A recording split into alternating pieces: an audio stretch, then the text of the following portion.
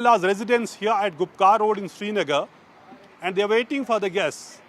And most anticipated guest is KC Vinagopal and Salman Khurshid.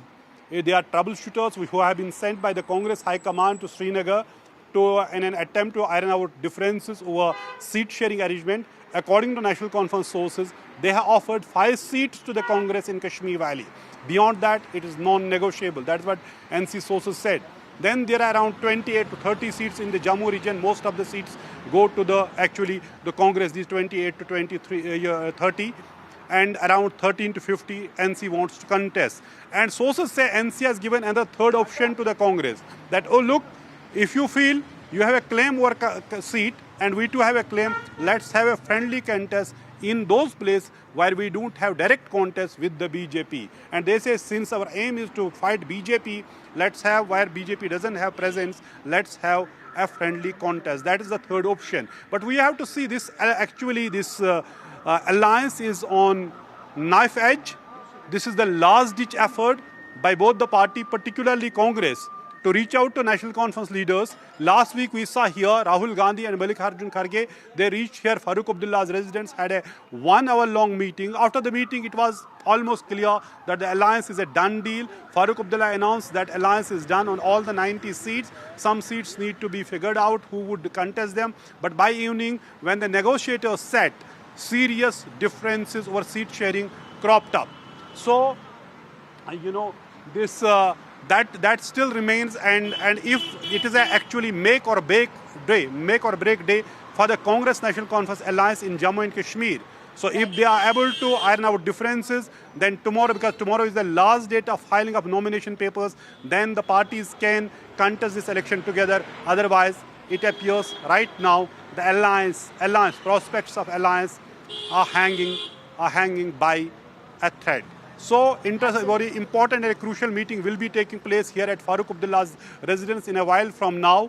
KC Vinagopal and Salman Khurshid, they met the local leadership who are actually insisting for more seats in Kashmir Valley. But according to NC sources, Congress is trying to bite off more than what they can chew. Right. So all eyes on the very crucial meeting coming up just before the last day of filing of nomination. Nazir, we will keep coming back to you for more on that. Well, now switching tracks to more news, and this is in regard to, in fact, the sources are saying that the big BJP meeting that took place in order to, in fact, as far as the evaluation of potential candidates is concerned, there are reports that indicate that the BJP was aiming to maximize their representation from local youths and women, is what was being said. So, of course, now switching tracks now in order to get you more, and it's the polls in Haryana, and political parties are in full swing for the campaigning in Haryana. Now, Congress has started the screening process of the candidates for all 90 seats, and at the same time, the BJP's central leadership is also mulling over their political strategy as a series of meetings that have taken place. The Aam Aadmi Party too is camping at the grassroots level and is expected to soon be selecting their candidates as well, and that's going to be made public, including it will have Sunita Kejriwal, that is the wife of Arvind Kejriwal, while the JJP has announced that it would go solo as far as this election is concerned and will not be tying up with the BJP, however, keeping its door open when it comes to the India bloc. Listen in. So people are a little confused. No, but I can on record assure you I will not go with BJP again. Will you go with the India Alliance? Let's see if we have the numbers, and yes, if our party is taken as a priority one, why not?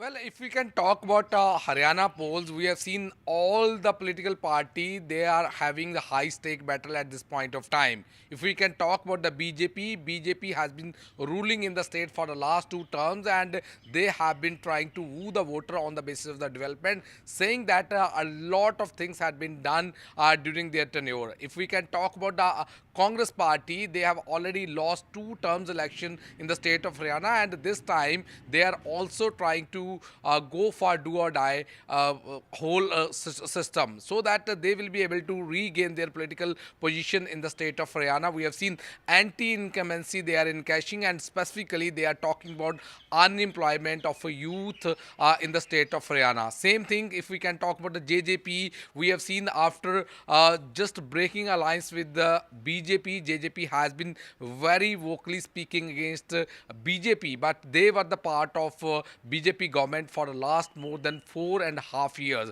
So JJP is also trying to make a way, because a lot of former protests which were being held in Haryana at that time, they were also trying to gherao JJP netas in the various locations of Haryana. Same thing, INLD, which has already lost political base in the state of Haryana. Now they had forged an alliance with the BSP so that they will be able to get vote bank from grassroots level. And Aam Aadmi Party, we know during the Lok Sabha polls they forged an alliance with the Congress, but now this time they have already decided they are going alone for all 90 Vidhan Sabha seats. If we can talk about Haryana politics at this point of time, one can easily understand all the political party, they are putting in a lot of effort to regain the political position. So let's see which political party and how the voters are going to cast their vote on what agenda in the state of Haryana.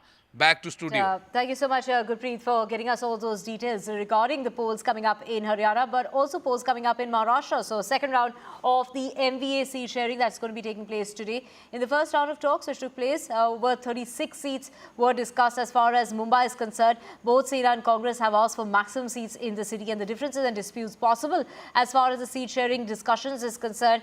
It is the BJP there claiming that this is what is going to split the party as far as the seat sharing dispute is concerned. While Sena has demanded that a chief ministerial phase should be declared, the Congress and the NCP Sharad Pawar faction has gone on to say that there is no need to declare this before the polls, and the potential criteria for the seat sharing is basically on who won the seat, how many times, and the potential of the candidate. We have my colleague Radhika joining us with all the details. Initial seat sharing talks have certainly begun. As far as MVA is concerned, it began on Saturday, and today it will continue. On Saturday, the talks were on Mumbai seats. As far as Mumbai seats are concerned, there are a total of 36 seats, and Sena has asked for the maximum share between 16 to 20 seats. As far as Congress is concerned, that's also asking for close to 15 to 16 seats, and NCP Sharad Pawar faction asking for close to 7 to 8 seats. Both the Sena and Congress are vying for maximum seats. Remember, Mumbai is Sena bastion, but as far as Congress is concerned, considering the stellar performance that entire MV and Congress in particular showcased, it is in a better position on the negotiation table, which is why it is asking for maximum seats. Of course, Sena won, undivided Sena won 14 seats in 2019. It would want to retain all of these seats and get extra seats as well. Remember, the political landscape has changed since 2019.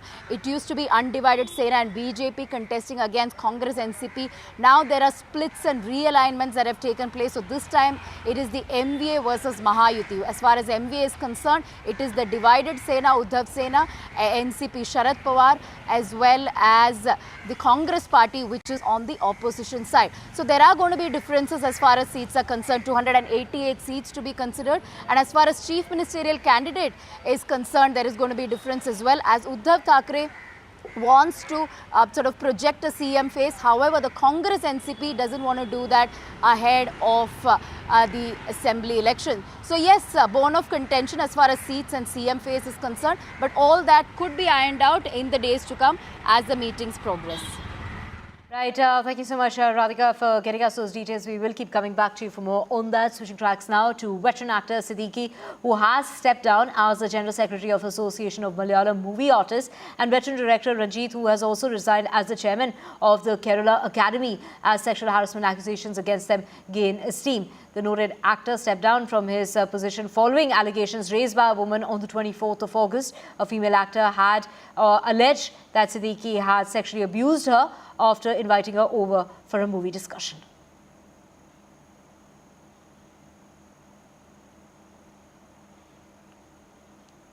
Actually, I haven't come out with this first and foremost, because I had back then put a lid on the entire incident and moved on. because he hasn't, according to law, according to the norm per se, he hasn't actually made any sexual advances towards me. But he did touch me. He was playing with my bangles, playing with my hair, at the nape of my neck, which kind of made me feel uncomfortable. So it wasn't sexual abuse. If he wants to fight the case, I don't know what is going to happen the next minute. But this had happened long back, 2009, when I was battling my own personal demons, my personal life. And I had traveled alone at Kochi. So somehow it did come to know. I mean, I don't know how this entire episode resurfaced, as in some media from Kerala did contact me for the same, which I was literally quite surprised, because I haven't spoken to any media before, especially the Kerala media, about this incident particularly. I did, the person who actually mediated with me about this, getting this film, I did speak about it, the incident, during that time, like during that period, but I haven't spoken to the media because I had moved on. I had, you don't want to remember something which is not that pleasant in your life. But the thing is, I mean, it's a sorry state for women in general. Workplace, I mean, we all, this is a kind of a second home for us. We are here to do a job where we are respected, and that is all. That is all we ask for. But this particular, in this industry, I would say, this had been normalized, you know. This sexual favors being asked from women and women complying to the same, or there are sections of women too who, before they're asked for any favors, they would be, you know, ready to comply or ready to go to any length to get a role, to, get a job done. So this had been normalized in this particular industry that I'm talking about. There's a hush-hush about it. It's a practice that's prevalent in this industry since, I don't know, I mean, the case Me Too movement, if we talk about Harvey Weinstein, even that had come to light much later.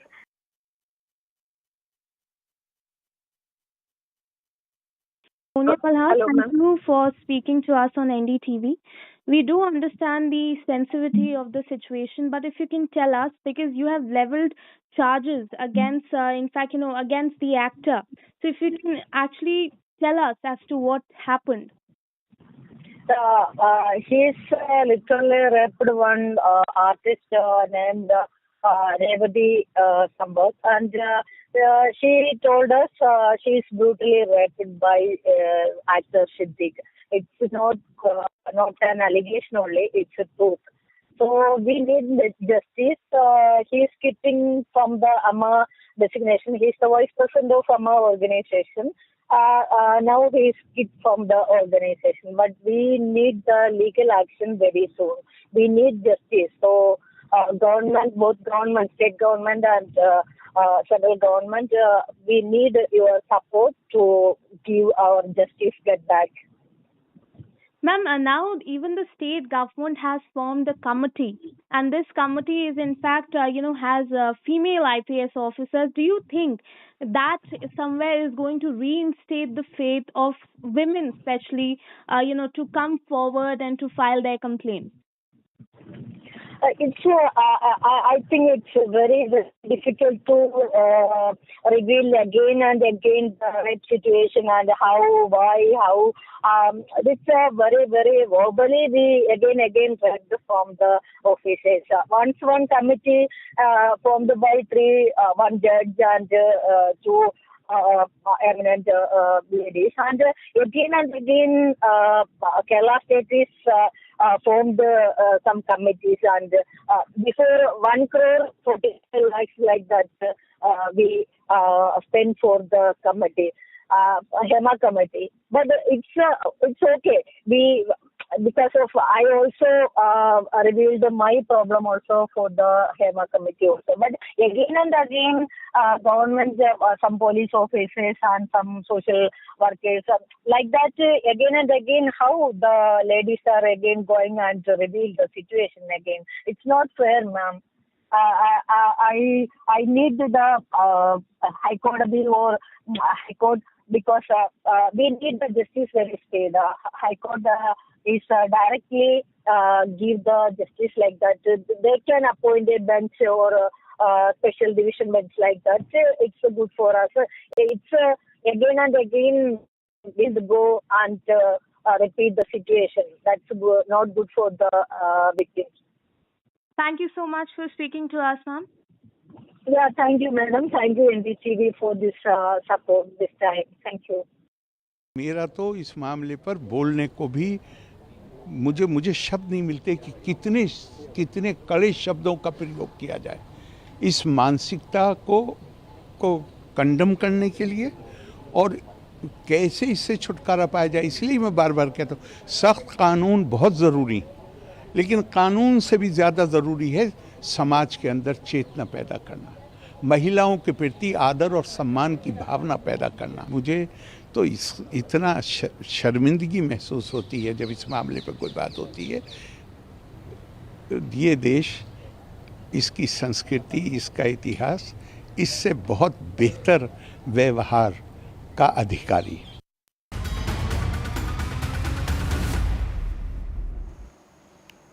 And the CBI in the Kolkata rape and horror case has announced that they have uncovered substantial evidence in their corruption probe against the former principal of the RG Kaur Medical College. We're talking about Sandeep Ghosh. And this is the CBI officials there who have now gone ahead and registered an FIR against the former principal in the financial irregularities case. The CBI raided 15 places on Sunday in connection with the probe into the alleged financial irregularities. The FIR has named Sandeep Ghosh, the former principal, as well as an accused, along with Tata Tenders, a company from Havra, and Ishan, a cafe from Kolkata, and a company named Khama Loha as well, because of those financial irregularities regarding that college.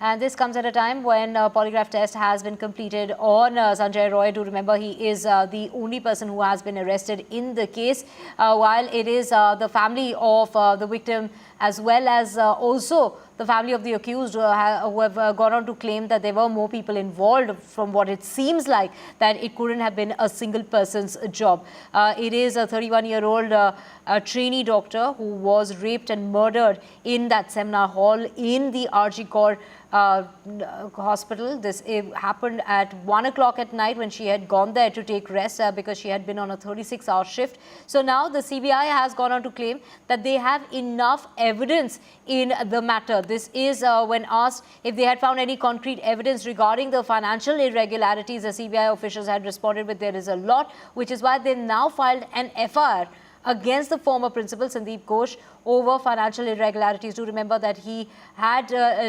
resigned from his position of the principal just after the incident, but he was in fact given a job in another college where he had taken over as the principal in a matter of 2 days. So those questions were raised by the CBI as to how was he reinstated in another college, given the fact that he was embroiled in this case. Many questions regarding the handling of the case, as far as the role that the college had to play, and why is it that they had not filed an FIR, and it was the finally the family that had to file that FIR in the case. And let's just switch tracks and get you news coming in from the national capital, where firing has taken place outside a cafe in the Satya Niketan area of Delhi. The firing took place outside a cafe. According to the police, some boys were there from the Jahangirpur area. They had come to celebrate a birthday. The boys then got into a fight with the manager regarding the seats that were given to them in the cafe. So they weren't happy with the table that was allotted to them, and which is why they had that fight. And while having that fight, there was a boy who fired in the air outside the cafe. The police caught that boy named Ahmed from the spot, and an inquiry is underway. So, a very shocking incident there. You can see that bullet mark right outside that cafe. It's called Love Bite in the Satya Niketan area of Delhi, where these boys started to have an argument with the manager of the cafe because they apparently did not like the table that was given to them. They were out there celebrating a birthday on Sunday. They had a fight with the manager right outside, and that is when one of the boys of the Jahangirpur area who shot in the air, that bullet mark that you can see from outside the cafe. We have my colleague Shreya joining us, and Shreya joining us from right outside the Love Bite Cafe where this incident took place. Shreya, what really happened? I mean, they had an argument with the manager. Eventually, they ended up taking out this gun in broad daylight, firing in the air, and bullet marks on our screens of what really happened there. It was because they weren't really happy with the seat that they were given, or were they not given, or were they made to wait? What was it? So it all started when one of the men was sitting on the glass table of the cafe, and then the manager had to ask them to sit in the proper seating area and not on the glass table. And they were all inebriated because they had come to celebrate one of their friend's birthday, and that's when a scuffle broke out, and soon it turned violent when they left the cafe. And outside the cafe, one of the men just whipped out the pistol that he was carrying, and he opened fire. Fortunately, no one was injured. But the question here is, why are these? Why was there no checks and balances? You know, here we have seen in Satyaniketan. I was just speaking to one of the RWA members, and he highlighted that these cafes and pubs which are mushrooming here in Satyaniketan, they are mostly illegal. They are not following any rules and regulations that needs to be followed. And there, as you can see, these pubs, they do not have any security guard or bouncers for that matter to check the customers who are entering these pubs. And of course, they are all inebriated. And earlier, the RW member also mentioned that a similar incident happened here in Satyaniketan outside one of the pubs, where the similar incident of open firing took place. And let me tell you, there are 3 police booths in this vicinity. One right opposite to the cafe, and there are 2 police booths right here in the vicinity. There's also this Durgabai Deshmukh metro station right here. And this happened at around 8:30 yesterday, where it was quite crowded here. And because we know that the Delhi University South Campus colleges are here, we know that the crowd mostly comprises of students. But again, later in the night, we see people from all walks of life coming here and having a good time. But there are no checks and balances. There are no security measures put in place. What needs to be questioned is why are these cafes and pubs which are mushrooming here in Satyaniketan, which is also a residential area, an upscale South Delhi residential area, why are these cafes and pubs not complying the rules and regulations? The RW member also highlighted that they do not have any NOCs done, and they have also filed a written complaint, but no action was taken on these cafes or pubs. And as far as the Delhi police is concerned, we know that 5 of them have been arrested. One of them is a paneer vendor, and they were all hailing from Jahangirpuri, let me tell you that. And they were all in their early to mid 20s who were part of this entire crime scene. And 5 of them have been arrested. The vehicle of the accused have been recovered, as well as the illegal pistol that one of them was carrying. This incident has made the residents and the other cafe owners and managers here left them feeling quite insecure and unsafe.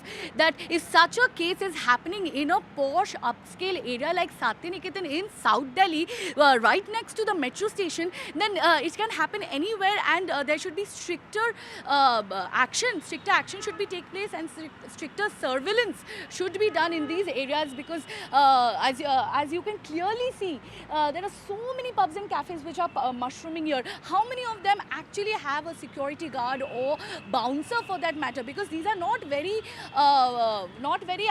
expensive cafes or pubs, and therefore it welcomes people from all walks of life to come here. And often when they get inebriated, such cases of minor scuffles leading to fatal incidents take place. And right right now, further investigation is underway, and the RW members have gone to meet the DCP of this area, and they will be discussing the matter on these cafes and pubs not complying to the rules and regulations, and illegal cafes and pubs mushrooming in this area. They will be discussing upon this matter with the DCP today.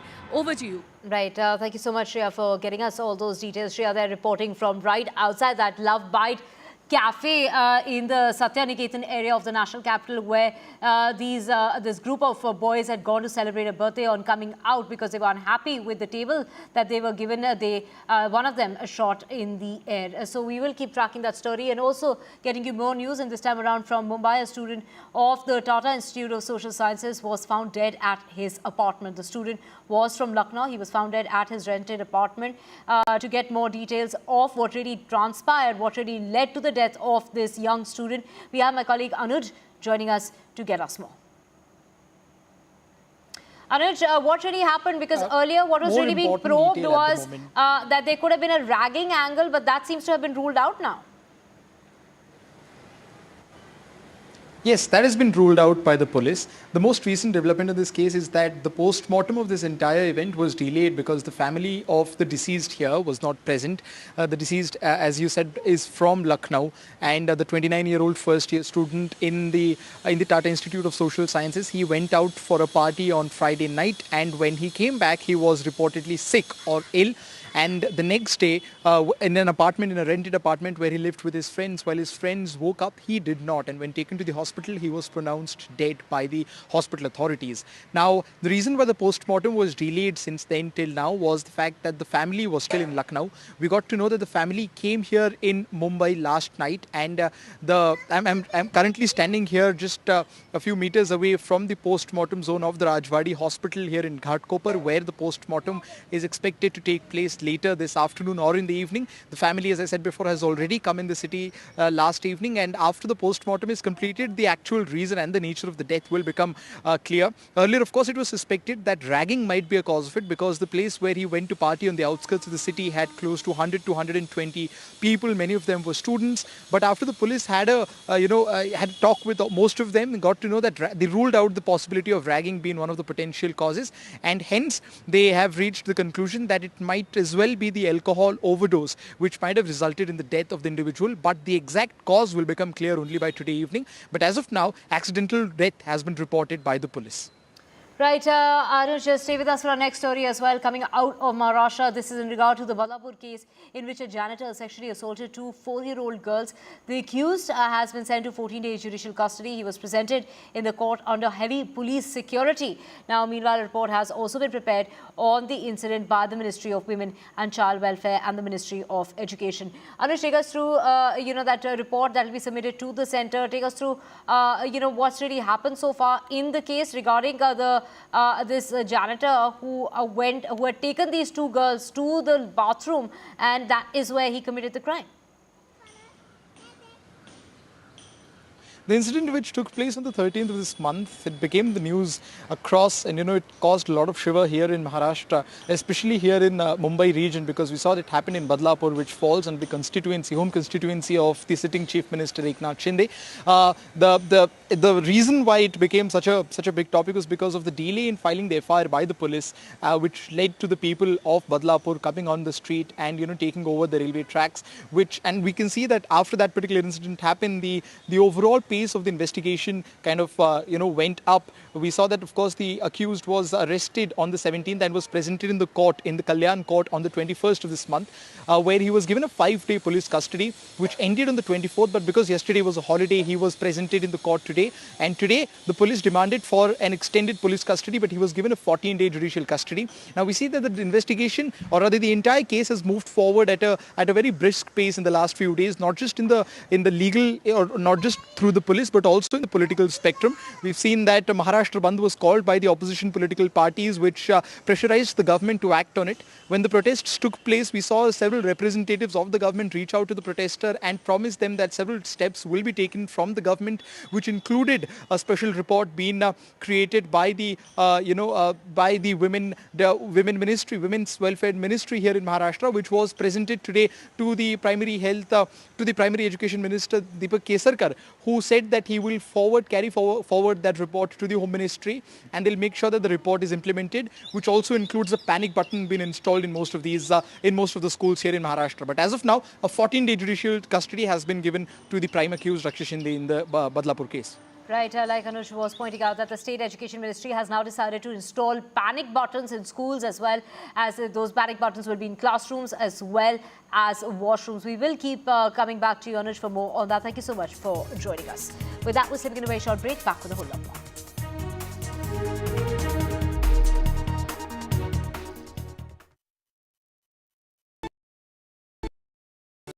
Stay informed and entertained with the new and updated NDTV News app. You can watch all our channels live, listen to podcasts, read breaking and exclusive news from around the world and more. Download the NDTV app today and get access to the best journalism and storytelling on your smartphone or tablet. The NDTV app. News that matters to you. Hi, I'm Shreya Saran. Kerala's Wayanad area is hit by devastating landslides, resulting in loss of lives and livelihood. Kerala needs your help right now. Let's join NDTV initiative. Come, donate. Let's rebuild Wayanad.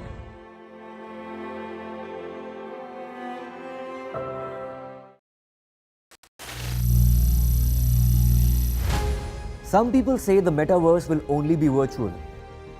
One day this lecture hall will be made of code, and driverless cars would be trapped in intersections.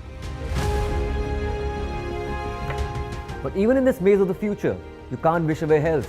It's time to become more resilient.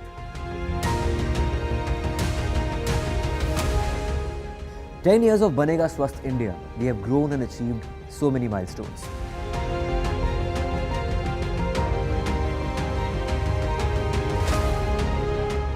And now I have a plan to beat the urgency, to stop breathing with difficulty, to relieve getting choked with inactivity.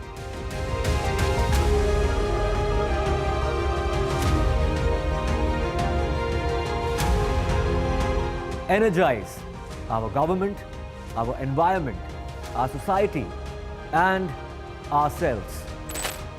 Everyone, everywhere, every day.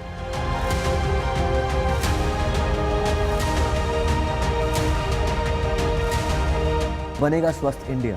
One world hygiene. Stay informed and entertained with the new and updated NDTV News app. You can watch all our channels live, listen to podcasts, read breaking and exclusive news from around the world and more. Download the NDTV app today and get access to the best journalism. Well, breaking news coming in at the moment, and this is in regard to the list that was released by the BJP just an hour back. The BJP had released its first list of candidates for the upcoming elections in Jammu and Kashmir. But now the BJP has withdrawn that first list. Shortly after releasing it, the BJP is expected to revise that list and then again reissue that list. So the first list of candidates, which had 44 names of the seats in that very list, has now been withdrawn by the BJP. So it is breaking news coming in regard to the BJP. They're withdrawing its first list of candidates for the upcoming elections in Jammu and Kashmir. Do remember the elections that are starting on the 18th of September, followed by the 25th and the 1st of October, with the elections that results that will be announced on the 4th, as that's when the counting is going to be taking place. So it is the list that has now been released by the BJP. That list that came out just an hour back has now been revised. It will be revised and the new list will be announced shortly. For now, they have withdrawn that list as far as the BJP is concerned. Do remember 44 names were put out and announced in that list of the first list of candidates in the upcoming election. So there were prominent names that were in that list, a lot of fresh faces, a lot of new faces, and that is the mantra that is being followed by the BJP in order that they want to have a lot of fresh faces this time around and not go by the old loyalists per to say. So the BJP there withdrawing that list that was out just an hour ago by the BJP in regard to that first list of candidates of Jammu and Kashmir. So the BJP there announcing that first list just an hour back. And they released that list this morning, and this was after the BJP's Central Election Committee finalized the party's poll picks for the upcoming election. So they released that list of 44 candidates for the three-phase of elections to the 90 assembly seats in Jammu and Kashmir. But soon enough, they deleted it. They're saying that a fresh list, from what we're hearing from our sources, is expected soon. There were 3 key names that were missing in that now deleted list, which included the BJP president of Jammu and Kashmir, Ravindra Raina, and the former deputy chief ministers Nirmal Singh and Kavinder Gupta. The list had the name of Union Minister Dr. Jitendra Singh's brother, Devendra Rana, who switched from the National Conference. And we have Nazir joining us. Nazir, quite a first there with the BJP releasing its list and then withdrawing that list. From what we're hearing is there will be another revised list that's expected to be out soon. Well, BJP is normally not known for such a faux pas. It is an embarrassing situation for the party. They had to withdraw the list just within an hour after they release it. As I said in earlier broadcasts, I spoke to some of the leaders.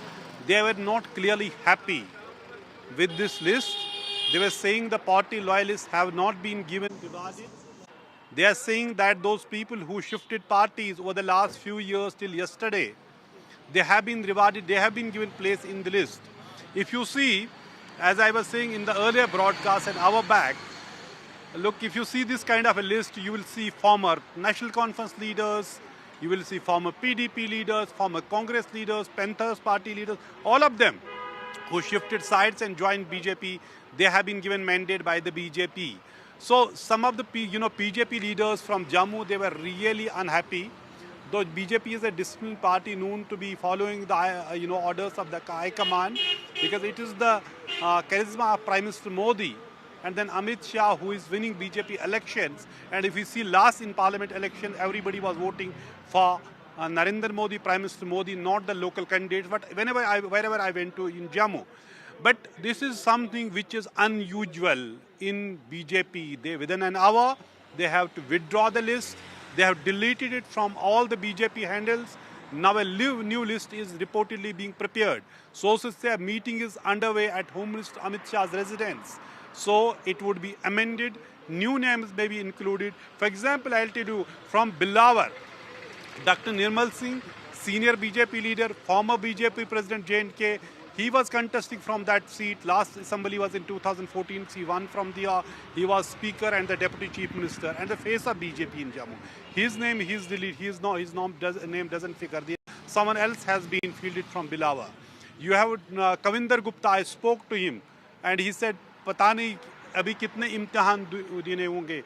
I asked him why you have not been given mandate. Why doesn't your name figure in the list? Usne kaha kahin aur imtihan dene honge. So he was hoping that there would be some change in the list. Then there were other BJP, leaders who were saying that it's not the right thing which was supposed to be done. In fact, in the first list of 44 candidates, the name of Ravindra Raina, BJP, state president, that doesn't figure in the list. He comes from Nowshera constituency, though nobody has been given mandate from the Nowshera constituency so far.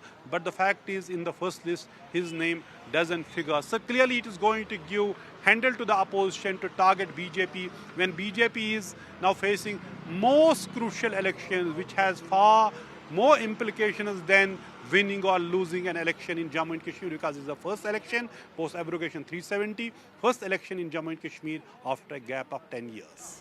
Right, Nazir, we also have our colleague Vasudha joining us. Vasudha, quite a first step when it comes to the BJP by releasing its list first and then deleting that list, withdrawing that list, and the fact that we will see that list out very soon. But, the reason behind them withdrawing is because many of the lawyers that were left out from that list. Absolutely, Divya. It just reminded me of the 2024 Lok Sabha elections when, they released the list for Tamil Nadu and they had Naina Nagendran fielded from Thoothukudi when he's actually somebody who has been contesting from Tirunelveli, a neighbouring constituency. Of course, that was revised and a fresh list was sent out in a few minutes from then. But of course, this seems to be rather a little more serious because, what we've been told by sources is that there'll be some changes made, there'll be some additions made, and there'll also be some changes made. That's what they've been told us. We've been told, and it's going to come out in the next few minutes, the new list with some changes. These are being seen as mainly typos or some minor changes is what the party is projecting it to be. But like Nazir is also saying, there have been some crucial omissions which the party may have overlooked. Remember somebody top was also trying to explain to me that, the list is of whoever being prepared. I mean, it always gets prepared by junior people. And there are, sometimes the changes that have been finalized, the final stamp of approval, those names don't get reflected. So when the seniors saw it, they of course, saw that, this was not completely what they had discussed, and they have suggested some changes, and we can expect the list in a few minutes from now. In fact, there is a meeting of Manoj Sinha, the LG, and of course senior party leaders, and of course, happening at the residence of Amit Shah, who's the Home Minister, also somebody who has been handling Jammu Kashmir elections. Both the Prabharis will also be in J&K. Tomorrow is the last day. Today is a gazetted holiday. So this is BJP rushing in the nick of time to finalize and sort of announce its candidates. The other parties, of course, are still, NC and Congress, like Nazir has been, are yet to come out with their list.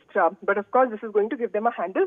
But we'll have to wait and see as to how many changes are made. And as far as the names that were announced in the 44 list, it was, of course, at least an attempt at balancing out the old timers with the new guys like Zulfikar Chaudhry, the ST leader, or former minister, or for that matter, Mohan Al-Bhagat, who's a former SSP, vis-a-vis the old timers such as Devendra Singh Rana, who's also the brother of Jitendra Singh, who's been fielded from Nagrota, and somebody who's been a three-time legislator, and other people like Udvi Sethi and Arvind Gupta. But clearly, we'll have to wait and see what kind of major changes are made, and from there, we'll have to take this on. Right, Vasudha, thank you so much for getting us all those details, breaking news of the BJP there, withdrawing its first list of candidates for the upcoming elections in Jammu and Kashmir. We will keep tracking that story and getting you the very latest on the other side. For now, we're stepping into a short break. Back with a whole lot more with my colleague Rika on the other side.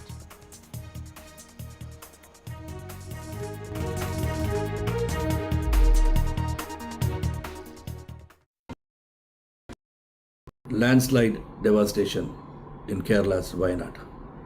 Join NDTV's initiative. Donate for Kerala.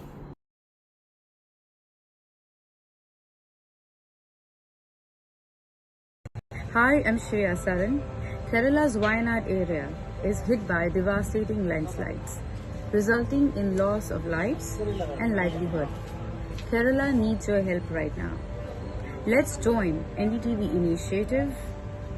Come, donate, let's rebuild Wayanad.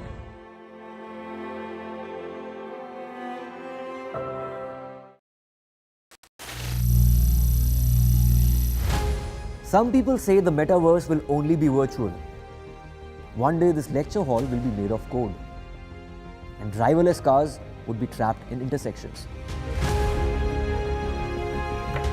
But even in this maze of the future, you can't wish away health.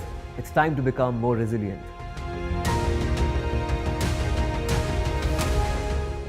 "10 years of Banega Swasth India, we have grown and achieved so many milestones.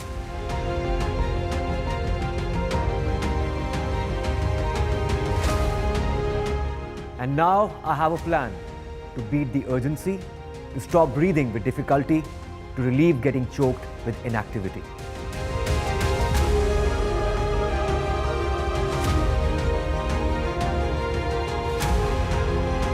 Energize our government, our environment, our society, and ourselves.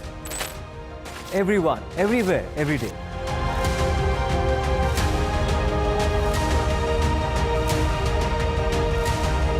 Banega Swasth India. One world hygiene. Stay informed and entertained with the new and updated NDTV News app.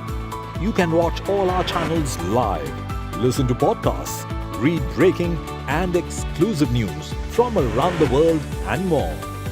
Download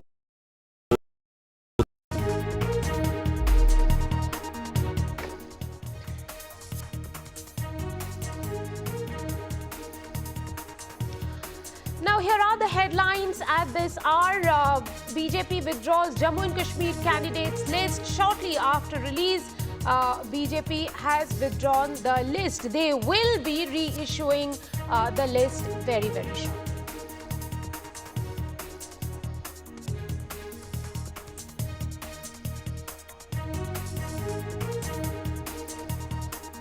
Actor Dasan gets VIP treatment inside the central jail in Karnataka. Heads roll after viral video emerges and jail officials have been suspended. The jail superintendent has been transferred after Dasan's video.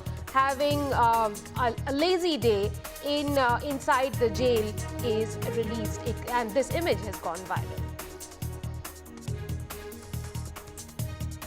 In the Mollywood Me Too case, big wigs have stepped down. Kerala government's formed an SIT. Filmmaker Ranjit steps down as Kerala Film Academy chairman. Srilekha Mitra tells NDTV that sexual misconduct is normalized in film industry.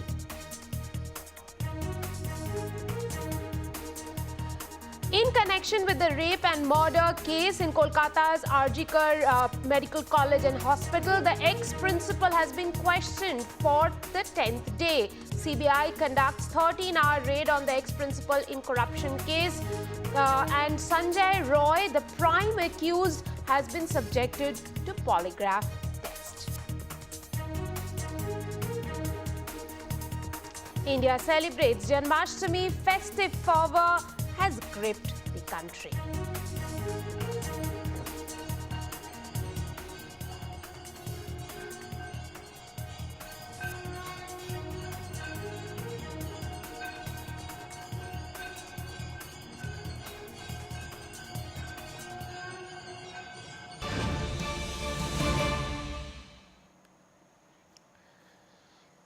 Well, there are state elections that are going to happen in the next month and the month after.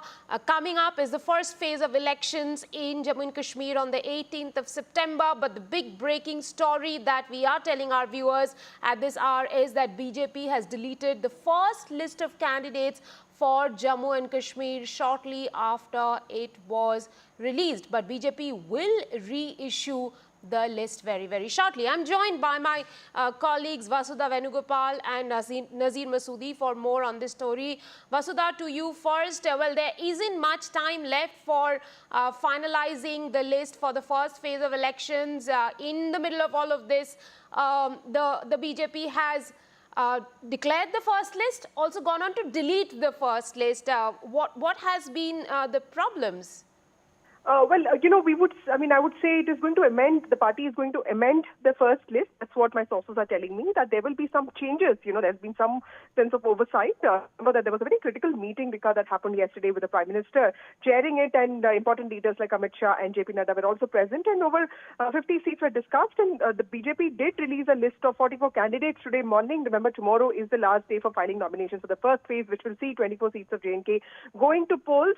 Now what we've been told is, of course, there'll be some minor changes and, of course, some additions which, have to be made. That is what the party is saying. Of course, remember that J&K is not has been traditionally, but the party is also trying to re-strategize its plan and political approach there. This is the first election that's happening there after 10 years, and also the first election after the application of Article 70. So there's a lot of points that the BJP wants to prove, and also, set forward a narrative which will be very important for its projection and optics nationwide and also internationally. The kind of performance that it puts out. Remember, in 2014, it did manage to get 25 seats. It was part of the TDP-BJP government, but of course, the government got dissolved there, but when it took back its support from the PDP coalition. So clearly many changes have the Union Territory of J&K has seen in the last 10 years. So this is going to be a critical election, which is why the BJP wants to put in all thought into this. Now I'm told that there's a meeting that's happening at Amit Shah's residence with the LG present. So clearly some kind of more decisions will be taken. And in a few minutes from now, we can see the fresh list of the BJP. This is not completely, unknown, political parties are known to sort of issue, sort of lists and of course take it back and sort of issue them, reissue them some changes. Their defense is that, the lists are prepared by junior people in the office and sometimes there are typos and there are mistakes which have to be corrected. So that is what is happening as well. Vasudha, I just wanted to ask you, given the party in question is BJP, a party that is always in election mode, and of course there are several, points to prove for BJP as the state of Jammu and Kashmir goes into polls after 10 years. But wouldn't you say that it is a little unusual of a party like BJP to release a list and then withdraw, because they are just so proper and so very well researched when it comes to elections? Well, Rika, in 2024 Lok Sabha elections, if you remember, they issued a list for Tamil Nadu and, Naina Nagendran, who's one of the veteran BJP leaders there, somebody who joined from AITMK, he was fielded from Toothukudi, and of course, he's a veteran from Tirunelveli. Of course, that correction came about in a few minutes from then. So there have been precedents, there have been examples in the past where the BJP has sort of, made mistakes, with respect to typos. The Congress has also done this. We were not making a big deal out of this because they're saying that within a few minutes from now, you will actually see the fresh list. But like Nazir has also been pointing out that there have been very critical omissions in the list of the BJP, which to me looked like an attempt to balance out between the old-timers and the newcomers into the party. Newcomers such as, Mohanlal Bhagat, or for that matter, Zulfikar Chaudhary, the veteran minister and also tribal leader, and vis-a-vis, people like Devinder Singh Rana and, Arvind Gupta. So Nazir will be able to tell us more about the omissions, but clearly there seems to be some oversight, some, omission, which is why the BJP has sought some more time to reissue a new list with some amendments made to the list that was issued in about an hour from now. Vasudha, let me take that question to Nazir. Do you see any significant omissions there? There are a few people that BJP hasn't addressed in this list and they want to thereby have a revised list now? Well, prima facie, it appears there was some pushback from within the BJP, and that's why this list has been withdrawn and the new list will be released. Once the new list will be released, we'll know what changes have been made. What were the pressures which made BJP to withdraw the list, delete it from all the handles and reissue it. But clearly, it is not a message BJP would have liked to send. In Jammu and Kashmir, ahead of elections, and when the last date of filing of nomination papers is tomorrow, all the people were preparing to file the nomination papers, and here, within an hour after releasing the list of 44 candidates, where there were, very, very prominent people who were not there in the list, who didn't make it the list. For example, Dr. Nirmal Singh, Kavinder Gupta, Ravinder Raina, who is the BJP chief in Jammu and Kashmir. Though it's expected that the subsequent list, his name may be there, but the fact is there was already a backlash. I spoke to Kavinder Gupta a while back. He said, "Pata nahi abhi kitne imtihan dene honge." So clearly not happy that his name has not been included. He has not been given the mandate. The other people, for example, at Bilawar constituency in Kutwa, Dr. Nirmal Singh has been contesting from this constituency for several, elections. But today, someone else has been given the mandate. And what is more important, what BJP loyalists and old workers were talking, I spoke to a phone. They said, look, new people who are just sometime back with the PDP, with National Conference, Congress or the Panthers Party, you will see all of them making it to the BJP's first list of candidates. Be it Davinder Singh Rana, Dr. Jitendra Singh Rana's brother, or be it Surjit Singh Salaitia, Mushtaq Bukhari. They were the National Conference leaders who switched sides and joined BJP. They have got the mandate today. Shamlal Sharma, who was the Congress leader, he has got mandate. Chaudhry Zulfikar, Chaudhry Akram, others who had part in the PDP and Apni party, they have got the mandate. Mankotia, so he was in Panthers party, he has got the mandate. There are several others who are not actually part of the core BJP team in Jammu. They have got the mandate, and many BJP, leaders and the workers I spoke to were clearly not happy. And it appears that may be the reason BJP has withdrawn this list, and they may be issuing the list. They may issue a fresh list. But we'll have to see what kind of amendments, or if there would be inclusion of those names who people say should have been in the list. But clearly, it is an embarrassing situation for the party. It is not a message. BJP would have, last thing BJP would like to send ahead of elections in Jammu and Kashmir. Yeah, it's an interesting thing that you say that it's an embarrassing situation for the party in Jammu and Kashmir as the state goes into polls after 10 years. Nazir, let's talk a little bit about the opposition. Congress and National Conference, they still haven't managed to get a list out, and Congress has rushed its troubleshooters to Srinagar to salvage its pre-poll alliance with National Conference, it seems, and 1 day to go for filing of nominations for the first phase of elections. How difficult do things look from that front? Well, while BJP is now battling with the first list of candidates, it is a challenge for the BJP, Congress and the National Conference come out with a list of alliance. But there have been serious differences. There have been serious roadblocks which has not allowed both parties, and both parties have been actually negotiators working very hard for last 1 week to come to a common list which would be acceptable to both sides. According to our sources, this alliance is hanging on a on a thread. It is on a knife edge, and now the Congress High Command has sent troubleshooters to Srinagar. They are meeting Farooq Abdullah and Umar Abdullah today, KC Venugopal and Salman Khurshid, to iron out differences and see what best can be done today, because today is the last day. It is a make or break day for both the parties, for this alliance, which has started, which is facing trouble even before it started functioning. Last week, both parties announced, alliance here at Farooq Abdullah's residence when Rahul Gandhi and Mallikarjun Kharge visited Farooq Abdullah, had a 1 hour long meeting. After that, Farooq Abdullah said, alliance is a done deal.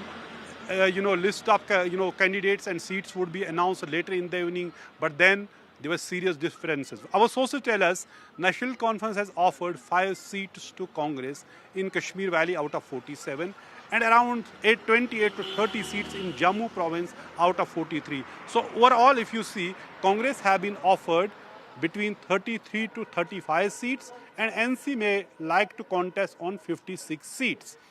Since the momentum has been on their side, if we see they make a parliament election as a reference, Congress is very keen because to have this election in an alliance. Because in the last parliament elections, NC and Congress got 41.7% votes. They had 42% votes. BJP got 24% votes, and PDP just 8% votes. So they want to build on that momentum and build on that voter percentage they have got in parliament elections and contest this election.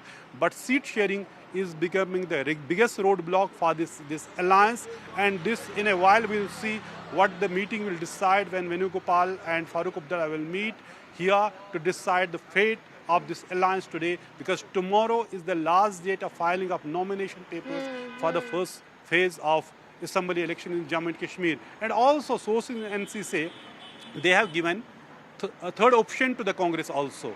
That is, can't have friendly contest in seats where both are claiming and where they don't have a direct contest with the BJP. Okay.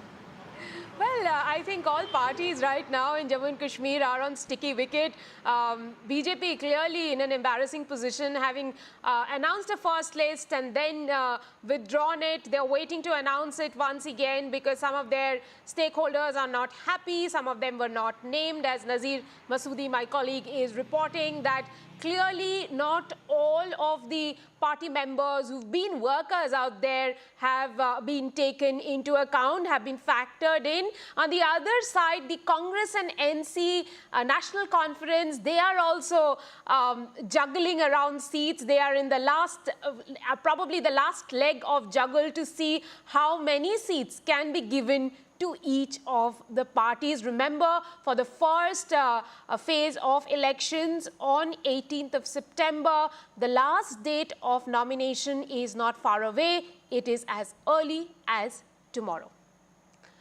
Moving on to another news now, which is about the sexual harassment cases that are coming out of Mollywood. Another actor has come forward. Actor Minu Munir has accused other actors, actors like Mukesh and Jaiswal, of sexual misconduct. Malayalam actor Minu Munir has levelled allegations against her fellow actors and technicians and accused them of verbal as well as physical abuse while working on a project. She named them in a post on social media platform and also said that they were the reason why she was forced to leave the Malayalam film industry. This came in the wake of the Hema Committee report. Let me go over to my colleague Uma Sudhir, who has been very closely tracking this story. Uma, there's another allegation that is out of the closet now after two very senior and powerful people in the industry in fact resigned yesterday. Now it seems that more people may be in the line, and this is a never-ending story with Srilekha Mitra having told NDTV yesterday that sexual misconduct was normalized in the industry. So what is happening now is actually a can of worms that seems to have been opened, because now Minu Munir, also known as Minu Munir, in fact, has revealed in a Facebook post where she mentions not just actor Mukesh, but she's also talking about several other actors who she has accused of misconduct, verbal and physical abuse, as well as she's talking about sexual abuse. In this case, there is going to be another angle added to this, because Mukesh happens to be a very, very senior actor, one of the lead actors in the Malayalam film industry, along with, you can say, Mohanlal or Mammootty. Mukesh is also one of the top actors, and he also happens to be an MLA of the CPM party from Kollam. So he's a sitting MLA of the left front who is now being, accused of sexual misconduct by Minu Munir. Actually, at this time, there is also another allegation that's come up from Tess Joseph, who's casting director. She says that she had, in fact, spoken about it in 2018 as part of the Me Too movement. And now, once again, she has posted on Instagram saying that she has faced misconduct about 19 years ago while working on a television show in Chennai. And she's expressed disappointment on the industry's silence in the Hema Committee report. And she says that she feels like there is no point of justice anywhere, and she is not even confident that there would be things would turn better. What I must point out is, the complainant in the Ranjit director case has told us, Srilekha Mitra, she's speaking about the fact that this has almost been normalized, but I must also point out that Women in Cinema Collective founders, who are people who have been part of that movement because of which the Hema Committee report came out, they have been time and again also saying this, that Malayalam film industry has begun to talk about it. That's a beginning, but it doesn't mean that it's only in Malayalam film industry that this is happening.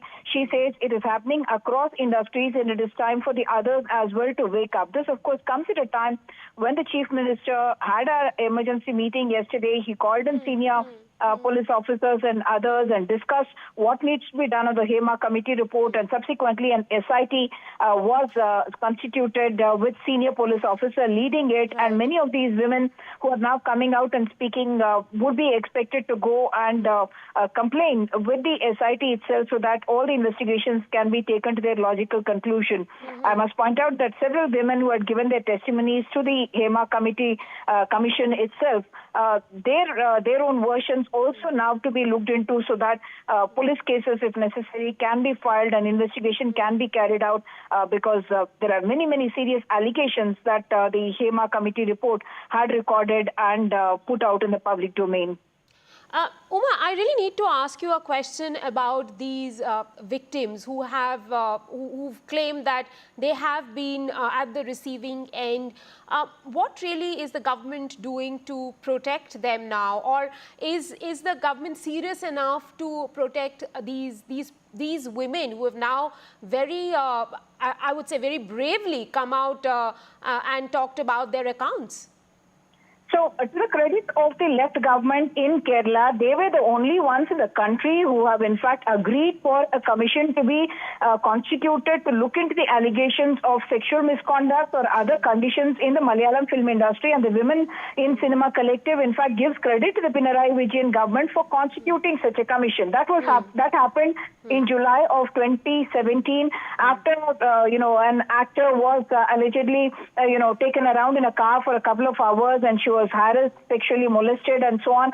And subsequently, of course, an actor, Dilip, was also spent time in jail in that particular case itself. And subsequently, in 2019, the report was completed, but remember that it was not made public for 4.5 years. Now, the left-front government, after the Hema Commission report has come out, they have in fact said that we are standing for the dignity of women, and that's the reason why we have put out this in the public domain. And also, in fact, you would recall that yesterday, Ranjit Balakrishnan, who is heading a government body, the Kerala Chalachitra Academy, so that person also resigned.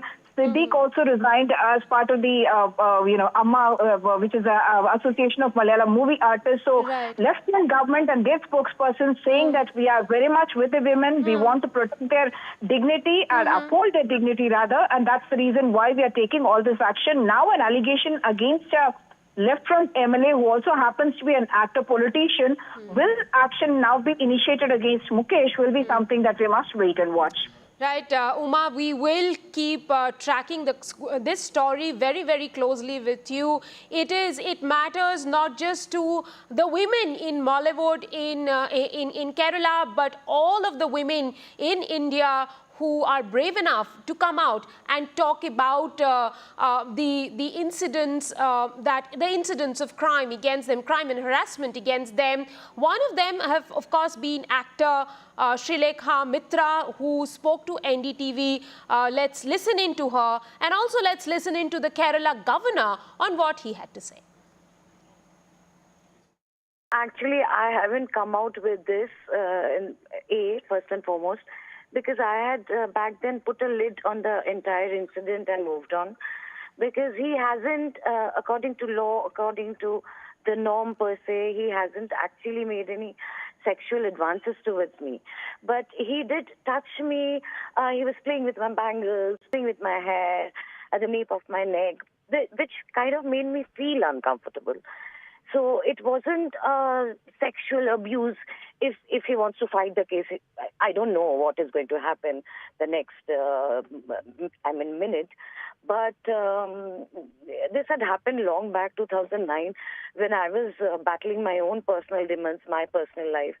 And I had traveled alone at Kochi.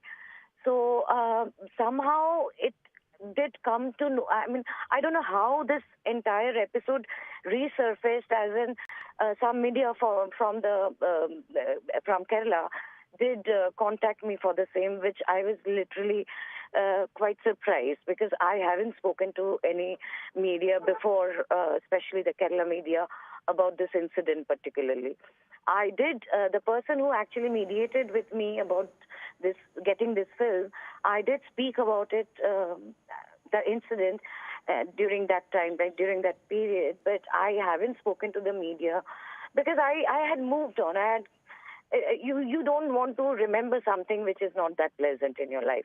But the thing is, I mean, it's a sorry state for women in general. Workplace, I mean, we all, this is a kind of a second home for us.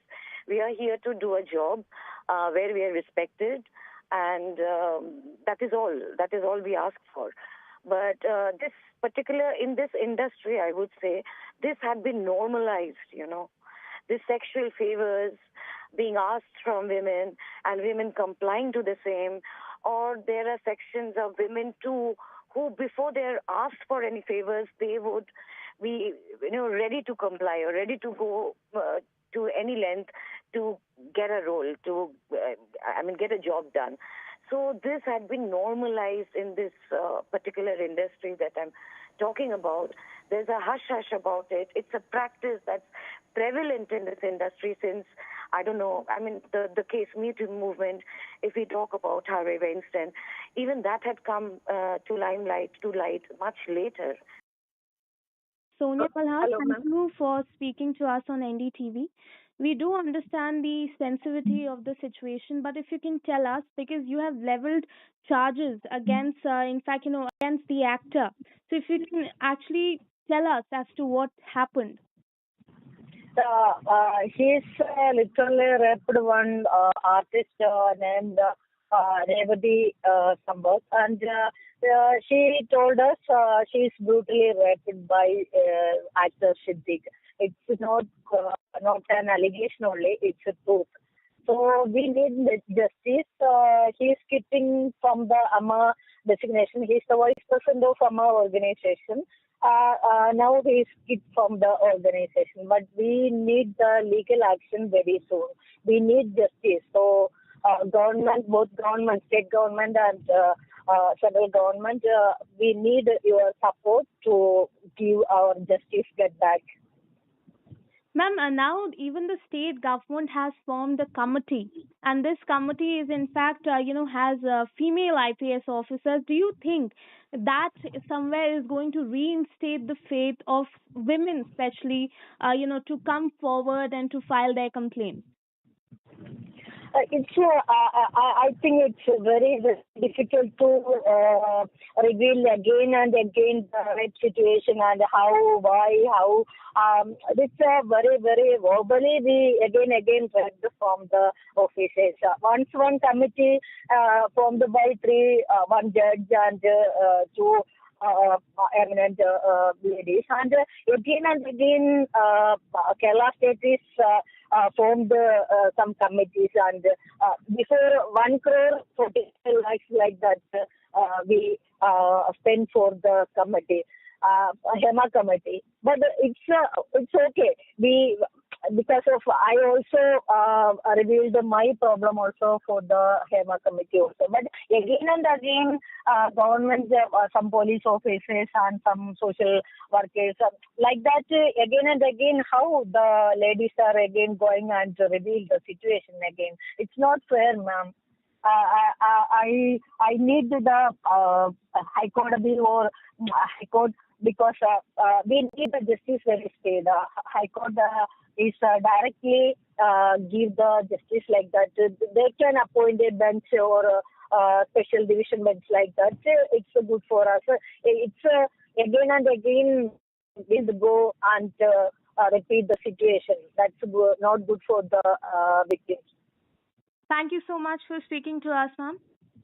Yeah, thank you, madam. Thank you, NDTV, for this support this time. Thank you.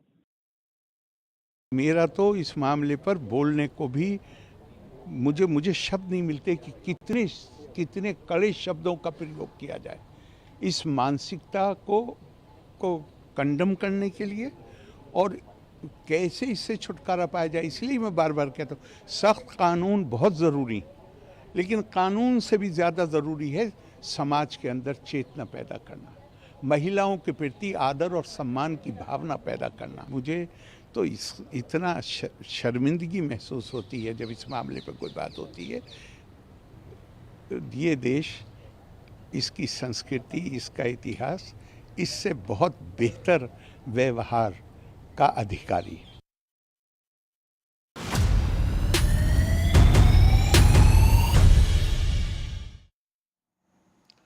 Here's another shocking story from Bangalore. In Bangalore Central Jail, a picture of popular Kannada actor Dasan has gone viral.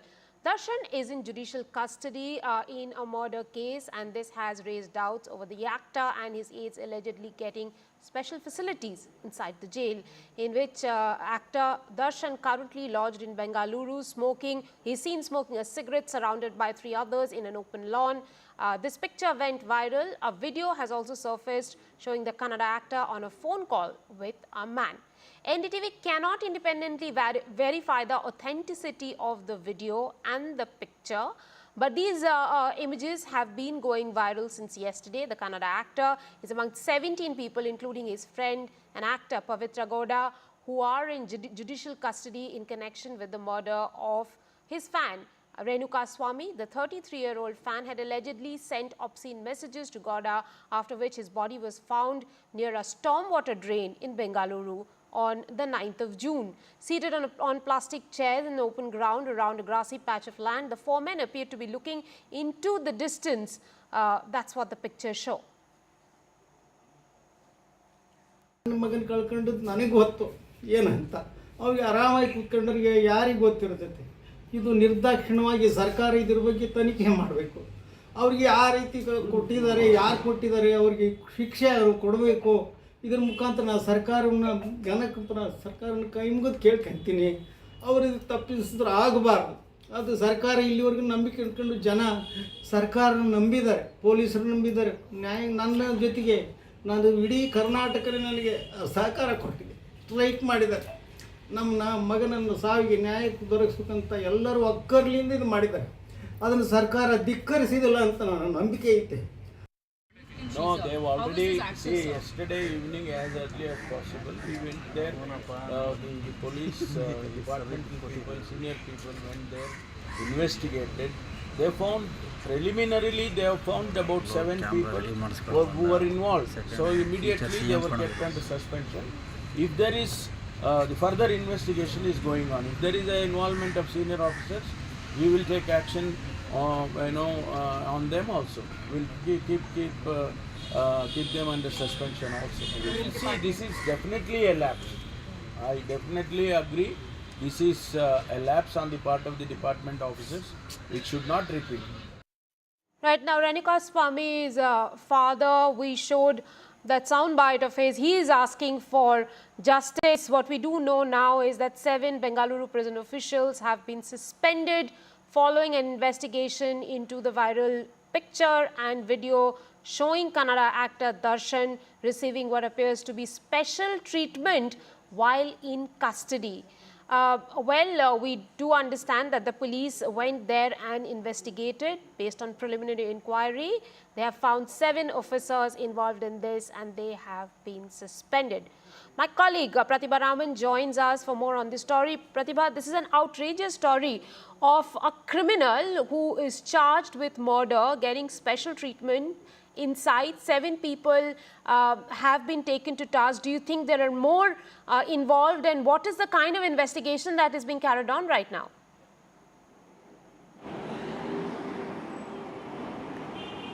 Well, in fact, the DGP Prisons has initiated this inquiry, which will be headed by the Additional Inspector General of Police there. The DGP has personally visited the spot, Parpanagrara, Bengaluru prison, to find out where the security lapse has taken place. Of course, what we hear from the Home Minister of Karnataka is that 7 officials involved in this have already been suspended, and the senior officers who could be involved in this, like the jail superintendent, would also be ordered for a transfer in this particular case. But the main question revolves around security lapse and how this can be addressed so that it would never happen in the future, because this is not the first time that Bengaluru prison has seen this kind of a preferential treatment that has been given to an accused, because we've seen it a couple of years ago with respect to Tamil Nadu political leader Shashikala too. And how can this be averted is also something that was discussed today with both the Home Minister as well as the Chief Minister. The Chief Minister of Karnataka has promised that the accused, around 16 of them in this particular murder case, which also involves actor Dasan, that would be transferred to different jails so that this kind of an activity wouldn't take place. Now, several such action definitely needs to be monitored at this point in time. All action now revolves around the Bengaluru prison, because most of the officials are right there monitoring the situation and also trying to find out what would be the report that would be submitted and the action that would be taken soon after. Back to you. Right, Pratibha, we do understand you're talking about the investigations that are being carried out inside the Bengaluru jail. Tell us, are people asking questions about VIPs being given special facilities inside the jail? What is the mood in Bangalore like? Are they equally as outraged as some other parts of the country?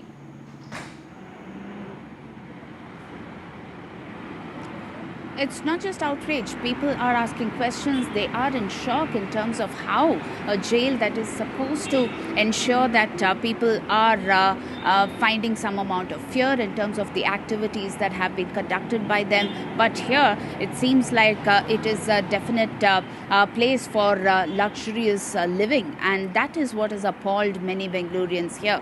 And in the meantime, this has also triggered a political flashpoint of sorts, because we are talking of the opposition leaders here, mainly the BJP, seeking a judicial inquiry on front, and on the other pointing fingers at the Karnataka government for letting such security lapse take place under their nose. this is the kind of reaction that we are picking up from both the Congress as well as the BJP here. While the Congress government has said that this has nothing to do with the government, the BJP pointing fingers at them to ensure that a tightening of security in terms of the Bengaluru prison takes place, not just in Bengaluru but every jail around Karnataka. Back to you. Pratibha, where are we in terms of the investigation into the actual case of Renuka Swami's murder?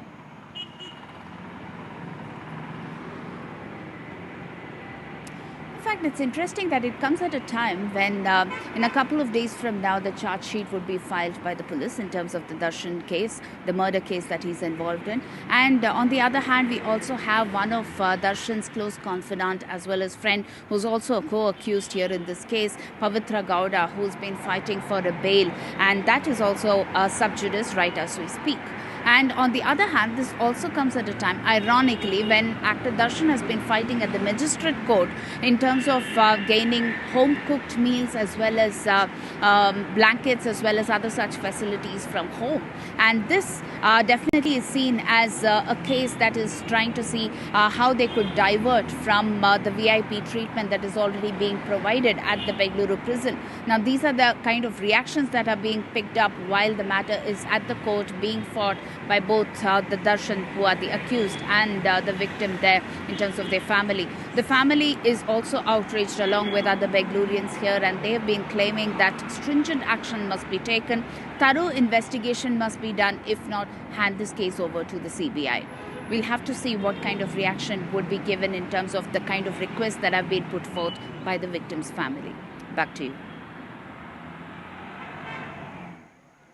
Thank you very much for joining us, Pratibha, with all the details on the story. Of course, it is a story that we are going to track very, very closely with you, and you also are reporting that the charge sheet in this case is going to be filed shortly, and it is a shameful story of how a murder accused inside the jail continues to live a luxurious life.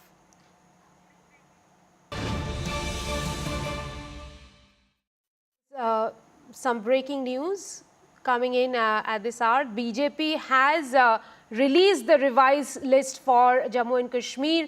We were reporting earlier in the bulletin that BJP had deleted the first list that they had released, and as Nazir Masoodi, my colleague, was saying that having released the list and then withdrawn, it is some sort of an embarrassment for BJP. Yesterday, as we do know that BJP's election committee was locked in several hours of meeting. Prime Minister was there, and so was Amit Shah and JP Nadda. They also had another meeting after this meeting ended to discuss and decide on the list of candidates. It was released and then withdrawn because perhaps several stakeholders, important stakeholders in the state, did not find a place in that seat. I'm joined by my colleague Maria Shakil for more on this story, with the fact that we are reporting BJP had withdrawn the list of candidates for J&K polls, and now they have released a revised list. Maria, tell us a little bit about what kind of changes that were made from the first list as you see the second one. Okay, so Rika, in the list which has been released, it's just of 15 candidates who will be contesting in the first phase. Remember, it's a three-phase election which is going to take place in Jammu and Kashmir. And in the first phase, there are, and tomorrow is the last date of nomination for the first phase. And hence, the BJP wanted to give all the 15 candidates time to, get their papers in order. So in the first 15 names which have been released again, there is no change whatsoever. But there is a review which is going to take place, or perhaps reconsideration on certain seats, which will happen for the second and the third phase, which will be released at a later stage. So that is the reason why the first list was withdrawn, and the list which has come out doesn't have any changes. So it's the exact same list you're reporting? Yes, that's right. So it's the same list, but this list has only first phase candidates which have been announced.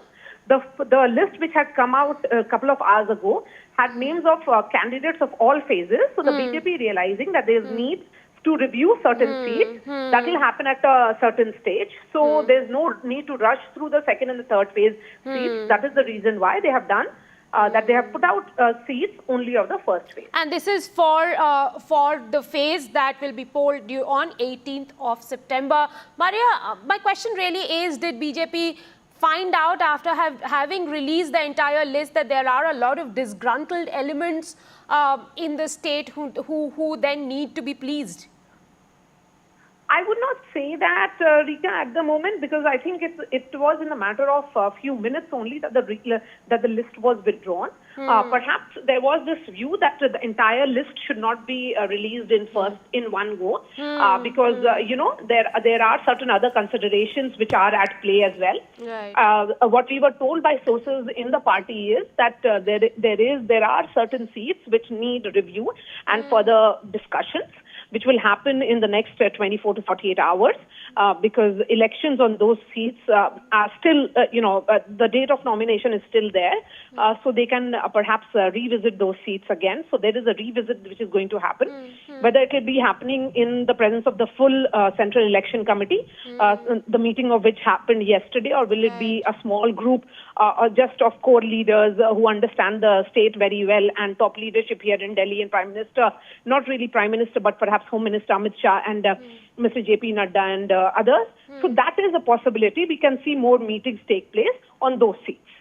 Maria, the elections are happening in Jammu and Kashmir after 10 long years. What really are the challenges that BJP is foreseeing, and which is why they released a list, withdrew the list, and once again have released a list of 15 candidates? There must be some thought process that's going behind all of this, and those must be about certain challenges that are facing the party. Yes, so it's an important election in the state. This is the first election which is going to take place after the abrogation of Article 370. BJP in the state does face this, perceptual challenge as to, is it really a party which has actually done a lot of changes in the state. There are a number of analysts and locals who are of the opinion that post-abrogation of Article 370, things have improved. There's more infrastructure. There are more opportunities which are being created for the youth of the state. Invariably in Jammu, there is a dominance of the BJP. You have a Minister of State for Prime Minister's office, Dr. Jitendra Singh, Member of Parliament from Udhampur. So the BJP has dominance in Jammu, but as far as the presence in the valley is concerned, that has not been there at all. So, is it really relying on independence? There is a possibility of that, but there are a lot of permutation combinations which are being looked at. And interestingly, given the dominance that the minorities have in the state of Jammu and Kashmir, we are seeing a considerable number of candidates from the Muslim community being fielded in the first phase as well. Right. Maria, thank you very much for joining us with all those details at this hour. We'll, of course, track this story very, very closely with you. Meanwhile, my colleague Nazir Masoodi is also reporting from Srinagar on the latest developments. Nazir, you said that it was a little bit of an embarrassment for BJP to have released that list, the entire list. They withdrew, and now they have released 15 names for the first phase of elections. Do you think that this will give sort of a relief to the locals out there who did not find their names on that list in the first place? Well, withdrawing the list and then releasing the part of it, just 15 names, clearly shows there was some pushback. There was certain pushback from within the BJP, and then that's why only a part of the list has been released. Only 15 names for the first phase of assembly elections, and that tomorrow is the last day of filing of nomination papers. This is clearly an embarrassing situation for the BJP, and opposition clearly is going to use it as a handle to target the party which was known for the discipline. But as we speak, once the list was out, there was a lot of, resentment, particularly from the core BJP vote bank. They were saying, look, those who have recently joined from different parties to the BJP, they have been rewarded. You can see the mixture of PDP, NC, Congress, Panthers Party in the first list of the BJP, but those who have been left out. And notably, there was, name of JK, BJP President Ravinder Rana was missing. Sat Sharma, who was the president of BJP and former minister also, his name was missing. There's also this Dr. Nirmal Singh, former deputy CM and former BJP president, his name was missing. And also this Kavinder Gupta, former deputy chief minister and speaker, his name was missing. I spoke to the Kavinder Gupta after the list was released. He said, we don't know, abhi pata nahi kitne imtihan honge. That were his words. So clearly there was a pushback from the BJP. That's why the list was immediately withdrawn. And then the new list of only 15 persons has been released by the BJP, and it is almost same. There's no change in these 15 names which were released, because these are mainly the Valley, Kashmir Valley, North, South Kashmir, Anantnag district, Kulgam district, and also the Ramban and Doda districts and Kishtwar, which are part of this district where elections are going to happen on 18th of September. So no change in these 15 names, but it clearly appears that there was a pushback and there may be a rethink on the subsequent list, because there was a serious feeling within the BJP in Jammu that everything is not well in the list which was released by the BJP. And here I'm at outside Farooq Abdullah's residence. There's also a challenge for the National Conference and the Congress. They are trying to iron out their differences on seat sharing arrangement. Through the corridor of uncertainty. Both these parties are also trudging through the corridor of uncertainty. KC Venugopal, Salman Khurshid and other Congress leaders have gone inside Farooq Abdullah's residence. So the meeting is underway to see what best can be done, because time is running out for both the parties. Tomorrow is the last date of nomination papers, filing of nomination papers for the first phase. So they have to decide, and as both parties are saying, it is a make or the break day for our movement, for the NC Congress alliance. Sources say Congress is very, very keen to have this alliance. That's why they have sent troubleshooters from Delhi, and KC Venugopal and Salman Khurshid. They are holding meeting with Farooq Abdullah and Umar Abdullah right now inside Farooq Abdullah's residence. This is the second meeting of the senior Congress leaders, top Congress leadership with Abdullahs. Last week, Rahul Gandhi and Mallikarjun Kharge visited Farooq Abdullah's residence, had an hour-long meeting with them. But after that, they said alliance is a done deal. But then on seat sharing, there are serious problems. It is hanging on by a thread. Nazir, as things stand, do you think both the parties have to burn midnight oil today to get that list out for at least the first phase of elections, if not the entire elections? And there's no midnight time for the both parties, because tomorrow is the last day of, filing nomination papers. They have to do it today. It has to be done in the broad daylight. They can't wait for midnight. Well, thank you very much, Nazir, for getting us all those details. We'll, of course, wait and see whether it reaches midnight or not. But do give us all the information and all that is taking place on ground. Thank you very much. Now, the second round of MVA seat sharing will take place today. In the first round of talks over 36 seats in Mumbai, both Sena and Congress have asked for maximum seats in the city.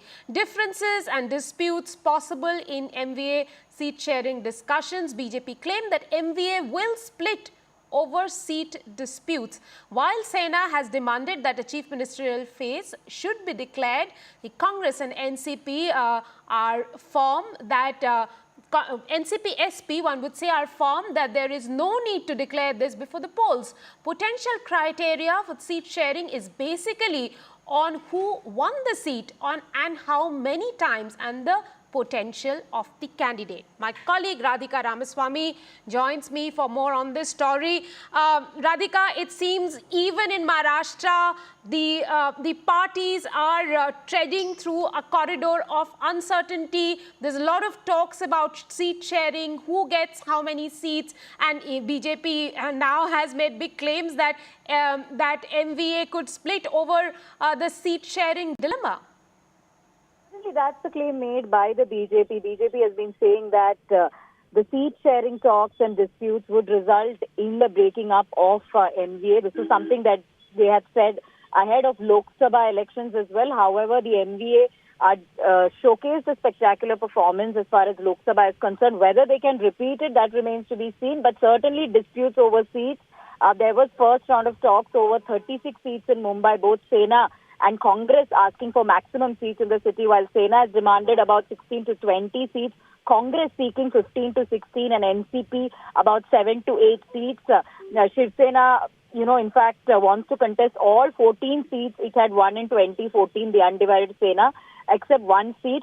Now, differences and disputes, of course, possible during these seat-sharing discussions. And as far as Chief Minister candidature is concerned, that's again a bone of contention with Sena wanting a CM candidate face to be declared from any of the parties, but NCP and Congress not really willing to disclose a name ahead of elections. So yes, the meetings will continue, and there are going to be disputes and differences simply because of change in political landscape in Maharashtra politics, especially since 2019, with so many parties splitting and realigning. So therefore, disputes definitely going to happen, not just within MVA, but also within the ruling Mahayuti.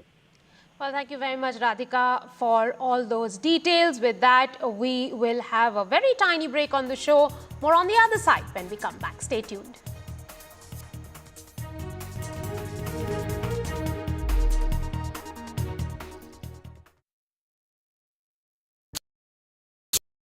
Landslide devastation in Kerala's Wayanad. Join NDTV's initiative. Donate for Kerala.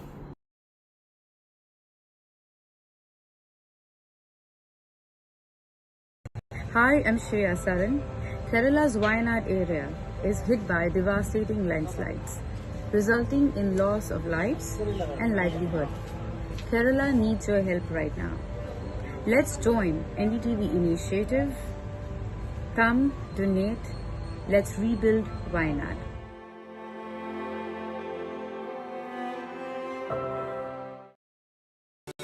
Stay informed and entertained with the new and updated NDTV News app.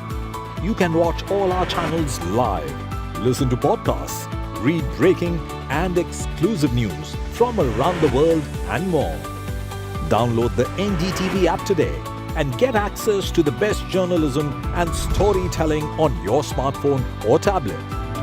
The NDTV app. News that matters to you.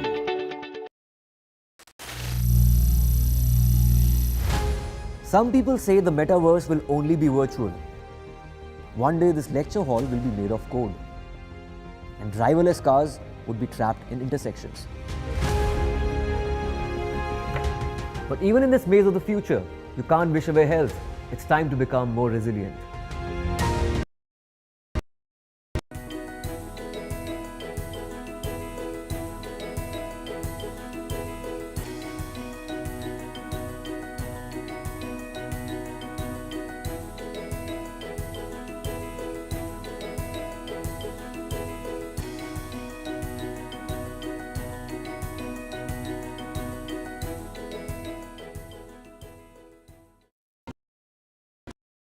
Landslide devastation in Kerala's Wayanad.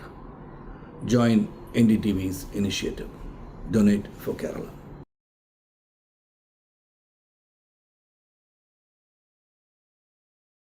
Hi, I'm Shreya Saran. Kerala's Wayanad area is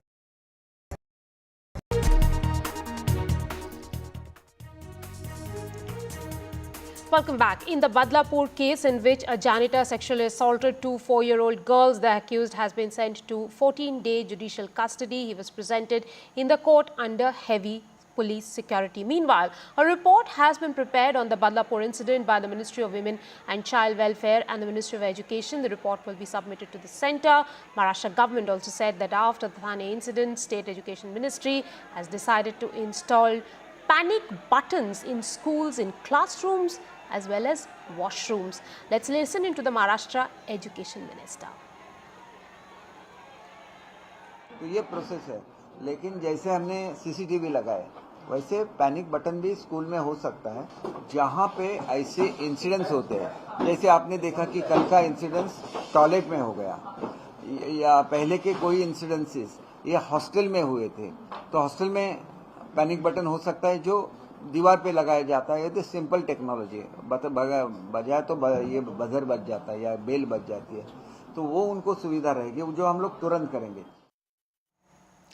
Well, we are talking about the Badlapur case in which a janitor had sexually assaulted two 4-year-old girls, and he has been sent to a 14-day judicial custody. Now, the State Education Ministry is saying that they will come up with this plan of installing panic buttons in classrooms as well as washrooms in schools.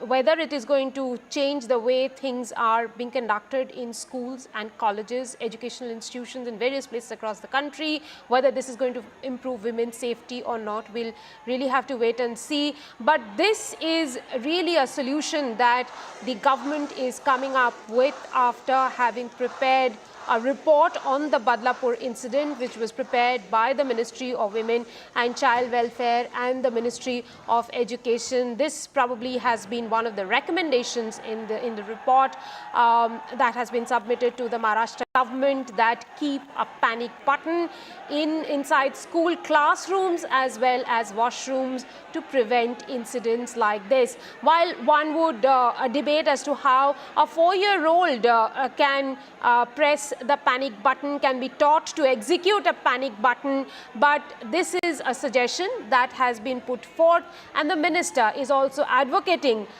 this suggestion to have panic buttons inside classrooms and washrooms in schools in Maharashtra.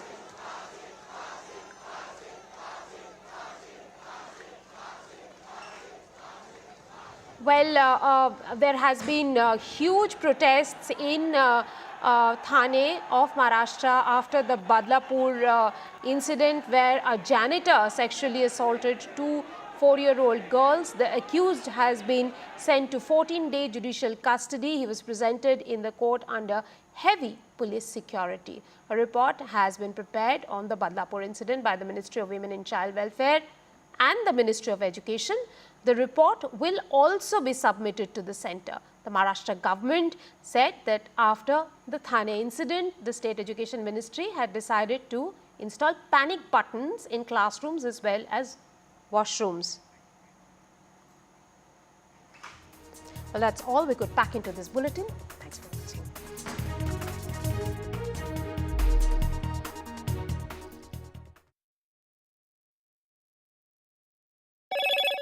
Hello, Moto. Motorola Razr 50 Ultra comes with Google Gemini.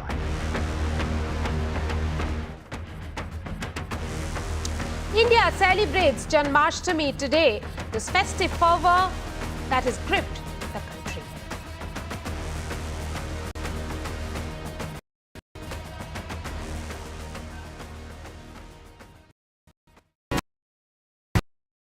Landslide devastation in Kerala's Wayanad.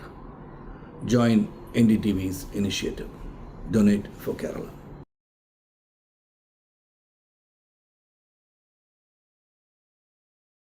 Landslide devastation in Kerala's Wayanad. Join NDTV's initiative. Donate for Kerala.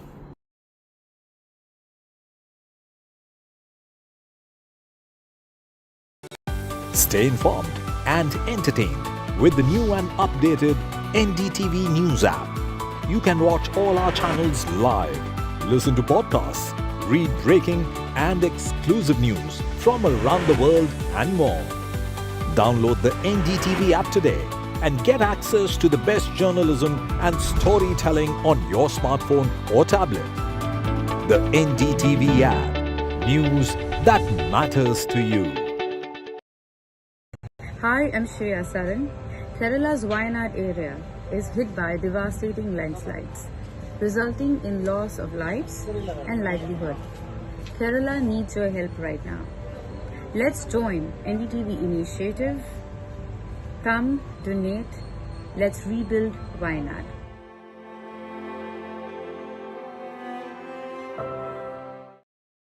Landslide devastation in Kerala's Wayanad.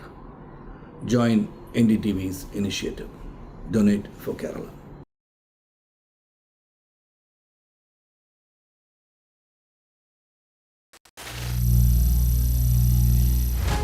Some people say the metaverse will only be virtual. One day this lecture hall will be made of code, and driverless cars would be trapped in intersections. But even in this maze of the future, you can't wish away health. It's time to become more resilient.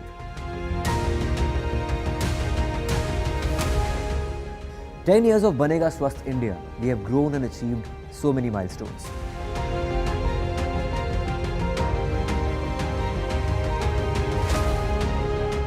And now I have a plan to beat the urgency, to stop breathing with difficulty, to relieve getting choked with inactivity.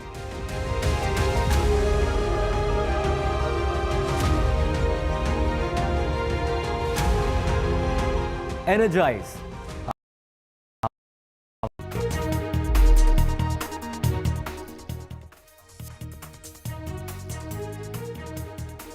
Hi there, very good afternoon. You're watching NDTV 24/7. My name is Kitty Bahel. In this edition, we'll get you all the latest news and updates from across the country in the next 1 hour.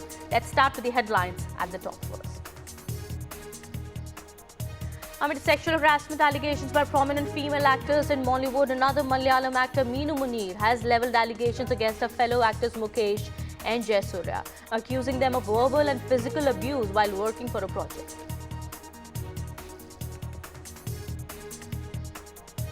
Seven officials at Bengaluru's Parapanna Agrahara jail suspended after Kannada actor Dasan, accused in a murder case, was seen having tea and hanging out with 3 others on the prison premises. Karnataka CM has called for detailed report from the DGP.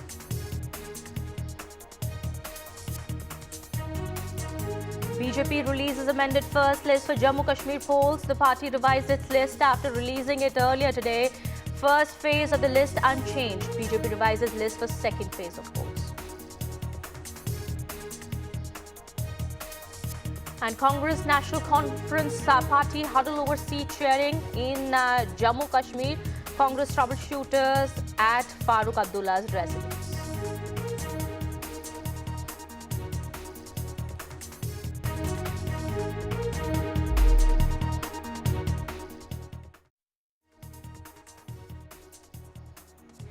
We're starting this edition with our top focus. Amid sexual harassment allegations by prominent female actors in Mollywood, another Malayalam actor, Minu Munir, has levelled allegations against her fellow actors Mukesh and Jaiswal, accusing them of sexual misconduct. Minu Munir named them in a post on a social media platform and has also said that they were the reason why she was forced to leave the Malayalam film industry.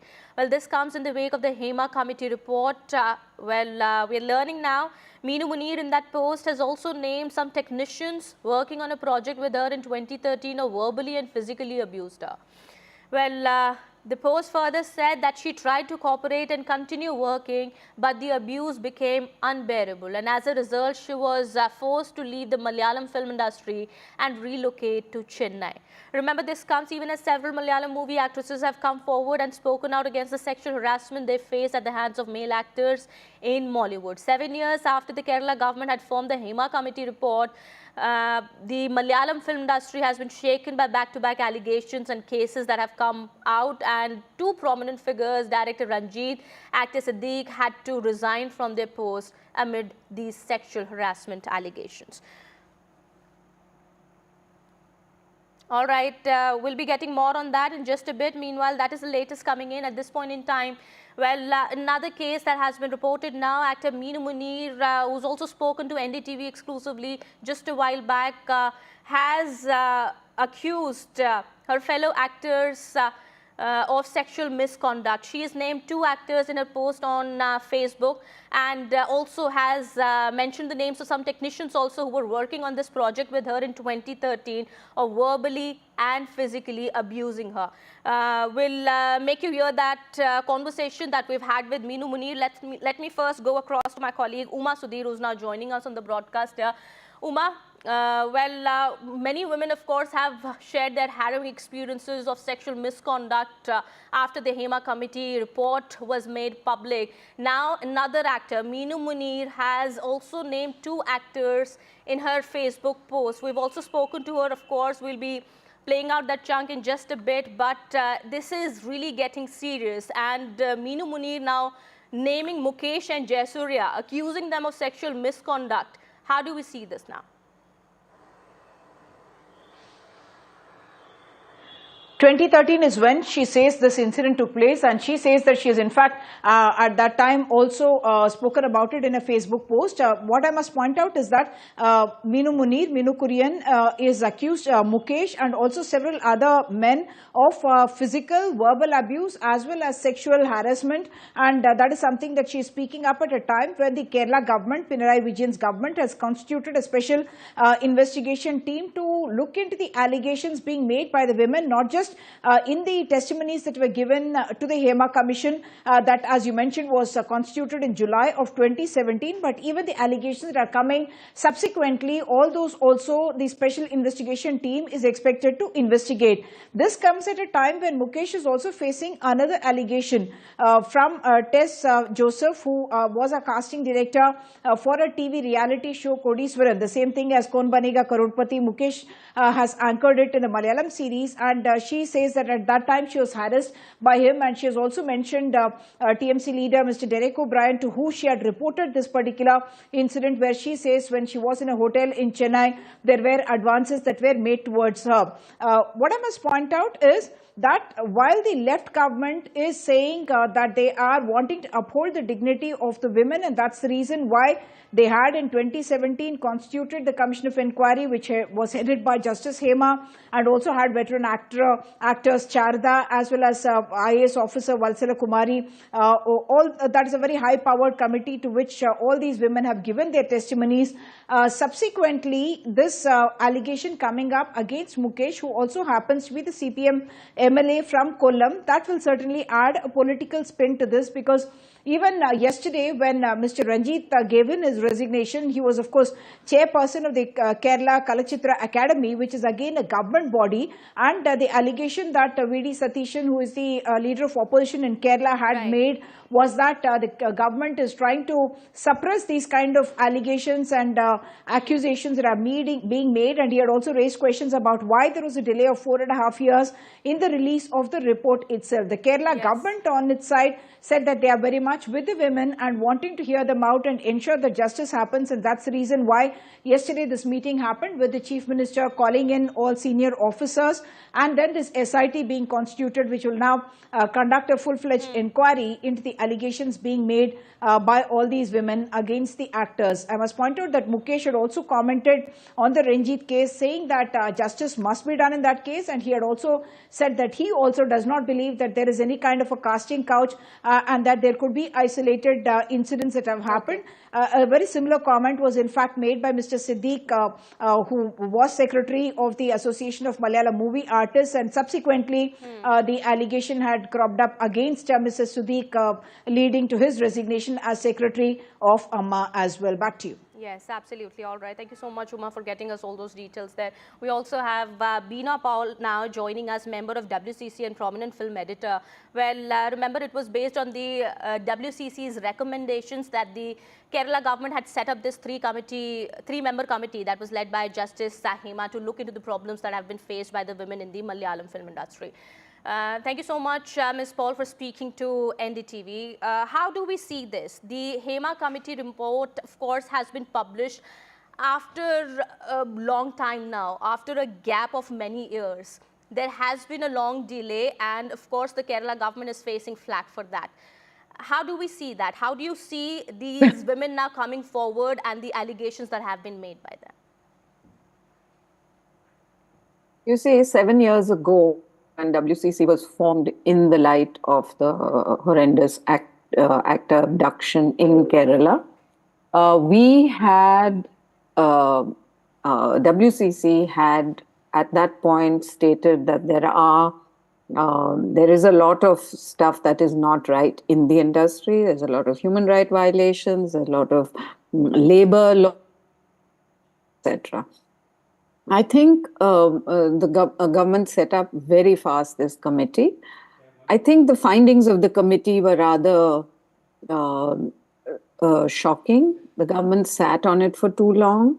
And now when it has come out, it has led to this outpouring of, it's many years of exploitation, not only by actors, but by technicians, not only of actors, but of technicians, of film directors, A lot of women are now coming out. I think this outpouring was natural. And we hope the government will take it seriously and look into not only sexual misconduct, but also other forms of violations that are happening in the film industry. Okay, ma'am. When you read the report, the Hema Committee report, of course, it was after the group of 18 women, including you, who had asked for, measures to be brought in to make the Malayalam film industry, of course, a safer place for women. When you read the report, how did you feel about it? You see, the report is rather mixed. One is that the report clearly sort of substantiated what we had been saying all along, that there are violations, etc. But whether the measures that have been suggested are enough, I think as people in the industry, we all have to sit together, whether it is the unions, whether it is the associations, whether it is the government, and find ways. This is and I really like to emphasize this is true of most film industry. It's a rather disorganized sector. Often rules of the land are not implemented. There is a lot of money. There's a huge money power nexus, and a lot of marginalized people get exploited. And this is what WCC has been saying right from the beginning. This outpouring perhaps is the kind of culmination of that. And we hope it doesn't remain just at this outpouring. We want to see action. Of course, the government has now formed a police committee. Police committees can do that much. But we believe that there is much more to be done, and we will continue pushing in that direction. All right, Ms. Paul, stay with us. We also have Uma Sudhir, my colleague, who also wants to ask you a question here. Uma, please go ahead. Bina Paul, I just want to ask you this, because everyone's been talking highly about the Malayalam film industry, the quality of cinema that comes in from there, and the Women in Cinema Collective has been saying that this is not just a problem with the Malayalam film industry. They have been brave enough to talk about the issues that are happening there, the harassment that women have faced, not just sexual, like as you mentioned, other intimidatory kind of situations as well. Do you think this is something that is peculiar only to Malayalam film industry? Because, the Hema Committee report speaks about, say, a mafia of about 15 men who are controlling this industry. Well, certainly not. I have to tell you, a few years ago, WCC organized a conference with women from all the South Indian film industries, out of which we have brought out a report called Shift Focus, which is available online, where we have given recommendations. And all the women from all the industries said the same thing, that there is a lot of systemic problems for women to work. Not only attitudinal, but also to understand that, women are a voice in a labor force, was not really in the system, whether it is contracts, whether it is facilities, whether it is attitude, whether it is, so this certainly did not feel as if it only belonged to the Malayalam industry. It was a conference of women from all over, and we have Shift Focus, which is available online, where there are recommendations. Secondly, we have also presented to the government of Kerala, when there was talk of a cinema policy, from the gender point of view, we have presented. So these are all, I think, common experiences. Our state showed the way by setting up the committee, and that committee is now being, the findings of that committee is being discussed. I think this outpouring is only natural. Women have kept quiet for too long, and we hope this is the step towards positive change. Right, ma'am. All right. Thank you so much, ma'am, for speaking to NDTV. Bina, one more thing. Now the latest allegation again being made against actor-politician Mukesh, who actually belongs to the ruling party now. Is that going to create politically uncomfortable situation for this government? What do you expect the government to do? Because there's a MLA who's been elected and he's now facing these charges as well. I think the government has said very clearly they have set up a 7-member committee, out of which 4 are very senior women officers. I think all these will go there, and I think we have faith in this government that they will act in the best interest of the women.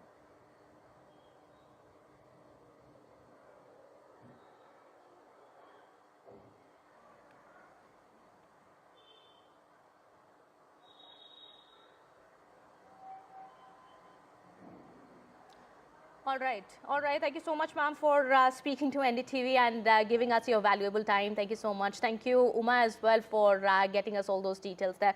We'll be keeping an eye on the story here. And of course, now another actor now has come forward and made these serious allegations against her fellow actors and also technicians in that Facebook post that she shared, Minu Munir, from 2013. And well, we do see that the Kerala government now has formed a 7-member SIT to probe into the cases and the atrocities that have been faced by the women in the Malayalam film industry. But is that enough? Or is there much more that needs to be done? Is there a need for a systemic change in the Malayalam film industry? These are questions also. These are aspects that need to be looked into. And we'll get you more on that. Meanwhile, we are shifting our focus now to some more news that we are tracking at this point in time. We'll go to that. All right.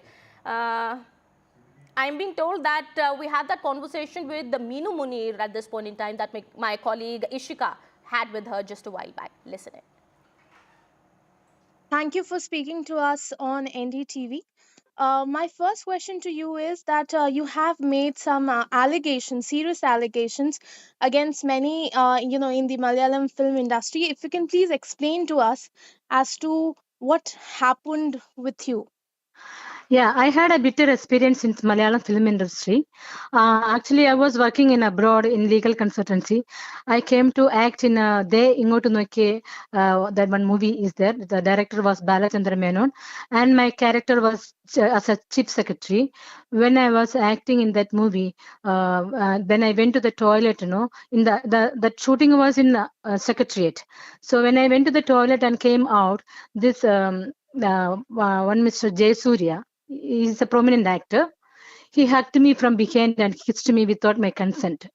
And I was so shocked, and then I ran out. Then I wanted to tell other colleagues.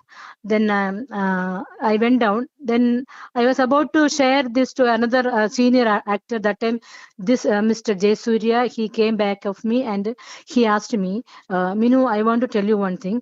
Just answer me yes or no. Then I said, what? Then he said that I have an apartment over in Trivandrum. If you are interested, you can come. So you will get a lot of benefits if you be with me. I said no. Then after that, he didn't disturb me at all. And after that, again I acted in another movie. So one Mr. Muhesh, who is an MLA here. Currently, he's MLA in Kollam. And he also expressed his interest on me. He's interested, so I didn't agree for that. Then actually in Malayalam Film Amma Association, we will get a membership if we act in 3 movies. So after acting 6 movies, I contacted in Idabella Babu, who is the secretary of Amma Association. He said that you come to my flat, I will give the form. You have to fill that. So I went to his flat according to his invitation. I went there and he physically abused me there. He tried to. Then I ran from there. Then again I contacted, that time Amma president was Mr. Innocent, and I told him that I didn't get a membership in Amma association. Then he said, I contact so and so person. When I contacted there also, that time Mukesh, so-called MLA, he called me and said, what you thought about me? Without my knowledge, you could enter in Amma Association, he thought, because you are not ready to share the bed, no? So you better put wax there, wax of candle, no? put wax over there. Don't share bed to anyone. You cannot share the bed to me, no. So we will not give a membership in Amma association. Ma'am, so And certainly, you're making very, certainly very grave allegations as to how you were physically abused, verbally abused. yes, And then even the Amma Association declined giving you yeah, membership even after doing 6 movies. Ma'am, yes. in yet another incident, we have seen that another person who has been on a powerful position, Siddiqui, in Amma Association, he has, recently voluntarily, he says that he has resigned on similar allegations. How do you see that incident as well, ma'am? Yeah, that also, in Malayalam film industry, a lot of sexual harassment is going on, exploitation is going on. I know that many girls are telling. I have seen in online. Even I'm also witnessed. I'm also a victim, and I have 2 children. So because of the children, I had to suppress this incident. Even in 2013, I had told one channel, and that Kerala Comedy, they put that article also in one magazine that Minu is leaving Malayalam industry because she is unable to cooperate in adjustment. Then at that time also no one contacted me. What happened to you?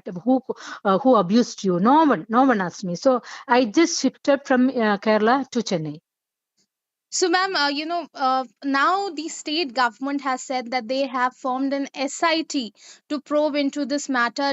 Ma'am, how do you see this step, first of all, by the state government? Do you think it is going to reinstate the faith of victims like you to come forward and then, file a complaint? Of course, we have to file a complaint, and all this negative influence like sexual harassment and exploitation must be eradicated. I very well know that the even minister is also supporting us. Those who all are hurted, they can come forward, and we are there to take action against them. So I trust in them, and also a full audience are there to support us for the justice. Even media is there, and also the Hema committee members, they all have come forward. They all had a similar incidents with them. Ma'am, my last question to you is that we at NDTV are in fact running a campaign over this called Safeguard Our Daughters. And just like you, there are many more victims, ma'am, across the country. The crime rates against women are increasing. But, if we talk about the action from the side of the state government or the central government, they seem to be mere assurances. So my, last question to you is that what would you like to tell the government and also to more victims like you? To government, I wanted to tell that, like this association, no, actually all men are, they are dominating. In this situation, like this committee, ladies also, those who are educated and well qualified and well experienced, they should come forward. They should be appointed in this like this organization. Even what I want to tell the government: do not give administration to a womanizer. Example, Mukesh. He left his children and he left his wife and he married another woman. He left her also. Then he is in the MLA position. He is not worth to be as a MLA. So I want to tell the government, please appoint educated and well qualified individuals, such like this administration place. I wanted to tell, and also in like this in film field, like that Amma association. In that we have to appoint ladies also. New gen ladies. I want to know. Just eradicate the senior citizen who is possessing the film industry. I heard that some drugs influence also going on in Malayalam film industry. It all has to be eradicated from the industry, not only from the industry, from our country. We have to take care of the country, and government has to, seriously take action about this. I want to tell. Thank you so much, ma'am, for speaking to us on NDTV. Yeah, thank you.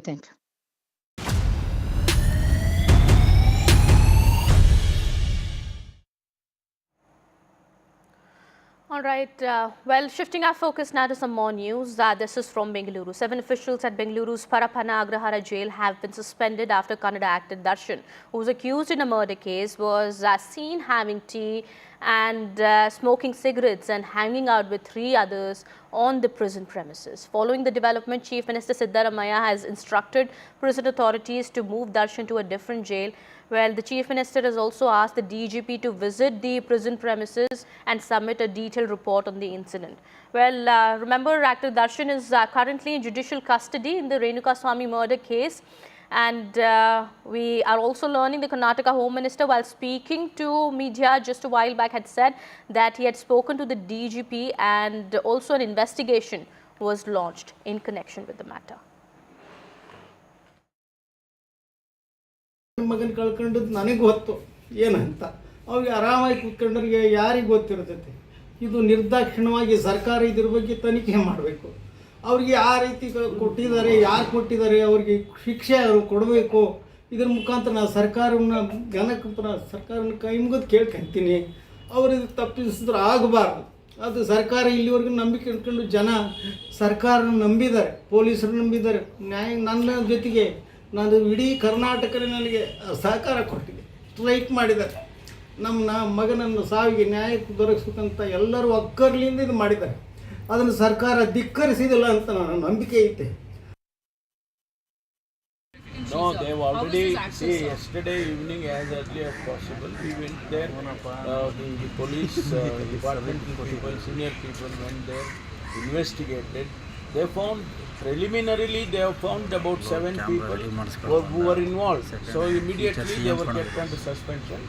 If there is, the further investigation is going on. If there is an involvement of senior officers, we will take action, on them also. We'll keep them under suspension also. We will see, this is definitely a lapse. I definitely agree. This is a lapse on the part of the department officers. It should not repeat.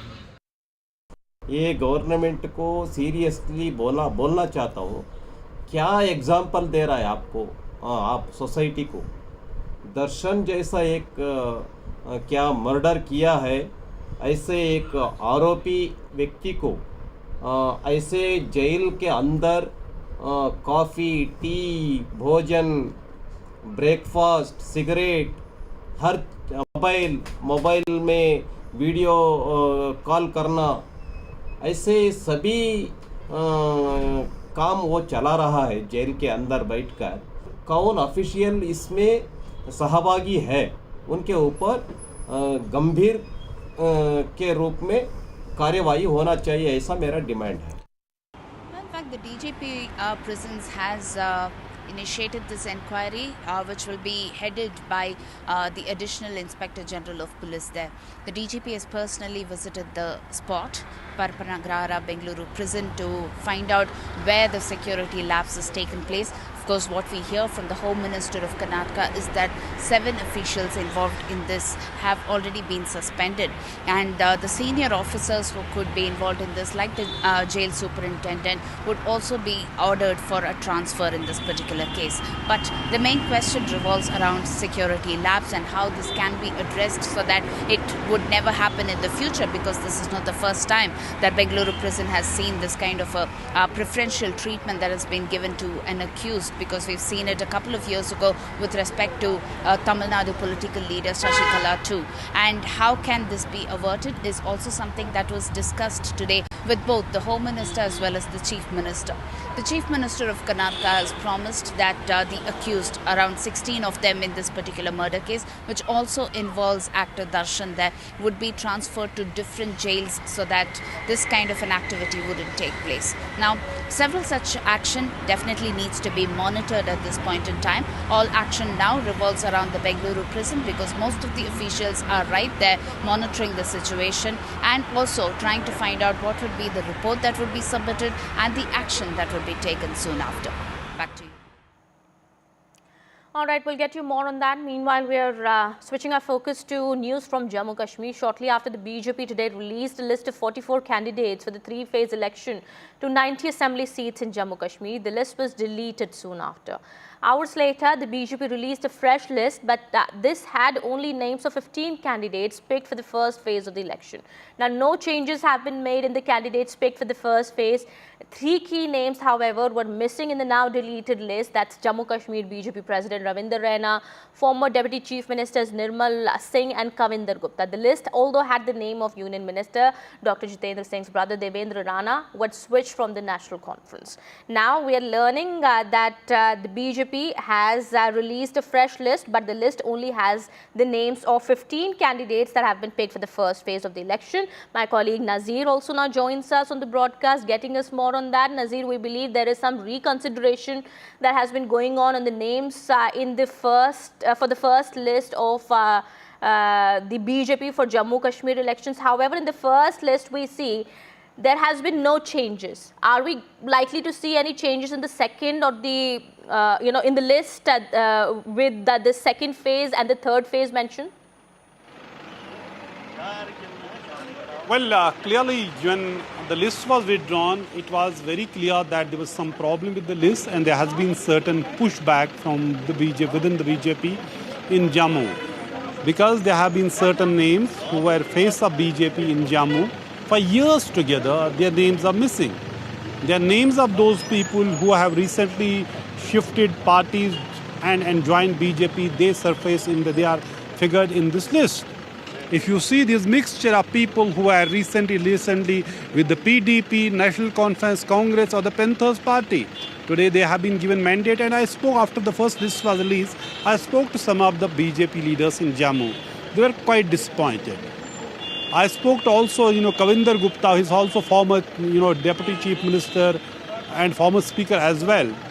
And his name doesn't also figure in the list. And he said, "Pata nahi abhi aur kitne imtihan dene honge." Quite disappointed.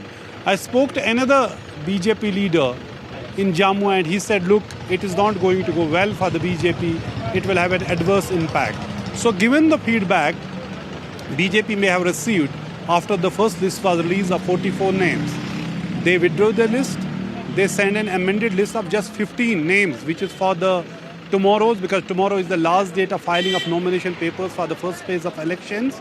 So that was released, and there's no change among them. Among them are 8 Muslims, because the areas which will go to the first phase of election, polling are mainly Muslim majority districts, which are in Chenab Valley and the South Kashmir also. And out of 15 candidates, 8 are Muslims in this case. But this is something BJP never wanted to happen, because BJP, when it comes to messaging, BJP are best at it.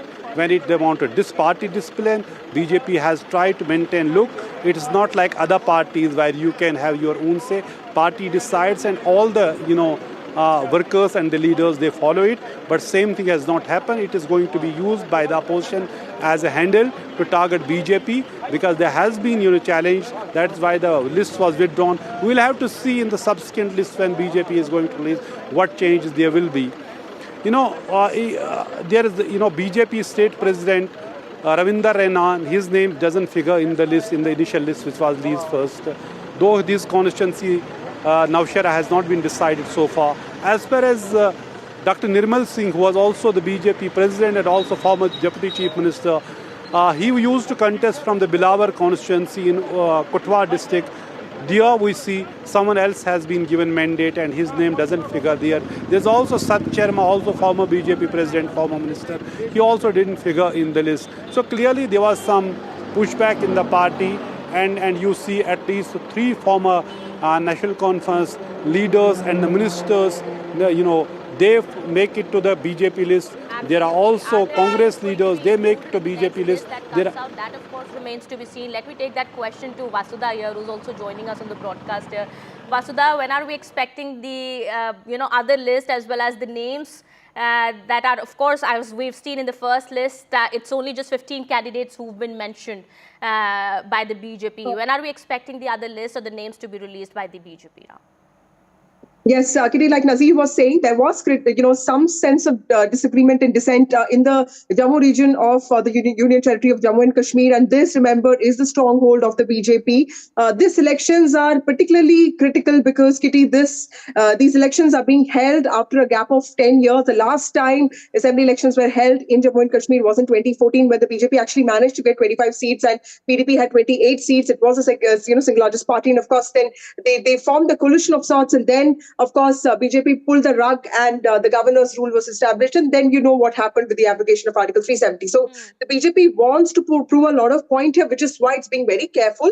I spoke to some leaders involved in this, and they said that there were few oversights, which is what they wanted to correct. Remember that the lists are prepared by junior members, depending on the discussions that they had yesterday. Remember, yesterday was a very important CEC meeting, which the Prime Minister chaired, and not just JP Nadda, even important ministers like Amit Shah were part of this. Yes. And, almost, over 50 seats were discussed. And of this, 44 seats were announced by the BJP in the morning. But of course, in the third phase of elections, which is when 40 seats will go to polls, which includes the Jammu region, there was a certain sense of disagreement amongst members of the party, which is what the BJP wants to now sit across and finalize. But of course, there's going to be time for that, because October 1st is when those elections will take place. But it has done the needful by announcing the list of 15 candidates for the 24 seats that will go to polls in the first phase of elections on the 18th of September, which is what is important, because tomorrow is the last day, and considering today is a gazetted holiday because of Janmashtami, that part is sorted. Remember, all parties are rushing against time to announce their final list of candidates. It has to happen today or max by tomorrow morning. So that's what the BJP has done. This is not one of the strongest areas of the BJP. Jammu and Kashmir is where it has limited electoral prospects, but it is also looking at supporting some very strong independent candidates, because it believes that both PDP and National Conference have seen setbacks with both the leaders, Omar Abdullah and Mehbooba Mufti, losing elections, but National Conference remains a nemesis of the BJP, because it has a strong network. So clearly the BJP is aware of the challenges, does not want to make any mistakes, at the same time wants to ensure this balancing act between newcomers and people who have been with the party for a long time, like Nazir said, and that is where this dilemma occurs, where it has accommodated people like Arvind Gupta and Yudhvir Sethi and We do understand there has been some sort of disappointment, of course, and a pushback as well by the BJP leaders who were expecting their names to be included in that list, but that did not happen. Well, that of course remains to be seen, whether their names are going to be included in the next list and when that comes out, of course. Meanwhile, thank you so much, Vasudha, for getting us all those details. Nazir, I would request you to kindly stay on with us. Well, of course, we do understand tomorrow is the last day of filing the nomination for the first phase of elections in Jammu Kashmir, and Congress now has rushed its troubleshooters to Srinagar to salvage its pre-poll alliance with National Conference.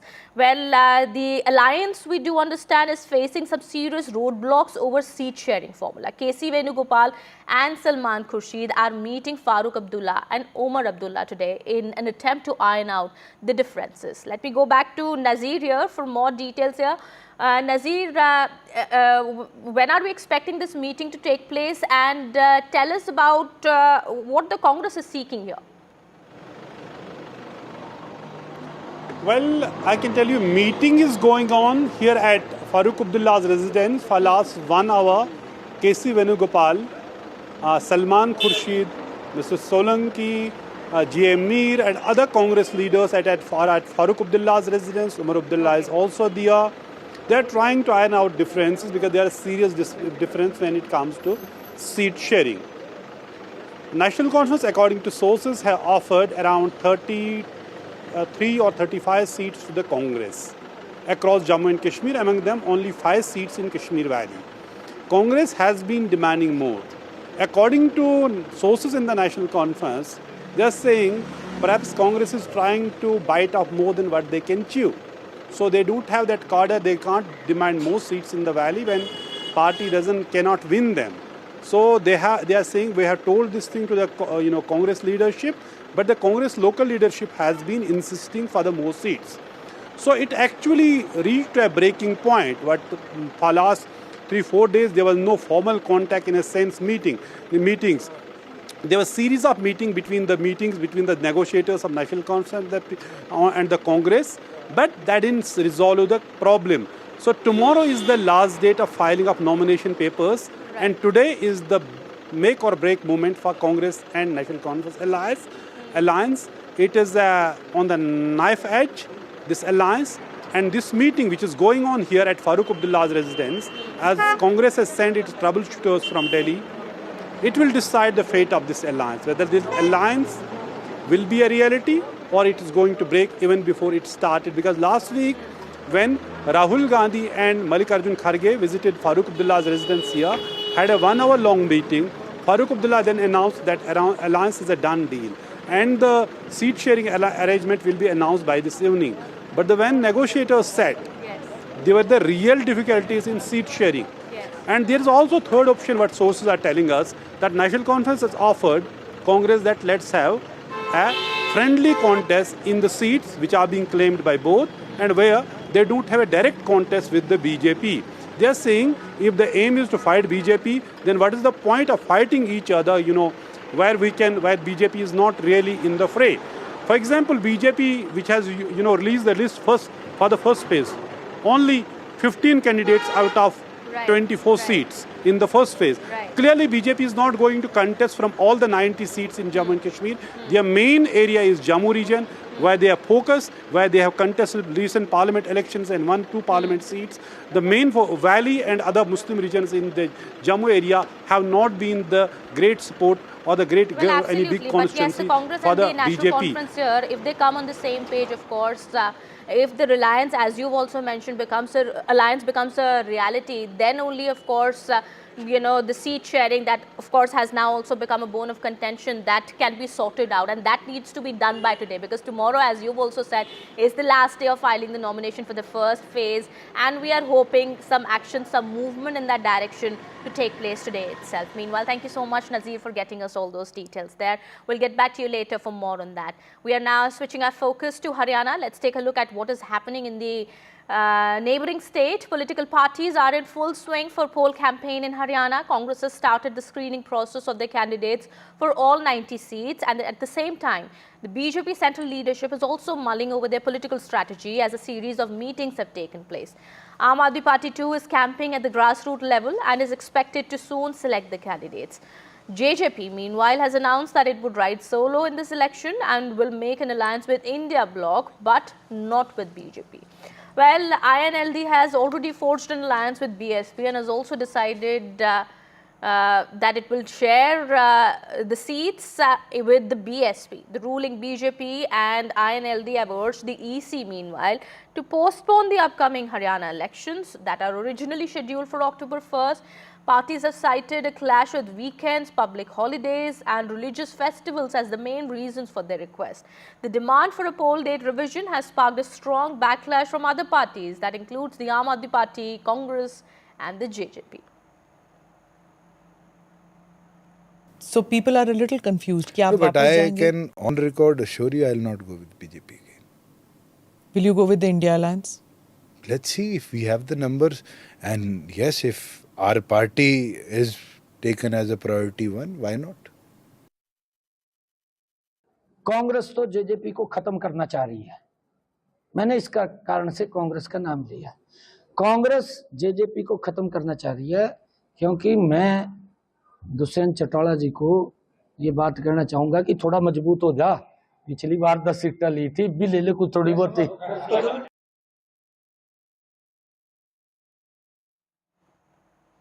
All right, we'll get you more on that in just a bit. It's time for a quick break here. We'll be right back.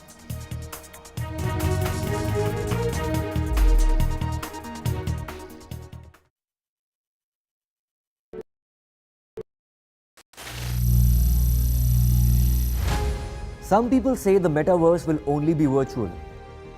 One day this lecture hall will be made of code, and driverless cars would be trapped in intersections. But even in this maze of the future, you can't wish away health.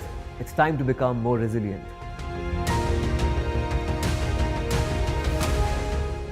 "10 years of Banega Swasth India, we have grown and achieved so many milestones.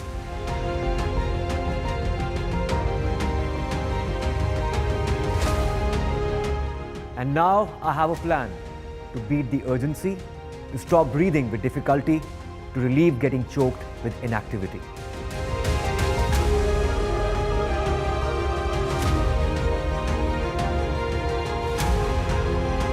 Energize our government, our environment, our society, and ourselves. Everyone, everywhere, every day.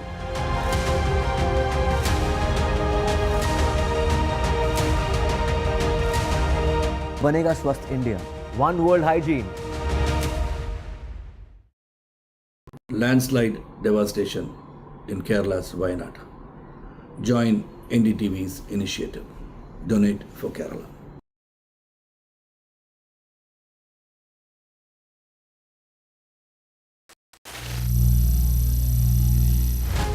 Some people say the metaverse will only be virtual. One day this lecture hall will be made of code, and driverless cars would be trapped in intersections. But even in this maze of the future, you can't wish away health. It's time to become more resilient.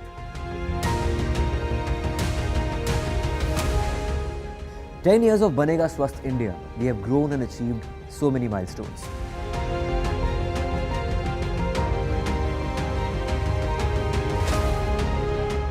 And now I have a plan to beat the urgency, to stop breathing with difficulty, to relieve getting choked with inactivity.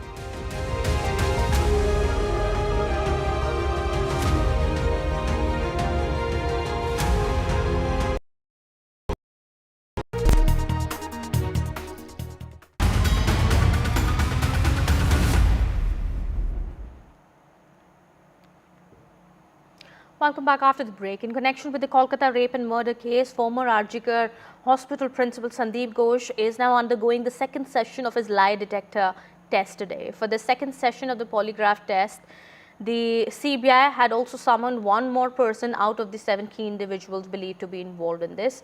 My colleague Saurabh gets us more.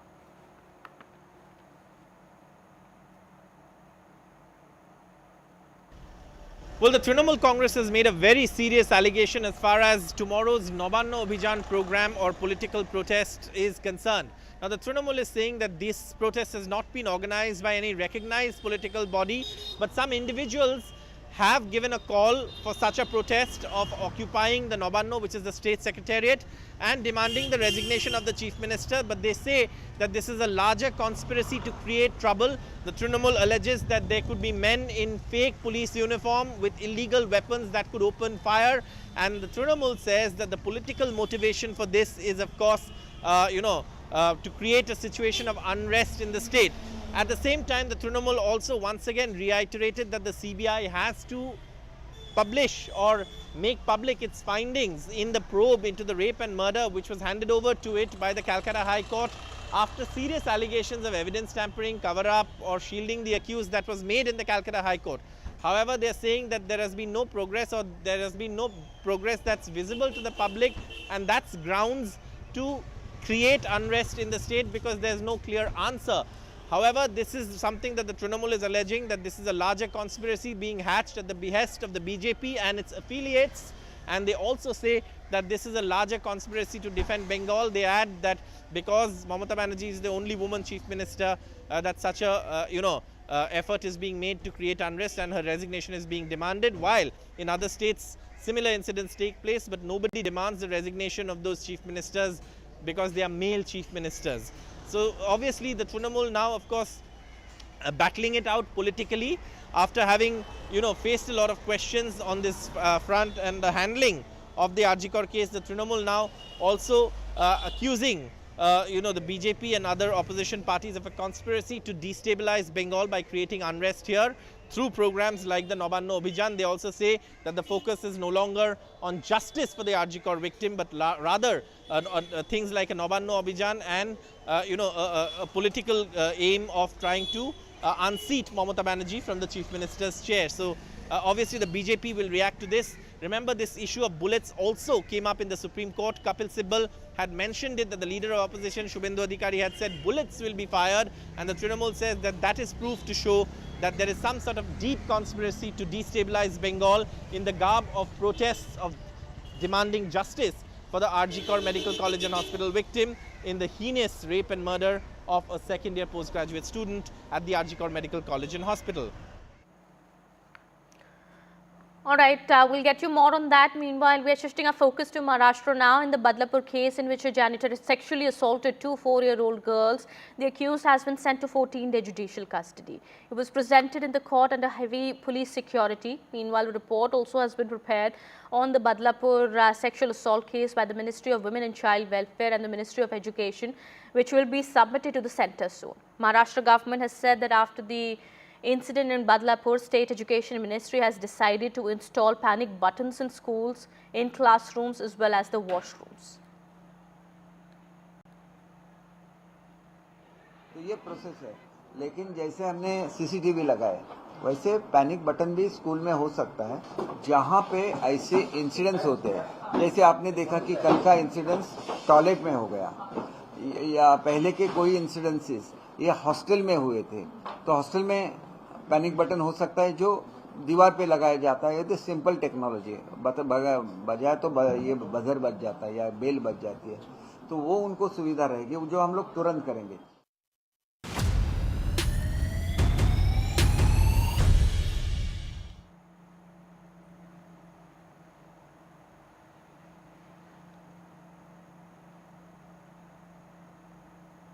Well, news from Bengaluru now. 7 officials at Bengaluru's Parapanna Agrahara jail have been suspended after Kannada actor Dasan, accused in a murder case, was seen having tea, cigarettes and hanging out with 3 others on the prison premises.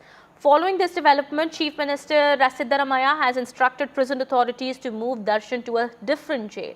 He had also asked the DGP to visit the prison premises and submit a detailed report on the incident. Well, Dasan is currently in judicial custody in the Renukaswamy murder case. The Karnataka Home Minister has also said that he had also spoken to the DGP and an investigation was launched in connection with the matter.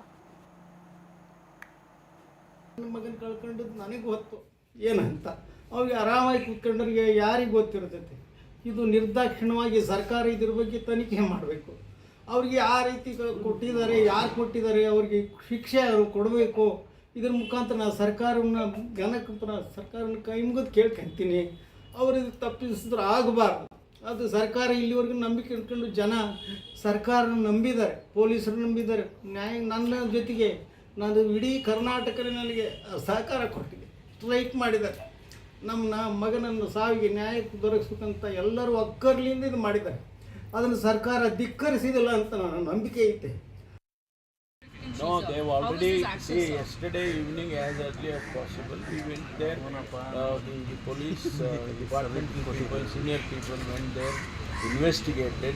They found, preliminarily they have found about 7 people who were involved. So immediately they were kept under suspension. If there is, the further investigation is going on. If there is an involvement of senior officers, we will take action on them also. We'll keep them under suspension also. We will see. This is definitely a lapse. I definitely agree.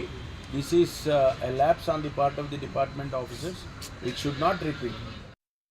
ये government को seriously बोलना चाहता हूँ, क्या example दे रहा है आपको आप सोसाइटी को।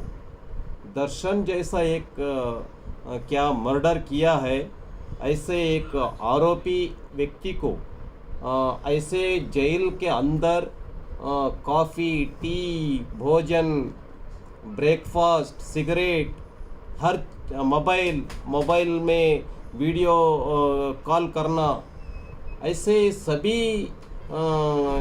काम वो चला रहा है जेल के अंदर बैठकर। कौन ऑफिशियल इसमें सहभागी है, उनके ऊपर गंभीर के रूप में कार्यवाही होना चाहिए, ऐसा मेरा डिमांड है। All right, we have more news now coming in. Chief Advisor of the Interim Government of Bangladesh, Mohammed Yunus, has said that nobody in Bangladesh will be discriminated against on the basis of their religion or political beliefs. Well, Mohammed Yunus has assured that his government would deliver on the promises made to the students and the common people who overthrew the government of Prime Minister Sheikh Hasina and pledged to hold elections after a nationwide political consultation. He said, we will not discriminate against anybody for following a different religion or for having a different political opinion. We want to include all members of the country into one family. Well, my colleague Ghazali is also now joining us on the broadcast, getting us more on that. Well, Ghazali, this is yet another reassurance by Mohammed Yunus. Yes, certainly. And you see the occasion he has chosen to address the nation on such a critical issue. It was the festival of Janmashtami, when in a televised address, he was addressing the nation, and therein he said that nobody will be discriminated upon, as well as that how no religious political discrimination will take place in Bangladesh was his statement. And he went on to say that even people having different political opinions will not be discriminated upon. Why these statements are significant? Because we have seen that how political dissidents, opposition leaders, or leaders who were part of Sheikh Hasina's regime, even officers, are now facing action from the current interim government led by Mr. Yunus. And we all know that how even India had raised the issue of persecution of religious minorities. Nations and international organizations like United Nations itself has criticized it and has also launched a probe into Bangladesh's excessive use of, or say, the extrajudicial process of taking on the political dissidents. So this statement does assume significance, but we'll have to see whether Mr. Yunus or his interim government there in Bangladesh also walks the talk and ensures that the minorities of the country are safe and are not facing any kind of persecution. All right, absolutely. Thank you so much, Ghazali, for getting us all those details there. Please keep an eye on the developments there, and we'll get back to you later for more. All right, with that, it's time for a short break here. More continues on the other side. Stay tuned.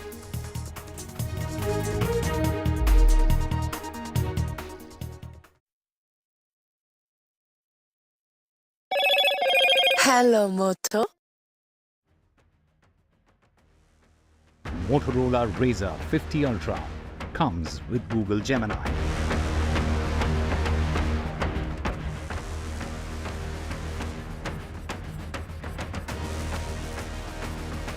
Amid sexual harassment allegations by prominent female actors in Mollywood, another Malayalam actor, Minu Munir, has levelled allegations against fellow actors Mukesh and Jaiswal.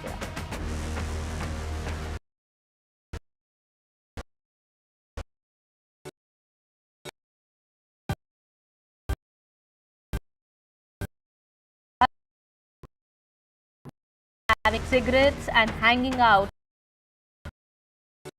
Stay informed and entertained with the new and updated NDTV News app. You can watch all our channels live, listen to podcasts, read breaking and exclusive news from around the world and more. Download the NDTV app today and get access to the best journalism and storytelling on your smartphone or tablet. The NDTV app. News that matters to you.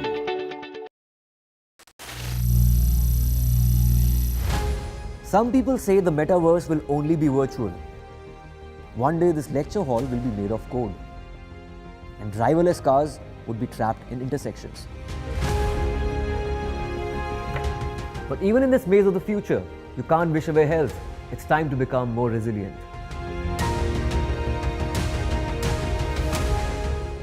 "10 years of Banega Swasth India, we have grown and achieved so many milestones.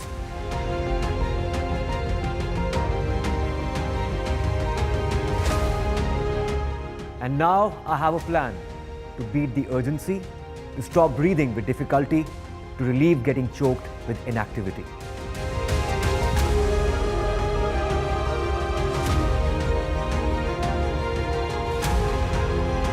Energize our government, our environment, our society, and ourselves.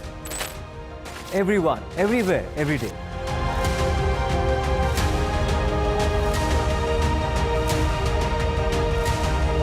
Banega Swasth India. One world hygiene. Stay informed and entertained with the new and updated NDTV News app. You can watch all our channels live, listen to podcasts, read breaking and exclusive news from around the world and more. Download the NDTV app today and get access to the best journalism and storytelling on your smartphone or tablet. The NDTV app. News that matters to you. Hi, I'm Shreya Saran. Kerala's Wayanad area is hit by devastating landslides, resulting in loss of lives and livelihood. Kerala needs your help right now. Let's join NDTV initiative. Come, donate, let's rebuild Wayanad.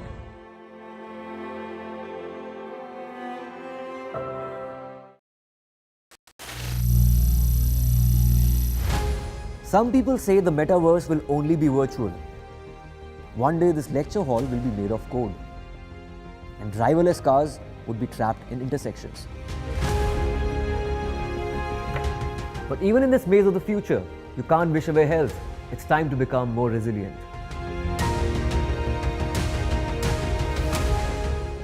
"10 years of Banega Swasth India, we have grown and achieved so many milestones.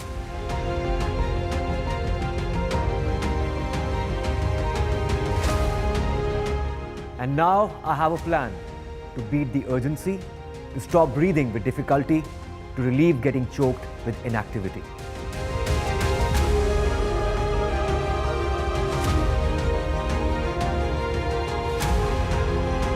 Energize our government, our environment, our society, and ourselves.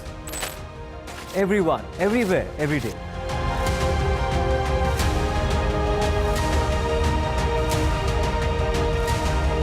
Banega Swasth India. One world hygiene. Stay informed and entertained with the new and updated NDTV.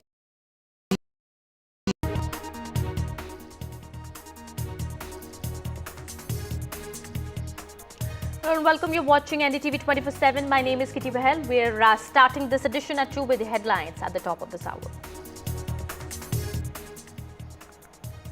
Amid sexual harassment allegations by prominent female actors in Mollywood, another Malayalam actor, Minu Munir, has levelled allegations against their fellow actors Mukesh and Jaisurya, accusing them of verbal and physical abuse while working for a project. 7 officials at Bengaluru's Parapanna Agrahara jail suspended after Kannada actor Dasan, accused in a murder case, was seen having tea, cigarettes and hanging out with 3 others on the prison premises. BJP releases amended first list for Jammu Kashmir polls. The party revised its list after releasing it earlier today. First phase of the list unchanged. BJP revises list for second phase of polls.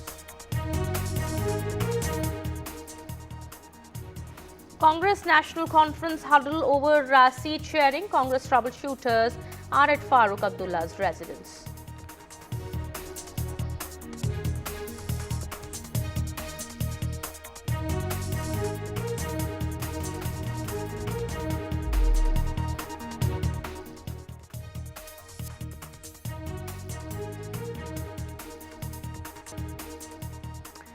We're starting this edition with our top focus. Amid sexual harassment allegations by prominent female actors in Mollywood, another Malayalam actor, Minu Munir, has levelled allegations against their fellow actors Mukesh and Jaisurya, accusing them of sexual misconduct.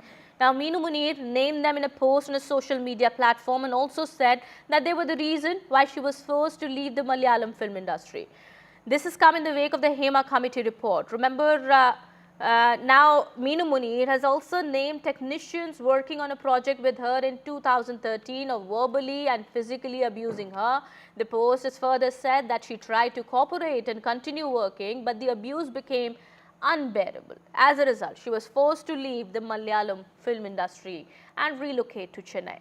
Well, this comes even as several Malayalam movie actresses have come forward and spoken out against the sexual harassment they faced at the hands of the male actors in Mollywood. 7 years after the Kerala government formed the Hema Committee in 2017, after actor Dileep's case came to limelight, the Malayalam film industry has been shaken by back-to-back allegations, and 2 prominent figures, director Ranjit and actor Siddique, had to resign from their post amid sexual harassment allegations.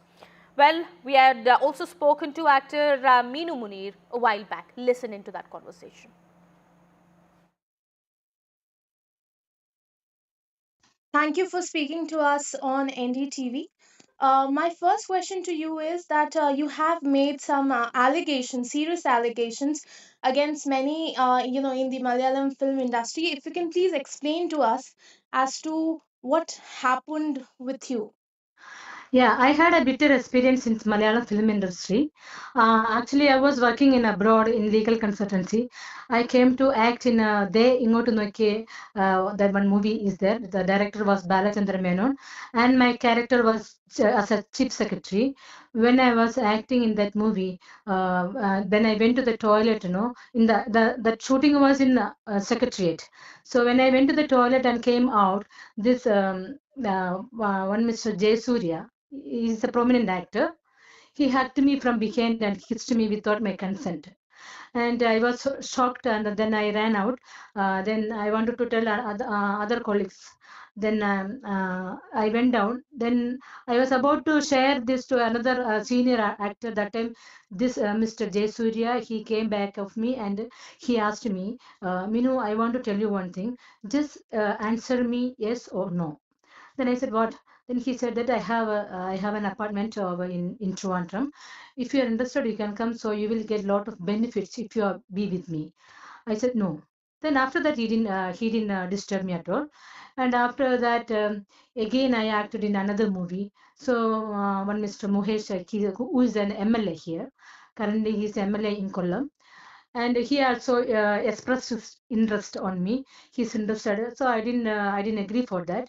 Then actually in Malayalam film Amma Association, we will get a membership if we act in 3 movies. So after acting 6 movies, I contacted in Idamala Babu, who is the secretary of Amma Association. He said that you come to my flat, I will give the form. You have to fill that. So I went to his flat according to his invitation. I went there, and he physically abused me there. He tried to. Then I ran from there. Then again I contacted that time. Amma president was Mr. Innocent, and I told him that I didn't get a membership in Amma association. Then he said, "You contact so and so person." When I contacted there also, that time Mukesh, so-called MLA, he called me and said, what you thought about me? Without my knowledge, you could enter in Amma Association. He thought, because you are not ready to share the bed, no. So you better put wax there, wax of candle, no. Put wax over there. Don't share bed to anyone. You cannot share the bed to me, no. So we will not give a membership in Amma Association. Ma'am, so And certainly, you're making very, certainly very grave allegations as to how you were physically abused, verbally abused, yes, and then even the Amma Association declined giving you yeah, membership even after doing 6 movies. Ma'am, yes. in yet another incident, we have seen that another person who has been on a powerful position, Siddiqui, in Amma Association, he has, recently voluntarily, he says that he has resigned on similar allegations. How do you see that incident as well? Yeah, that also, in Malayalam film industry, a lot of sexual harassment is going on, exploitation is going on. I know that many girls are telling. I have seen in online. Even I'm also witnessed. I'm also a victim, and I have 2 children. So because of the children, I had to suppress this incident. Even in 2013, I had told one channel, and that Kerala Comedy, they put that article also in one magazine that Minu is leaving Malayalam industry because she is unable to cooperate in adjustment. Then at that time also no one contacted me. What happened to you? Who abused you? No one asked me. So I just shifted from Kerala to Chennai. So, ma'am, now the state government has said that they have formed an SIT to probe into this matter. Ma'am, how do you see this step, first of all, by the state government? Do you think it is going to reinstate the faith of victims like you to come forward and then, file a complaint? Of course, we had to file a complaint, and all this negative influence like sexual harassment and exploitation must be eradicated. I very well know that the even minister is also supporting us. Those who all are hurted, they can come forward, and we are there to take action against them. So I trust in them, and also a full audience are there to support us for the justice. Even media is there, and also the Hema committee members, they all have come forward. They all had a similar incidents with them. Ma'am, my last question to you is that we at NDTV are in fact running a campaign over this called Safeguard Our Daughters.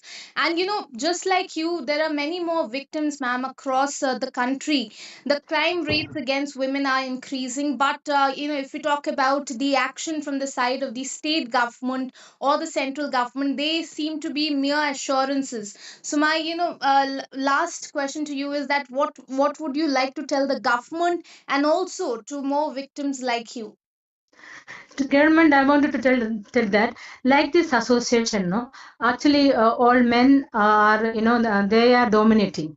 In this situation, like this committee, ladies also, those who are educated and well qualified and well experienced, they should come forward. They should be appointed in this like this, organization.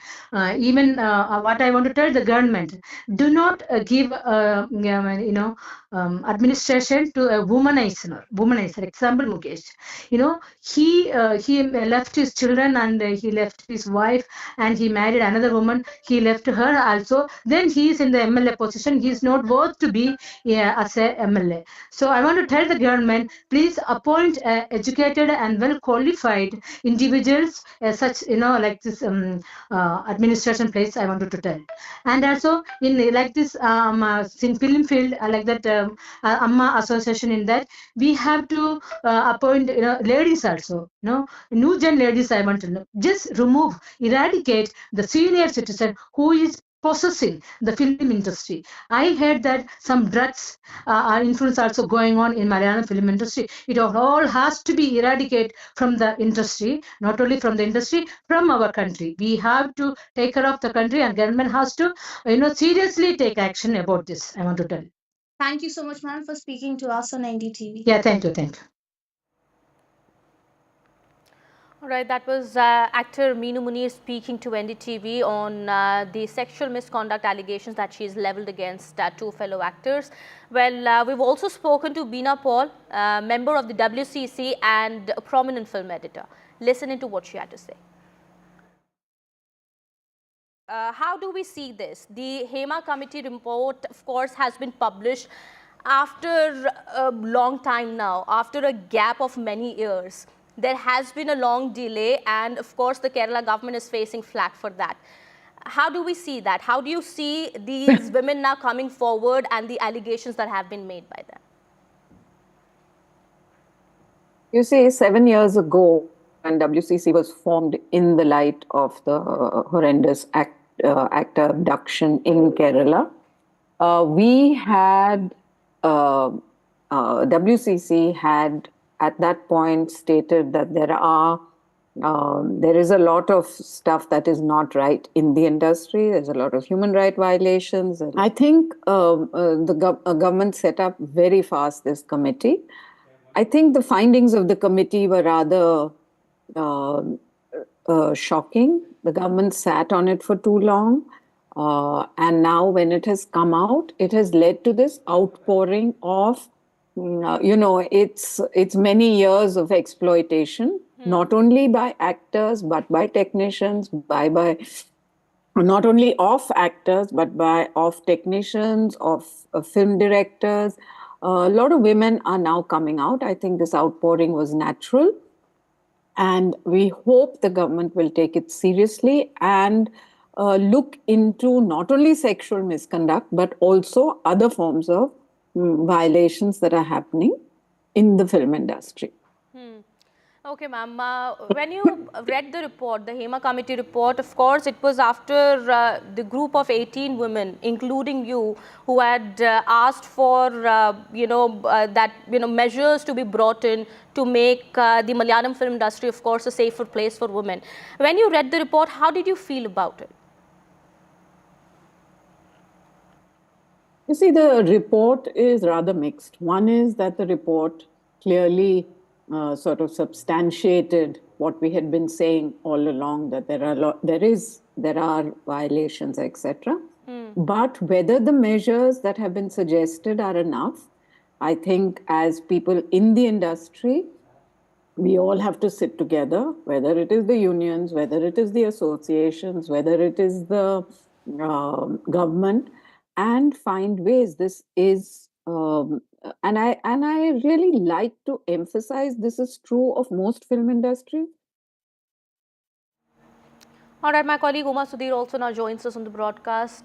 She is getting us more on that. Uma, we do understand now the Kerala government has already formed a 7-member probe team to look into the matters, to look into the allegations that have been levelled by several women in the Malayalam film industry. But at the same time, we do understand there's a lot of talk about how more steps need to be taken in order to ensure the safety of women in this state.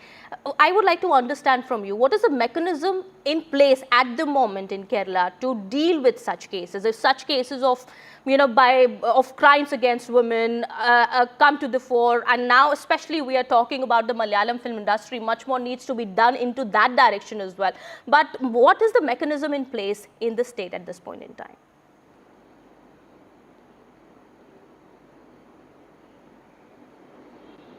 So the mechanism will be uniform for all industries across the country. In fact, what is meant to be there in every organization, workplace for women is an internal committee that will in fact look into these kind of allegations of sexual harassment. And one of the things that has been pointed out is that films tend to have a limited period of time, a shelf life that is very short. So it could be for a few months. There are very few films that perhaps run into years. There are mostly films that are shooting only for a short period of time, and therefore the internal committee is not something that's part of every film project, and therefore that becomes a big challenge. In fact, just earlier this afternoon when our colleague spoke to Abira, they were speaking to Tengal and director Pa Ranjit, and he said that in each of his shoots he ensures that there's an IC that is formed so that women who are coming out to work there have safe. So even in Malayalam the situation is similar, that you do not have ICs, and that's the reason why the HEMA committee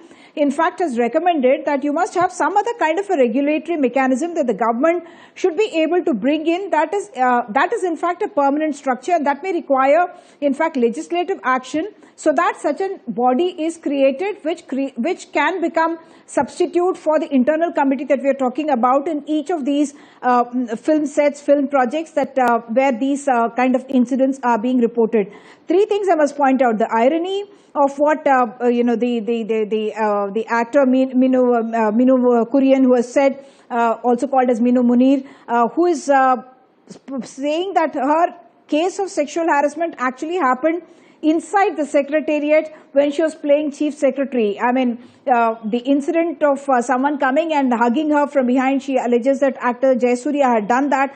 That happened inside the secretariat itself, and that is where we are expecting action to come from, and that is where in fact the chief minister has now called all the top officers and said that we are taking a serious view of this, and we will be constituting this committee which now is expected to start hearing each of these complaints that are being made by these women, the testimonies that were given to the HEMA committee, as well as the allegations that are coming post that. That of course includes an allegation against actor politician Mukesh, who also happens to be the MLA from Kollam and from the left front itself. And therefore what the Kerala government is going to do, what the investigation agency is going to do, is going to be very closely watched across the country, because obviously it's not just a Malayalam film industry that is suffering from something like this. They have at least woken up, spoken about it, and women are coming out and telling their story. It perhaps needs to happen across industries now.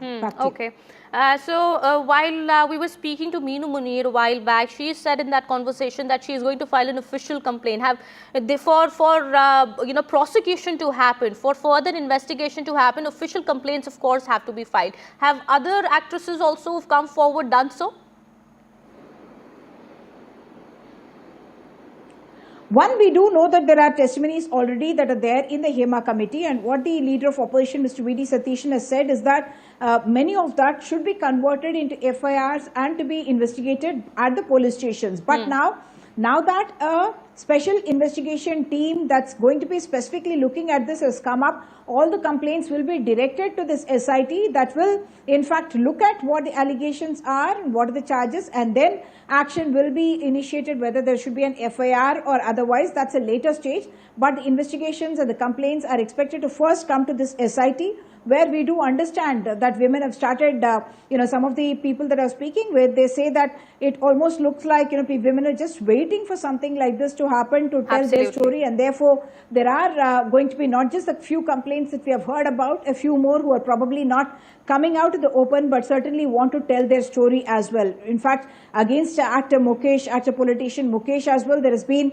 a technician, a casting director, Tess Joseph, who has also spoken about this issue of harassment, expressing hope that Hema committee and the consequences of what happened after the report was made public will lead to better conditions and also justice for these women. Okay, all right. Thank you so much, Uma, for getting us all those details there. Serious allegations have made by several film stars in the Malayalam film industry, and the latest being the case of Minu Munir, who's also spoken to NDTV and has said that she faced harassment and sexual misconduct allegations that have been leveled by Minu Munir against her fellow actors while she was working on a project in 2013. She has accused actor Mukesh as well as Jaisurya and other members of her team while she was working for this project. Of course, many artists now have come forward with sexual harassment complaints there is, of course, a talk about how much more needs to be done in order to ensure the safety of our women as well, especially in the Malayalam film industry now that the matter has is now being talked about. These allegations have come to the fore that much needs to be done, wider consultations and need to be formed, and much more needs to be done in order to make workplaces as well safe for our women. All right, we'll be getting you more on that in just a bit. Meanwhile, some more news that we are tracking at this point in time.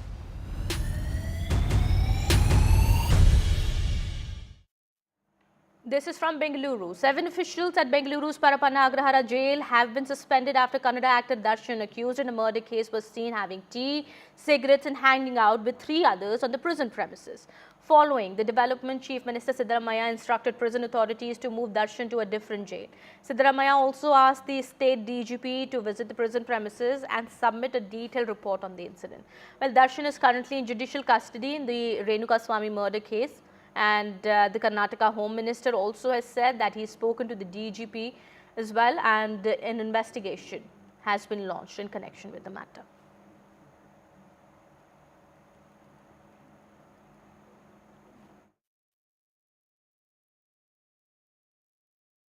ನನ್ನ ಮಗನ ಕಳ್ಕೊಂಡದ್ದು ನನಗೆ ಗೊತ್ತು ಏನಂತ, ಅವ್ರಿಗೆ ಆರಾಮಾಗಿ ಕೂತ್ಕೊಂಡ್ರಿಗೆ ಯಾರಿಗೆ ಗೊತ್ತಿರ್ತೈತೆ. ಇದು ನಿರ್ದಾಕ್ಷಿಣ್ಯವಾಗಿ ಸರ್ಕಾರ ಇದ್ರ ಬಗ್ಗೆ ತನಿಖೆ ಮಾಡಬೇಕು. ಅವ್ರಿಗೆ ಆ ರೀತಿ ಕೊಟ್ಟಿದ್ದಾರೆ, ಯಾರು ಕೊಟ್ಟಿದ್ದಾರೆ, ಅವ್ರಿಗೆ ಶಿಕ್ಷೆ ಅವರು ಕೊಡಬೇಕು. ಇದ್ರ ಮುಖಾಂತರ ನಾನು ಸರ್ಕಾರನ ಕೈ ಮುಗಿದು ಕೇಳ್ಕೊಂತೀನಿ, ಅವ್ರಿಗೆ ತಪ್ಪಿಸಿದ್ರೆ ಆಗಬಾರ್ದು. ಅದು ಸರ್ಕಾರ ಇಲ್ಲಿವರೆಗೂ ನಂಬಿಕೆ ಇಟ್ಕೊಂಡು ಜನ ಸರ್ಕಾರನ ನಂಬಿದ್ದಾರೆ, ಪೊಲೀಸರು ನಂಬಿದ್ದಾರೆ. ನನ್ನ ಜೊತೆಗೆ ನಾನು ಇಡೀ ಕರ್ನಾಟಕದಲ್ಲಿ ನನಗೆ ಸಹಕಾರ ಕೊಟ್ಟಿದೆ, ಸ್ಟ್ರೈಕ್ ಮಾಡಿದ್ದಾರೆ. ನಮ್ಮ ಮಗನನ್ನು ಸಾವಿಗೆ ನ್ಯಾಯ ದೊರಕಿಸ್ಬೇಕಂತ ಎಲ್ಲರೂ ಒಕ್ಕರ್ಲಿಂದ ಇದು ಮಾಡಿದ್ದಾರೆ. ಅದನ್ನು ಸರ್ಕಾರ ಧಿಕ್ಕರಿಸಿದಿಲ್ಲ ಅಂತ ನನ್ನ ನಂಬಿಕೆ ಐತೆ. No, they've already, yesterday evening as early as possible, we went there, the police department people, senior people went there, investigated. They found, preliminarily they have found about 7 people who were involved. So immediately they were kept under suspension. If there is, the further investigation is going on. If there is an involvement of senior officers, we will take action on them also. We'll keep them under suspension also. We will see, this is definitely a lapse. I definitely agree. This is a lapse on the part of the department officers. It should not repeat. ये government को seriously बोलना चाहता हूँ. क्या example दे रहा है आपको, आप सोसाइटी को.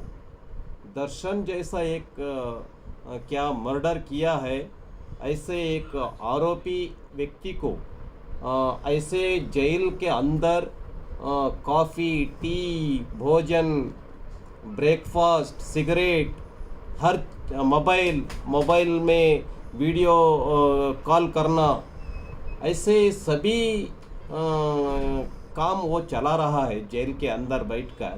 कौन ऑफिशियल इसमें सहभागी है उनके ऊपर गंभीर के रूप में कार्यवाही होना चाहिए, ऐसा मेरा डिमांड है. Well, my colleague Pratibha is also now joining us live on the broadcast, getting us more on this. Pratibha, we do understand 7 staff members of the Agrahara jail have been suspended in connection with the matter, and the Chief Minister also has instructed that Darshan must be shifted or transferred to a different jail. What is the action that is being taken at the moment? How soon are we likely to see that?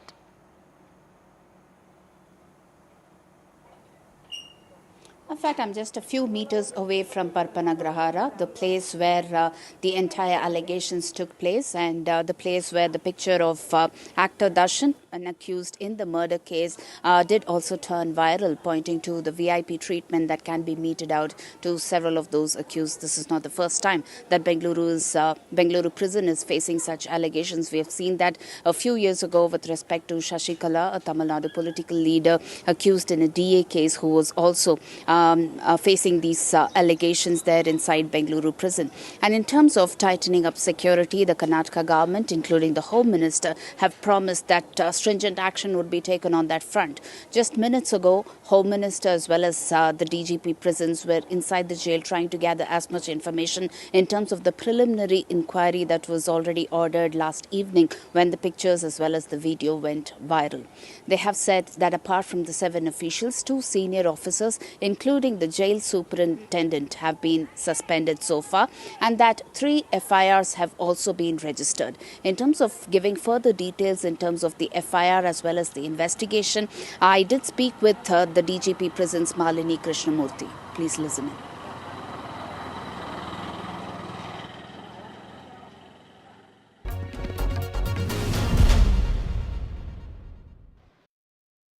We have with us DGP Prisons, Ms. Malini Krishnamurthy. Ma'am, in terms of the investigation that has been on, so 7 officials as well as 2 other superintendents who have been suspended. 7 junior officers have been suspended in the morning. So we had had a look at the entire thing, and we found the severe negligence and lapses by 2 senior officers also of the rank of chief superintendent and the superintendent. So suspension has been ordered by the Honorable Home Minister also.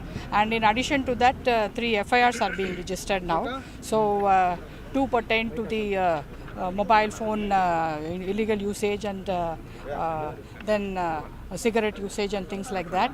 And regarding in fact, one of you were asking about the movement of day before the raid by the CCP. There was a movement. We found that in the CCTV footages. Another FIR is being registered for that also. And we have requested that one other IPS officer, instead of a prison officer doing a detailed inquiry, we requested for a senior IPS officer also to go into all the details. Like if you remember earlier also, when there was some instance earlier, Murugan report had come and we had taken action.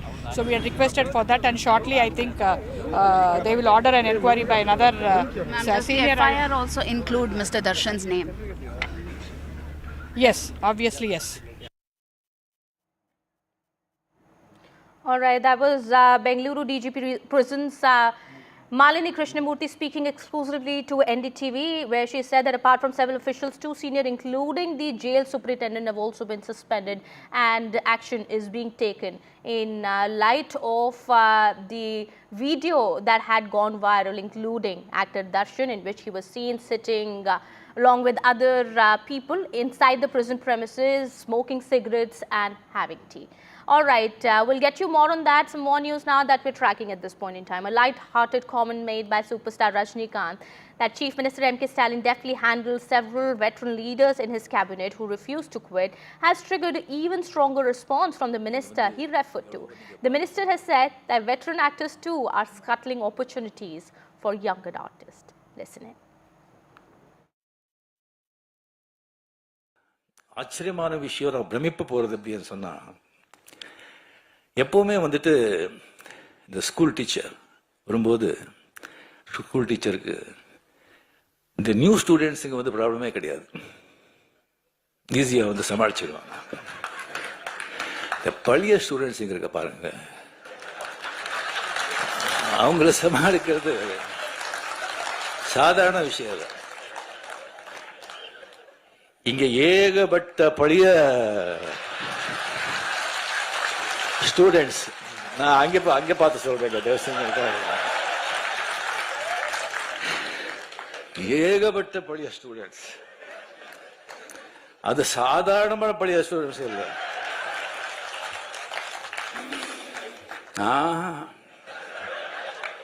அசாத்தியமானவங்க எல்லாருமே fail ஆயிட்டாங்க. இல்ல ஒரு rank வாங்கிட்டு அந்த class விட்டு போக மாட்டோம்னு உட்காந்துருக்காங்க.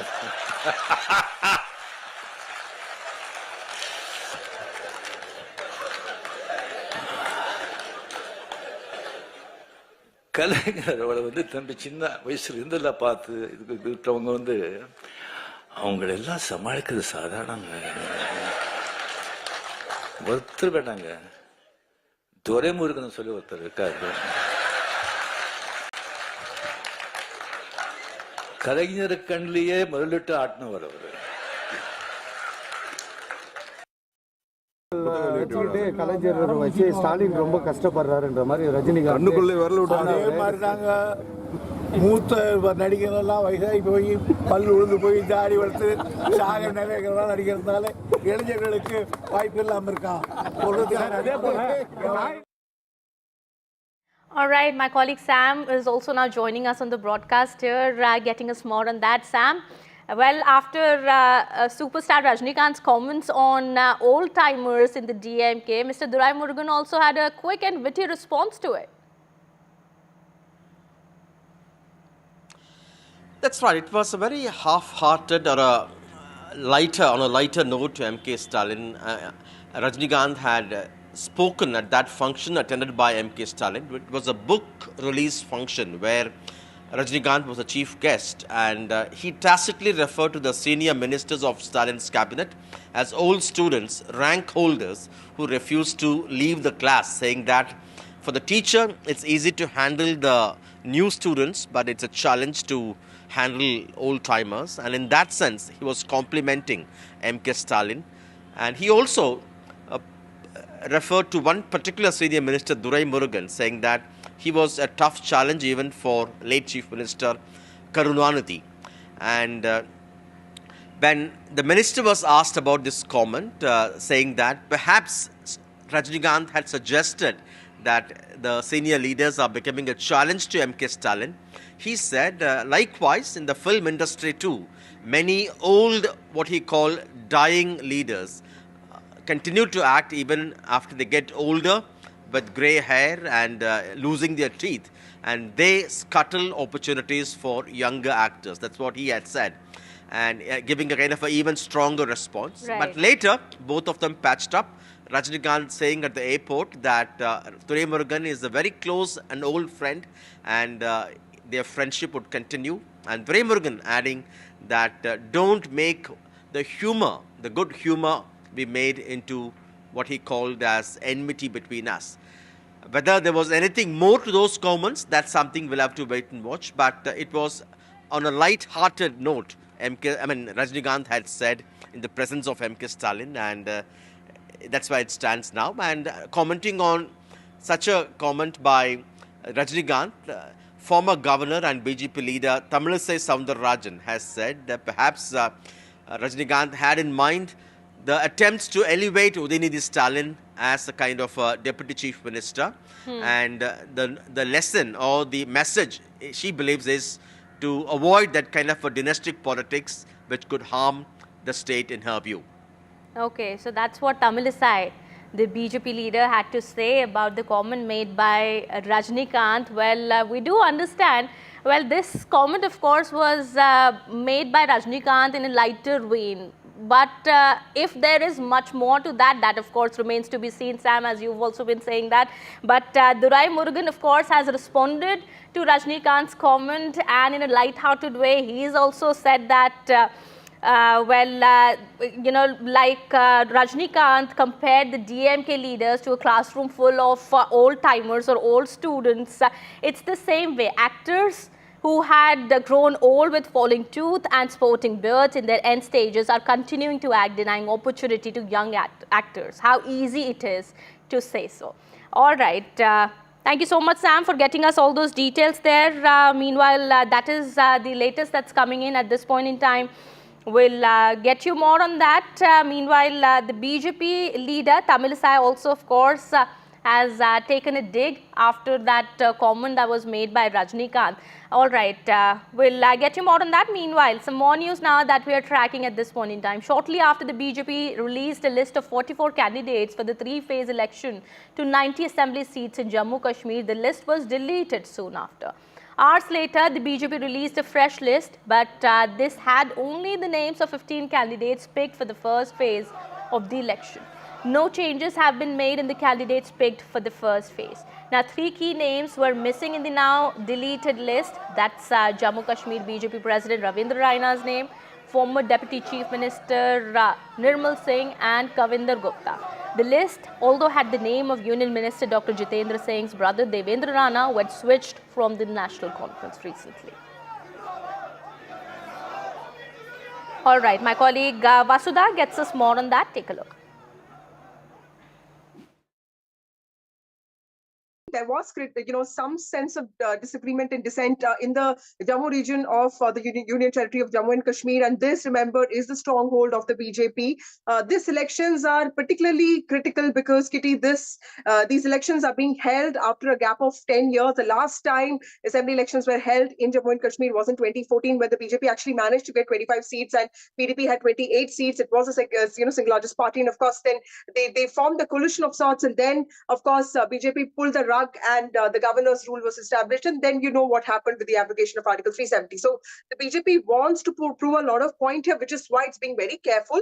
I spoke to some leaders involved in this, and they said that there were few oversights, which is what they wanted to correct. Remember that the lists are prepared by junior members, depending on the discussions that they had yesterday. Remember, yesterday was a very important CEC meeting, which the Prime Minister chaired, and not just JP Nadda, even important ministers like Amit Shah were part of this. And, almost, over 50 seats were discussed. And of this, 44 seats were announced by the BJP in the morning. But of course, in the third phase of elections, which is when 40 seats will go to polls, which includes the Jammu region, there was a certain sense of disagreement amongst members of the party, which is what the BJP wants to now sit across and finalize. But of course, there's going to be time for that because October 1st is when those elections will take place. But it has done the needful by announcing the list of 15 candidates for the 24 seats that will go to polls in the first phase of elections on the 18th of September, which is what is important because tomorrow is the last day, and considering today is a gazetted holiday because of Janmashtami,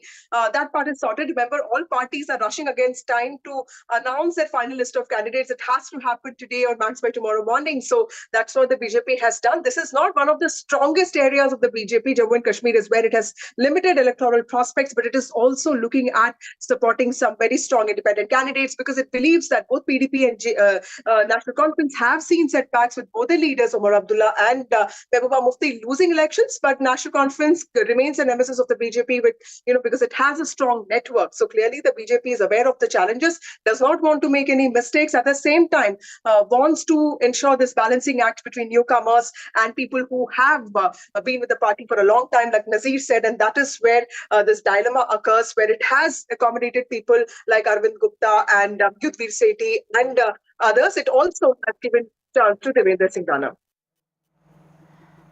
All right, these are latest visuals coming in from the BJP office in Jammu, where the BJP workers are protesting after the release of the first list of candidates. We also have a reaction coming in from Ravindra Raina. Let's listen in.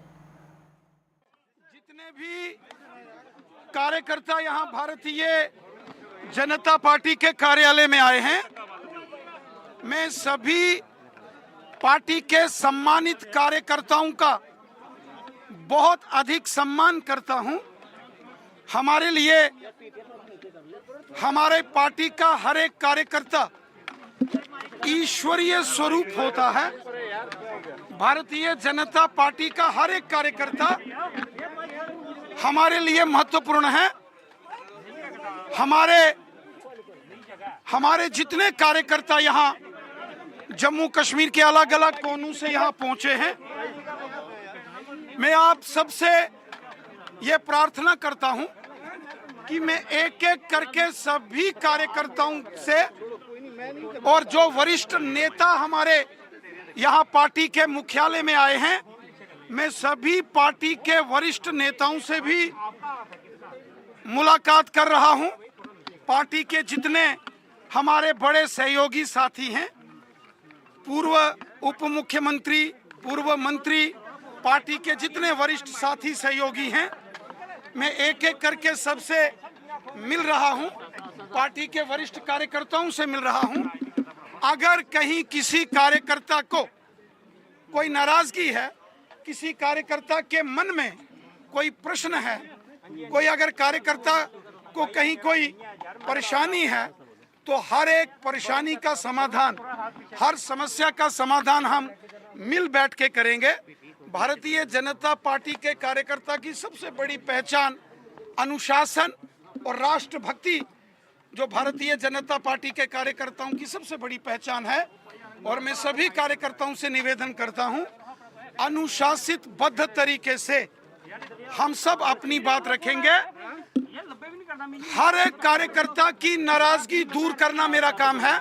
मैं हर एक कार्यकर्ता से मिलूंगा। यहाँ श्रीमान ओमी खजूरिया साहब भी हमारे बीच में हैं।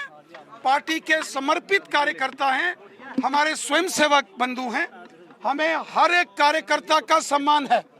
मुझे पार्टी के सभी कार्यकर्ताओं का, प्रत्येक कार्यकर्ता का, पोलिंग बूथ से लेके प्रदेश के और राष्ट्रीय स्तर के कार्यकर्ताओं का मुझे बराबर सम्मान है। हमारे लिए पार्टी का हर एक कार्यकर्ता ईश्वरीय स्वरूप है, देवतुल्य कार्यकर्ता भारतीय जनता पार्टी में है। मैं एक एक करके सभी कार्यकर्ताओं से मुलाकात करूंगा, एक एक करके सभी वरिष्ठ नेताओं से मैं मुलाकात कर रहा हूं। और मैं आपको विश्वास दिलाता हूं, आपकी हर एक बात हमने पहले भी सुनी है।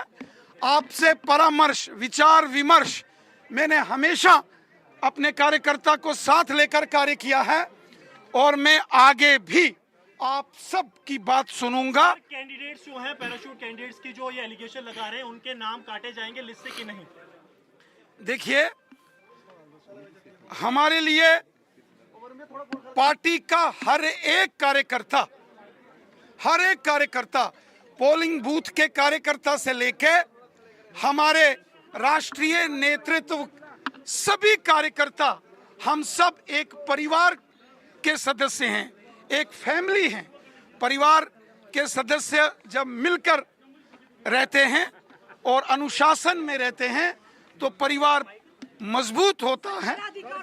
और इसीलिए मैं यहाँ मौजूद सभी कार्यकर्ताओं से, जो जम्मू कश्मीर के दूर दराज इलाकों से यहाँ पहुंचे हैं, मैं आप सभी कार्यकर्ताओं से एक एक करके सबसे मुलाकात करूंगा। सबकी बात सुनी जाएगी, सबकी, हर एक कार्यकर्ता की बात सुनी जाएगी। और मैं आपको विश्वास दिलाता हूं, अगर किसी के मन में कोई मनमुटाव हो गया, वो भी हम दूर करेंगे। लेकिन हम सबको अनुशासन में रहते हुए सब कार्य करते हैं। Well, Ravinder Raina was expecting his name to be included in the first list of the candidates released by the BJP for Jammu Kashmir polls. Was at the Jammu BJP office where these protests have been taking place. These are latest visuals coming in from the BJP office in Jammu, where the BJP workers here are protesting after the release of the first list, in which the names of Ravinder Raina, also we do understand Nirmal Singh, Kavinder Gupta remain missing. And my colleague Nazir now joins us on the broadcast here. Nazir, what is the situation on the ground? We've been seeing these visuals coming from just a while back, where the BJP workers had been protesting against the release of the first list by the BJP, in which, as we've been talking about it earlier, a few names were missing. Well, there's a backlash against this, list of released by the BJP. BJP workers reached BJP headquarters in Jammu. They raised slogans. They demand the list should be changed and the mandate should be given to the what they call deserving ones, who have been always the loyal, cadre and the leaders and workers of the BJP. And BJP state president Ravinder Raina, who is literally doing firefighting, he is trying his best to pacify workers, protesting workers and leaders.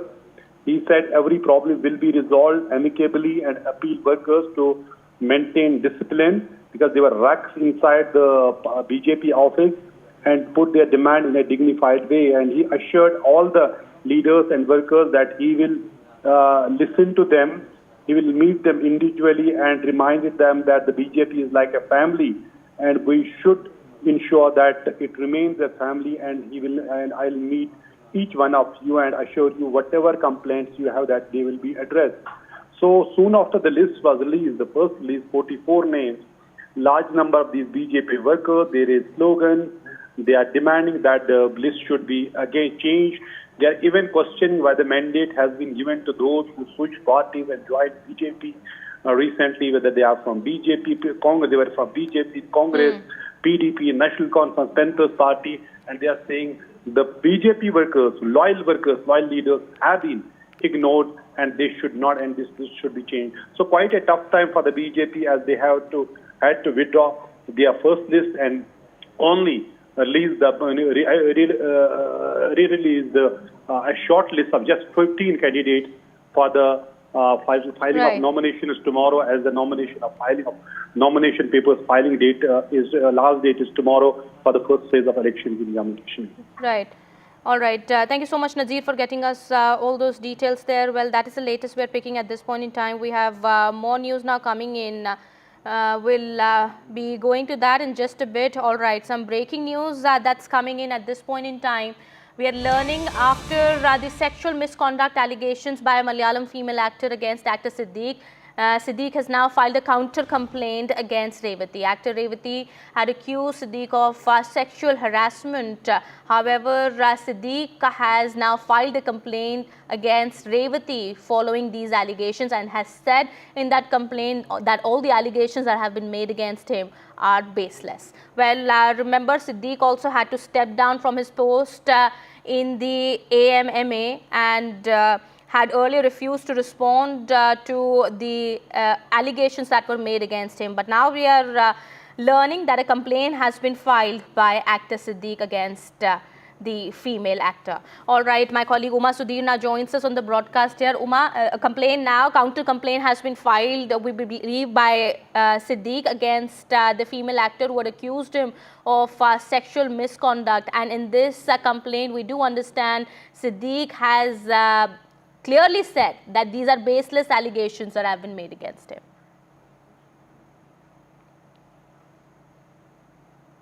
Yes, indeed. Actor, producer, director Siddique, who is in fact acted in as many as 350 films and is a very, very well-known name in Malayalam cinema. He has in fact now lodged a complaint with the Director General of Police in Kerala, and he has said that these are baseless allegations that are being made against him, he said that so many years have passed and now the allegation is coming up, and therefore he thinks that this is a conspiracy against him in order to try and discredit him at a time when the Hema committee report allegations have come out. Of course, the others also who have been complained against, whether it is a Mukesh or it is Mr. Ranjit, all of them have said that there is some kind of a conspiracy. Both Ranjit was of course part of the Kerala Chalachitra Academy, which is a government body, and Mukesh also happens to be the Kollam MLA against who Minu Munir has made the complaint, saying that this kind of a harassment had happened with her about 11 years ago is what she has mentioned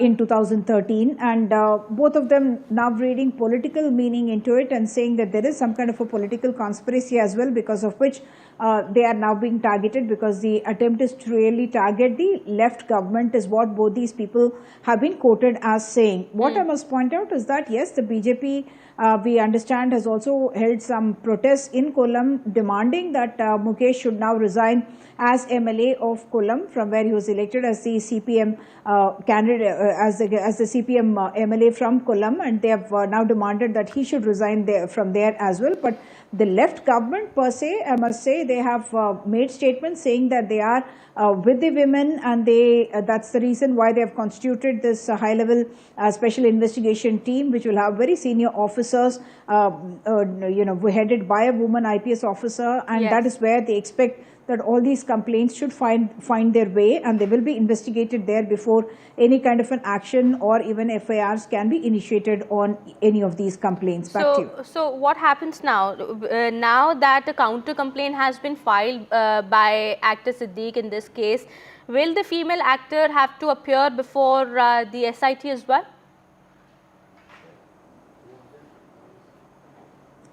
The complaint that's been made by Siddique is not to the SIT. He has approached the DGP is what we understand, and therefore they, I would reckon that they would proceed parallelly, because the complaint by the woman who has, Revati, who has complained against Siddique is something that the SIT will take up, but whether they are frivolous complaints and not without basis is something that will have to await the investigation by the officials themselves. What we must understand is that this is all the names that are now coming out. We have spoken about top directors, top actors, and also other people involved in the film industry, and they are all influential, powerful, well-known men with reputation in the industry as well. So they do have a right to protect their own reputation by lodging a counter complaint and asking for their version of the story to be heard. So to that extent, perhaps this is something that the legal process allows you as a redressal, that you can tell your side of the story or lodge a complaint about your reputation or name being tarnished by a complainant. But yes, the SIT certainly is expected to take note of these complaints that are coming up from women who are in fact giving very, very specific instances, as we have heard in the case of Sri Lekha Mitra, as we have heard in the case of Minu Munir, who has spoken to us. They have given very, very specific allegations about what happened and where it happened, and some of them also clarifying that it was physical sometimes, it was verbal sometimes. Absolutely, and that's sometimes what Minu Munir also said to NDTV while speaking to us a short while back. Meanwhile, thank you so much, Uma, for getting us all those details there. We have some more breaking news now coming in. At this point in time, we are shifting our focus now. Centre has responded to Mamata Banerjee's letter that was written to Prime Minister earlier. In this response, the central government has said that there are stringent laws on rape in the new BNS and scheme for fast-track courts since 2019, but there are no fast-track courts operational in Bengal. Well, my colleague Maria also now joins us on the broadcast here, getting us more on this response by the centre to Mamata Banerjee. Well, Maria, what more are we learning about this response that has been given by the central government to Mamata?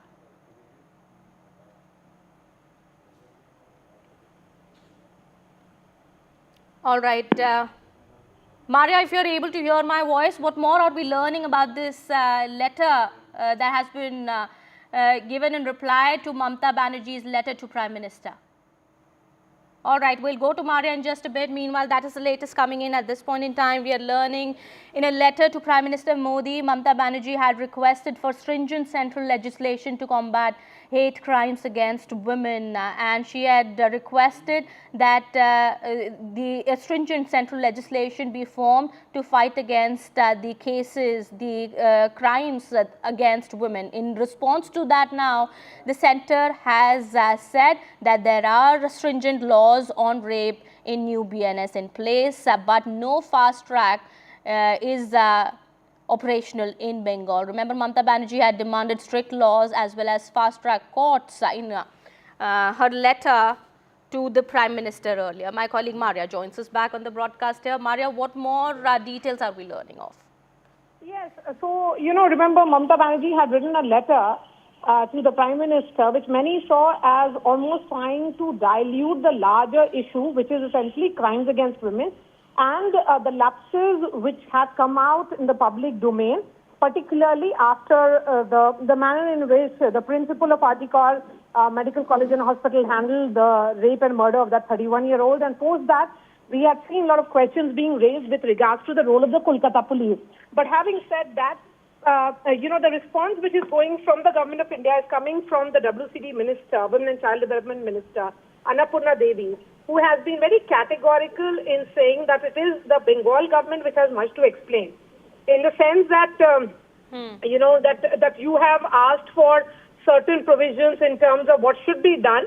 Then Annapurna Devi goes on to say that what has happened in Bharat Nyaya Sanhita, there are enough laws, but what is needed is implementation of these laws where various states are important.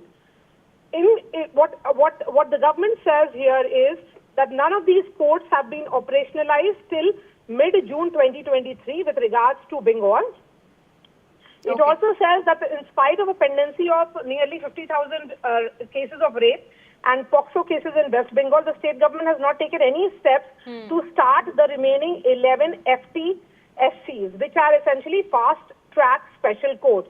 So the ball has been put back into Mamata Banerjee's, court, in which it says very clearly that although there is a legislative framework, what is needed is that the sheer will, political will and administrative will, which the state governments have to display to ensure that the girls meet justice, those who have been survivors and victims of these cases of sexual violence.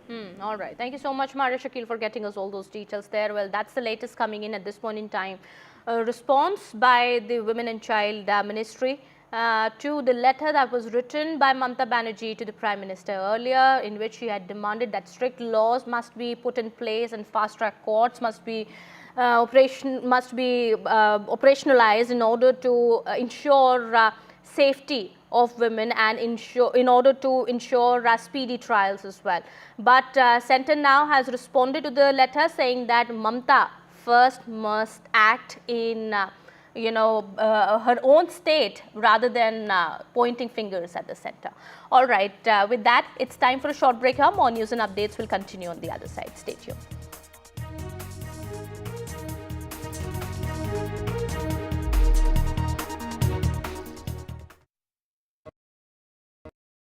Landslide devastation in Kerala's Wayanad.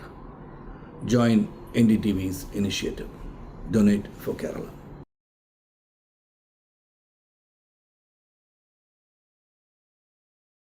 Hi, I'm Shreya Saran. Kerala's Wayanad area is hit by devastating landslides, resulting in loss of lives and livelihood. Kerala needs your help right now. Let's join NDTV initiative. Come, donate, let's rebuild Wayanad.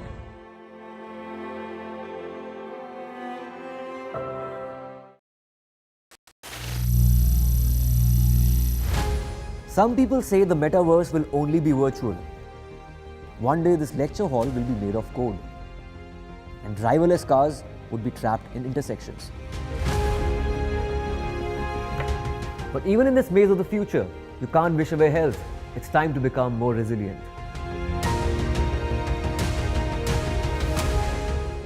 10 years of Banega Swasth India, we have grown and achieved so many milestones.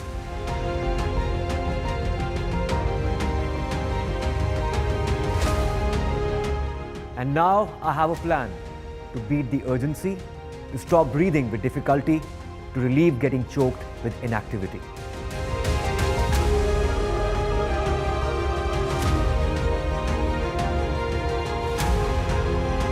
Energize our government, our environment, our society, and ourselves. Everyone, everywhere, every day.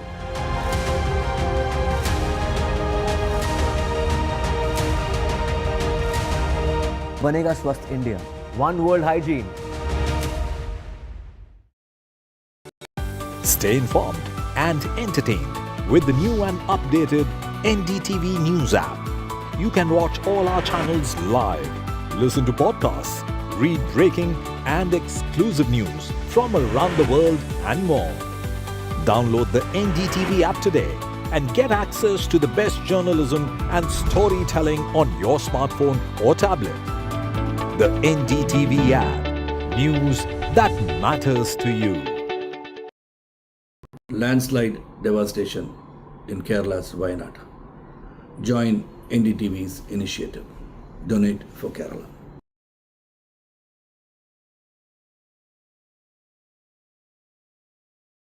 Hi, I'm Shreya Saran. Kerala's Wayanad area is hit by devastating landslides, resulting in loss of lives and livelihood. Kerala needs your help right now. Let's join NDTV initiative. Come, donate, let's rebuild Wayanad.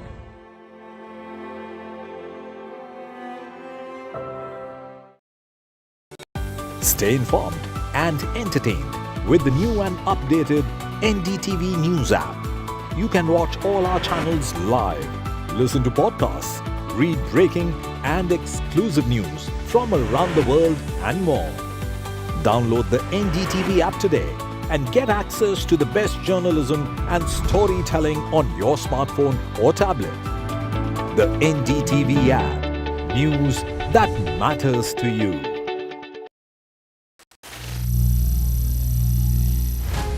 Some people say the metaverse will only be virtual. One day this lecture hall will be made of code, and driverless cars would be trapped in intersections. But even in this maze of the future, you can't wish away health. It's time to become more resilient.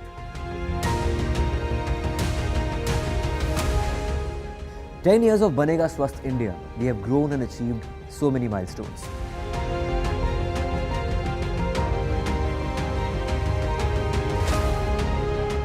And now I have a plan to beat the urgency, to stop breathing with difficulty, to relieve getting choked with inactivity.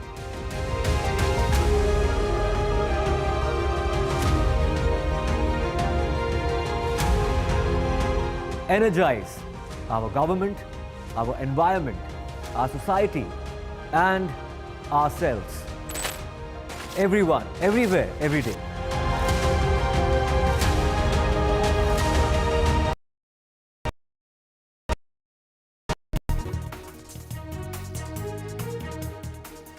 Hello and welcome. You're watching NDTV. I'm Gargi Rawat. Stay with us for all the news you need to know. Let's take a look at the headlines we're tracking at this hour.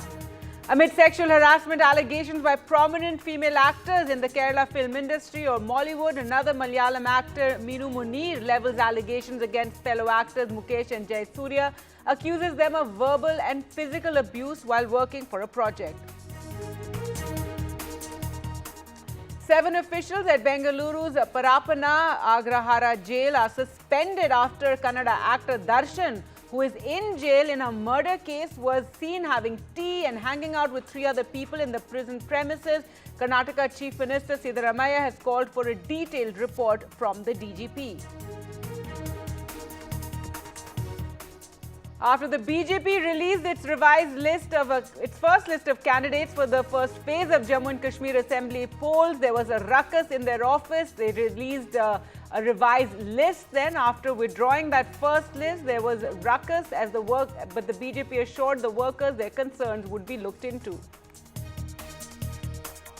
Meanwhile, Congress and National Conference are in a huddle over seat sharing. Congress troubleshooters have been sent to Srinagar at Farooq Abdullah's residence, working out the details.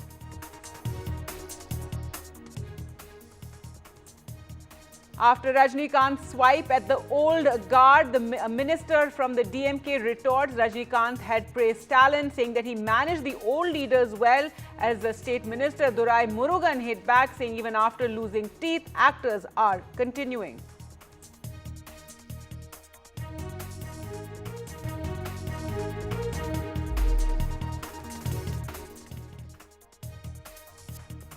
All right, our top story now, and the latest from Jammu and Kashmir as preparations are on for the elections finally in the Union Territory. Now, trouble for the BJP today, shortly after the BJP released a list of 44 candidates for the 3-phase elections to 90 assembly seats.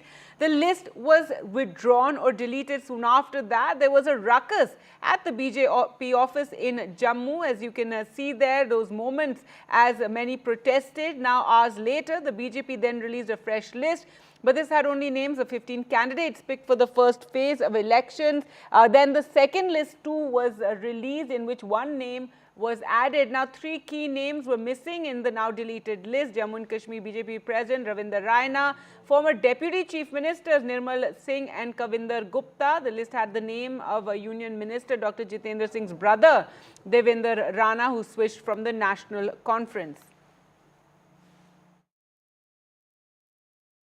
Party के जितने हमारे बड़े सहयोगी साथी हैं, पूर्व उप मुख्यमंत्री, पूर्व मंत्री, पार्टी के जितने वरिष्ठ साथी सहयोगी हैं, मैं एक एक करके सबसे मिल रहा हूं, पार्टी के वरिष्ठ कार्यकर्ताओं से मिल रहा हूं।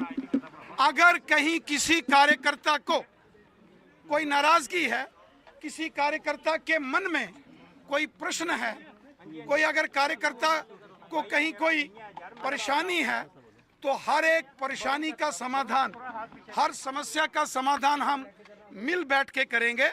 भारतीय जनता पार्टी के कार्यकर्ता की सबसे बड़ी पहचान अनुशासन और राष्ट्रभक्ति, जो भारतीय जनता पार्टी के कार्यकर्ताओं की सबसे बड़ी पहचान है। और मैं सभी कार्यकर्ताओं से निवेदन करता हूं, अनुशासित बद्ध तरीके से हम सब अपनी बात रखेंगे। हर एक कार्यकर्ता की नाराजगी दूर करना मेरा काम है। मैं हर एक कार्यकर्ता से मिलूंगा। Well, let's go across to NDTV's Nazir Masoodi now for more. Nazir, take us, through all the developments since the morning, the list released, then withdrawn, there was ruckus, and now the next list has been released. Give us the details. Well, there's problem on both sides. BJP is facing serious problem, and so is the Congress National Conference Alliance.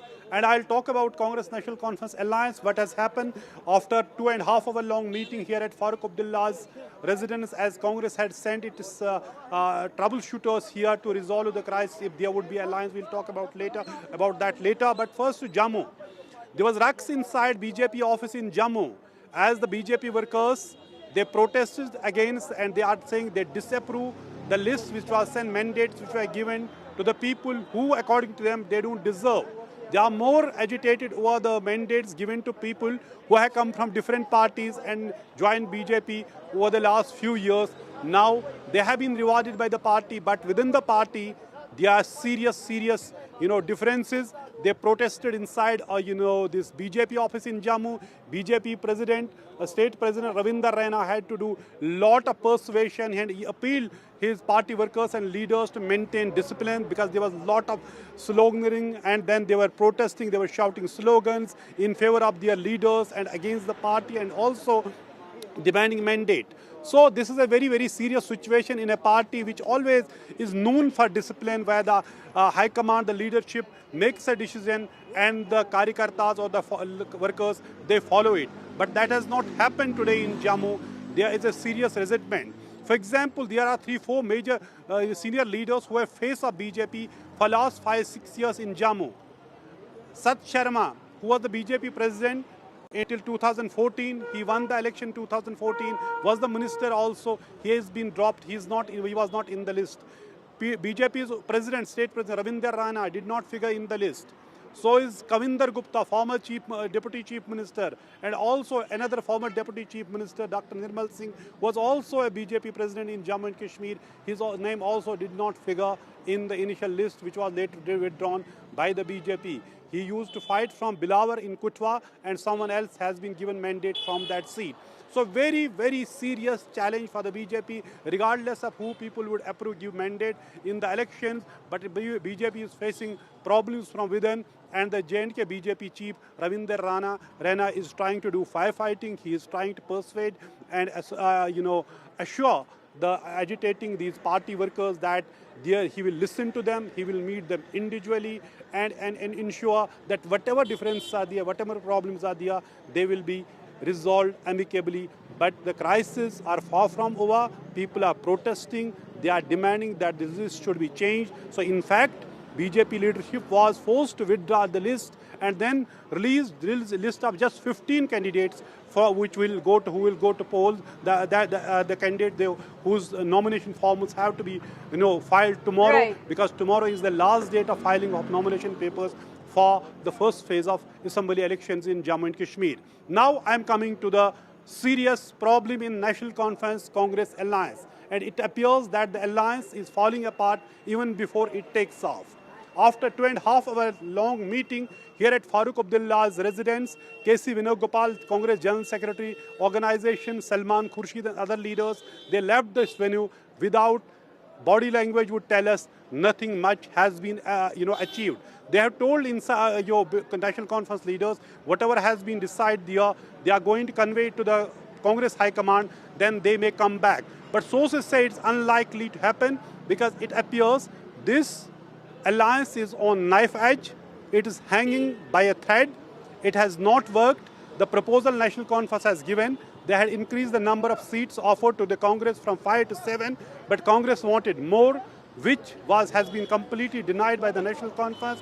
National Conference leadership saying, look, we are ready to help Congress be part of the alliance so long it is fighting BJP, but Congress cannot be allowed. They would snatch our seats and then they say it is an alliance. They say these are the seats Congress is demanding are National Conference seats where National Conference has been traditionally winning those seats, or they have a formidable party structure there. They are saying Congress is eyeing those. So it appears there has not been any headway. The talks for 2.5 hours ended without any, final resolution. So today is the last day of these, these negotiations. Tomorrow is the last day of filing of nomination papers. Right now it appears the alliance is not happening even after last week when Rahul Gandhi and Arjun Kharge visited here and met Farooq Abdullah and Umar Abdullah for 1 hour. There was that time it was announced that alliance is a done deal, but when negotiators sat and they were talking about seat sharing agreement, so then both sides appeared to be having divergent views, and it appears both actually agree to disagree.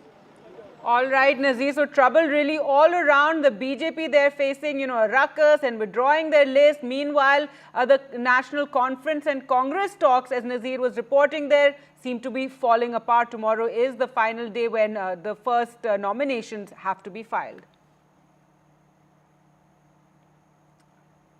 Well, moving away now from politics, and amid sexual harassment allegations by prominent female actors in Mollywood, that's the Kerala film industry, another Malayalam actor, Minu Munir, has now levelled allegations against fellow actors Mukesh and Jayasuriya, accusing them of sexual misconduct.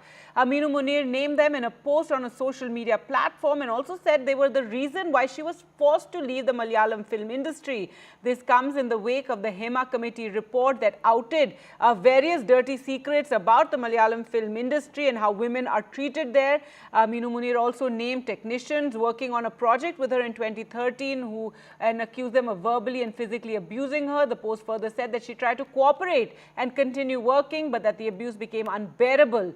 As a result, she was forced to leave the film industry and relocate to Chennai. Remember, this comes even as several Malayalam movie actresses have come forward and spoken out against the harassment that they faced at the hands of the male actors. 7 years after the Kerala government formed the Hema Committee in 2017, after actor Dileep's case had come to light, and the Malayalam film industry has been shaken by all these allegations. Now, actor Siddique, one of those who has been accused, has now filed a complaint against actor Revati Sampath following her sexual harassment allegations against him. The complaint has been submitted to the DGP. That is what the Kerala police have said. So after the complaints, now a counter complaint has been filed against one of the actresses. Let's just listen in to some of the comments and what Sathisan had to say.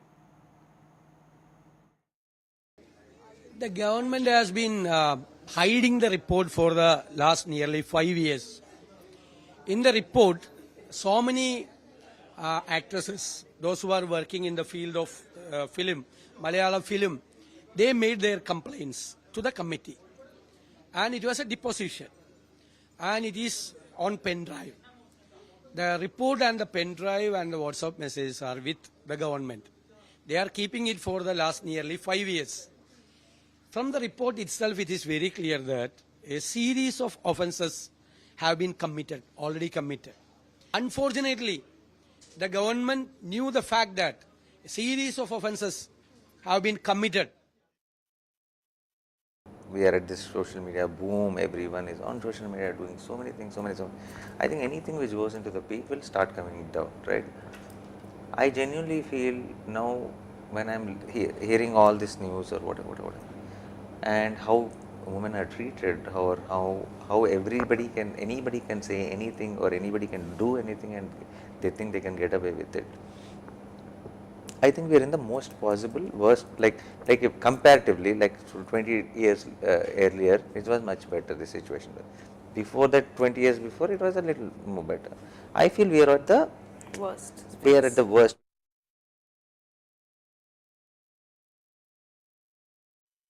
Thank you for speaking to us on NDTV. My first question to you is that you have made some allegations, serious allegations against many, in the Malayalam film industry. If you can please explain to us as to what happened with you. Yeah, I had a bitter experience in Malayalam film industry. Actually, I was working in abroad in legal consultancy.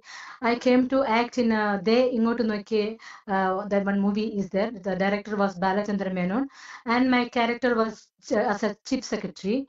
When I was acting in that movie, then I went to the toilet, in the shooting was in secretariat.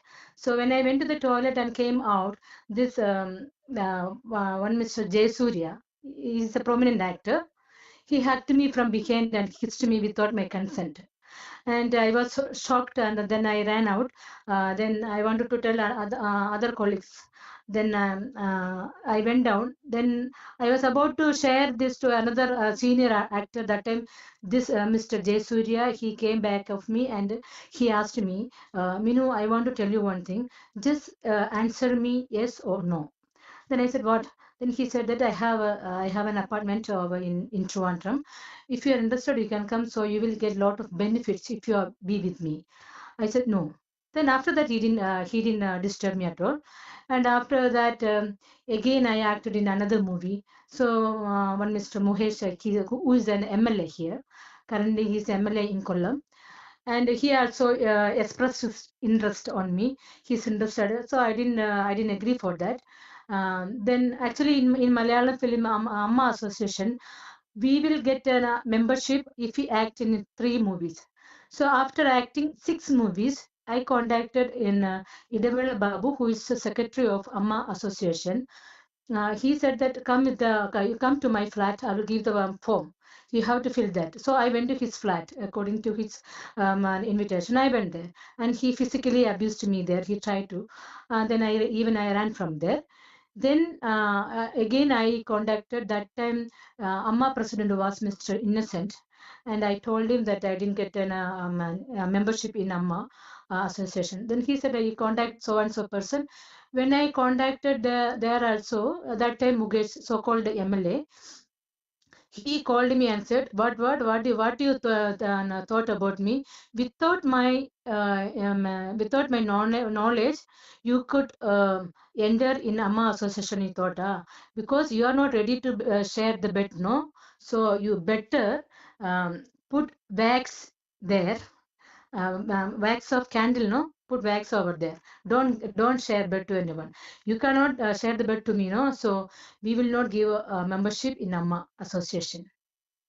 Ma'am, so And certainly, you're making very, certainly very grave allegations as to how you were physically abused, verbally abused, yes, and then even the Amma Association declined giving you yeah, membership even after doing 6 movies. Ma'am, yes. in yet another incident, we have seen that another person who has been on a powerful position, Siddiqui, in Amma Association, he has, recently voluntarily, he says that he has resigned on similar allegations. How do you see that incident as well? Yeah, that also, in Malayalam film industry, a lot of sexual harassment is going on, exploitation is going on. I know that many girls are telling. I have seen in online. Even I'm also witnessed. I'm also a victim, and I have 2 children. So because of the children, I had to suppress this incident. Even in 2013, I had told one channel, and that Kerala comedy, they put that article also in one magazine that Minu is leaving Malayalam industry because she is unable to cooperate in adjustment. Then at that time also no one contacted me. What happened to you? Who abused you? No one asked me. So I just shifted from Kerala to Chennai. So, ma'am, now the state government has said that they have formed an SIT to probe into this matter. Ma'am, how do you see this step, first of all, by the state government? Do you think it is going to reinstate the faith of victims like you to come forward and then, file a complaint? Of course, we had to file a complaint, and all this negative influence like sexual harassment and exploitation must be eradicated. I very well know that the even minister is also supporting us. Those who all are hurted, they can come forward, and we are there to take action against them. So I trust in them, and also a full audience are there to support us for the justice. Even media is there, and also HEMA committee members, they all have come forward. They all had a similar incidents with them. Ma'am, my last question to you is that we at NDTV are in fact running a campaign over this called Safeguard Our Daughters. And just like you, there are many more victims, ma'am, across the country. The crime rates against women are increasing. But, if we talk about the action from the side of the state government or the central government, they seem to be mere assurances. So my, last question to you is that what would you like to tell the government and also to more victims like you? To government, I wanted to tell that, like this association, no, actually all men are, they are dominating. In this situation, like this committee, ladies also, those who are educated and well qualified and well experienced, they should come forward. They should be appointed in this, like this, organization. What I want to tell the government: do not give, administration to a womanizer. Example, Mukesh. He left his children and he left his wife and he married another woman. He left her also. Then he is in the MLA position. He is not worth to be as a MLA. So I want to tell the government, please appoint educated and well qualified individuals, such like this administration place. I wanted to tell, and also in like this in film field, like that Amma association, in that we have to appoint ladies also. New gen ladies. I want to know. Just remove, eradicate the senior citizen who is possessing the film industry. I heard that some drugs influence also going on in Malayalam film industry. It all has to be eradicated from the industry, not only from the industry, from our country. We have to take care of the country, and government has to, seriously take action about this. I want to tell. Thank you so much, ma'am, for speaking to us on NDTV. Yeah, thank you. All right, let's go across to Uma Sudhir now for more on all these developments that have taken place and all these allegations being made. And very disturbing, Uma, really to hear what this actor Minu Munir had to say. She relocated to Chennai and now she's being able to speak out, very clearly about all that she has undergone. What are the reactions to this latest development been?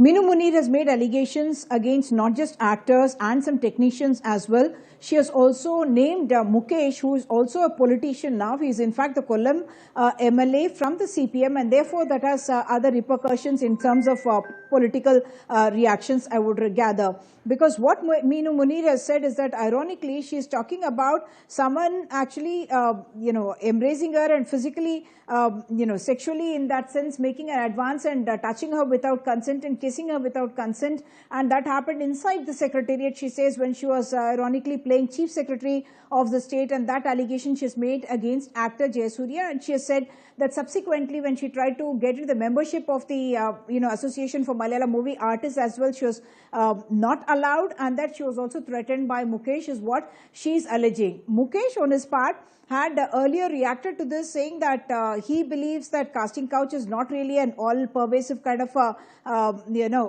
issue in Malayalam cinema, and he had also said that there could be isolated incidents, and he had said that yes, there should be a probe against film director Ranjit, against who an allegation has been made of misbehavior by Sri Lekha Mitra, a Bengali actress. It is subsequent to that for allegation that Minu Munir had made earlier, she has repeated, and she has named all these different actors, at least 4 actors and technicians that she has named, all of them very, very significantly big names in the industry. What we reckon is that all these complaints will then go to the SIT that's been constituted by the left front government. That SIT will then hear the allegations, not just the allegations that are being made afresh now, but also the testimonies that were given in the Hema committee report, and then investigate about further action on all of this. While all this is happening, the political reactions, of course, are there, because he also happens to be an actor politician. Even otherwise, the Congress has been saying that the left front government is not interested in giving justice to these women, and that's why they had delayed release of this report. But the government per se is saying that we are the ones who constituted this inquiry. This commission itself was set up because the Pinarayi Vijayൻ government gave in to the request of the Women in Cinema Collective after the assault on the actress in 2017. So in that sense, they are taking the high ground, but with their own party MLA being accused now, what their reaction will be, that still we have to wait and watch. All right, so but that's the politics of it. But also actor Siddique has filed a counter complaint against actor Revati Sampath. Yes, actor Siddique is another very high-profile actor, has been in about 350 films, of course, mainly in Malayalam, but also in Tamil, Telugu, even Hindi. And he is someone who has also been a film producer and director. And the complainant in that case has in fact said that in 2016, she was approached through social media by Siddique, who called her Mol. Mol means daughter in Malayalam, and that he had approached her, asked her to come over and have a discussion. And she says a sexual assault, a physical assault, as well as verbal kind of threats happened against her in a Kerala hotel. She has given all those details, but in talking to media just a couple of days ago, when the complaint was became public, in fact, she has mentioned that 2019 she had put out a Facebook post and there was no reaction to that, and she had at least at that time said that she is not planning to file any formal complaint against Siddique. But there is another third-party complaint that has come to the Kochi police against Siddique, and in that there has been a mention of a case under the prevention of sexual crimes against children, which means POCSO is the act that would come up in that particular case, but that's been filed by a third party, and now we understand Siddique on his part has lodged a complaint with the Director General of Police. So the contents of the complaint are not public. What we do understand is that he has said that these are baseless allegations, and he says he is in fact being made a victim in this case. Back to you. All right, Uma, thanks so much for joining us. So lots of fast-paced developments there, and accusations and complaints being made in the Kerala film industry. We'll continue to track all those developments. But moving on now to some breaking news.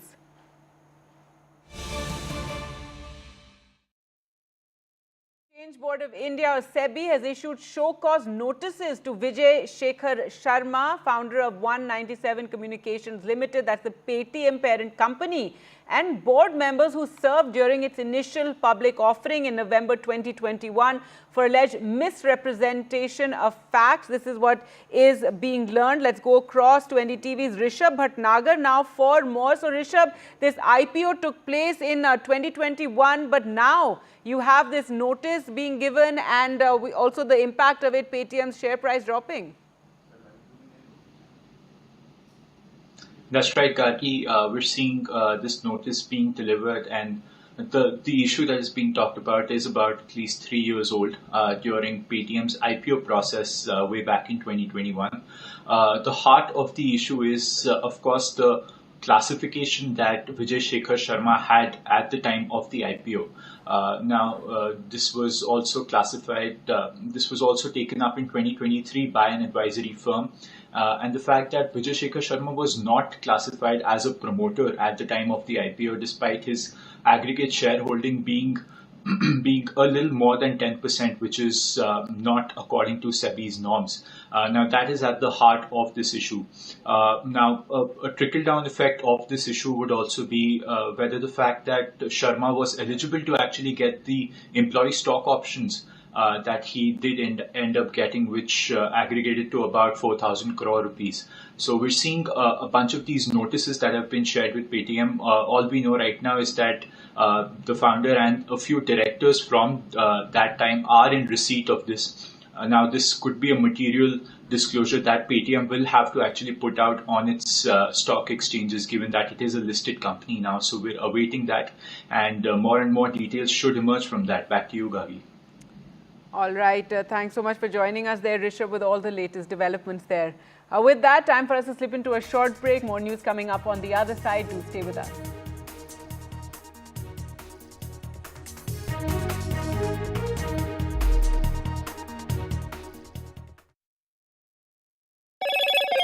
Hello, Moto.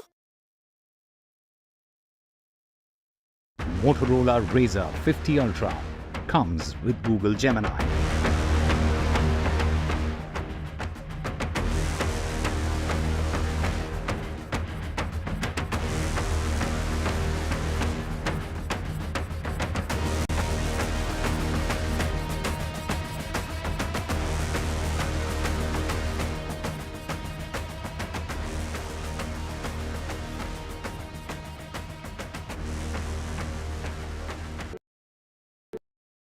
Landslide devastation in Kerala's Wayanad. Join NDTV's initiative. Donate for Kerala.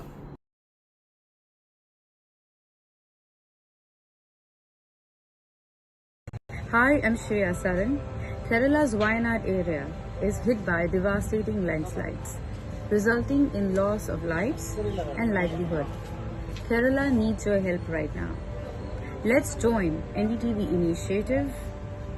Come, donate, let's rebuild Wayanad.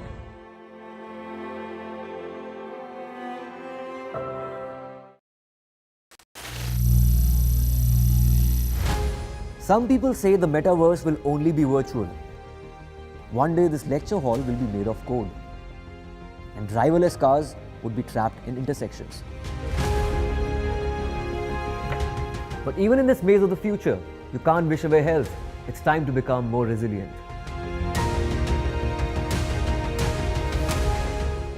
10 years of Banega Swasth India, we have grown and achieved so many milestones.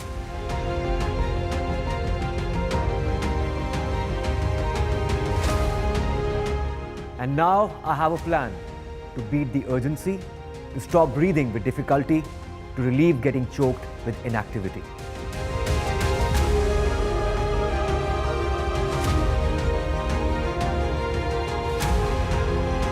Energize our government, our environment, our society, and ourselves. Everyone, everywhere, every day.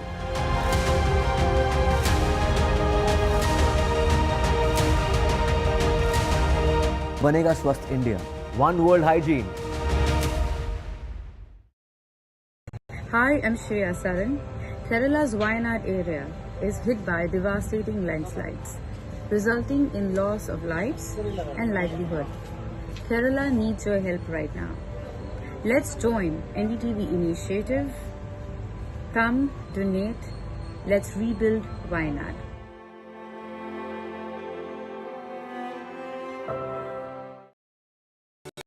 Stay informed and entertained with the new and updated NDTV News app.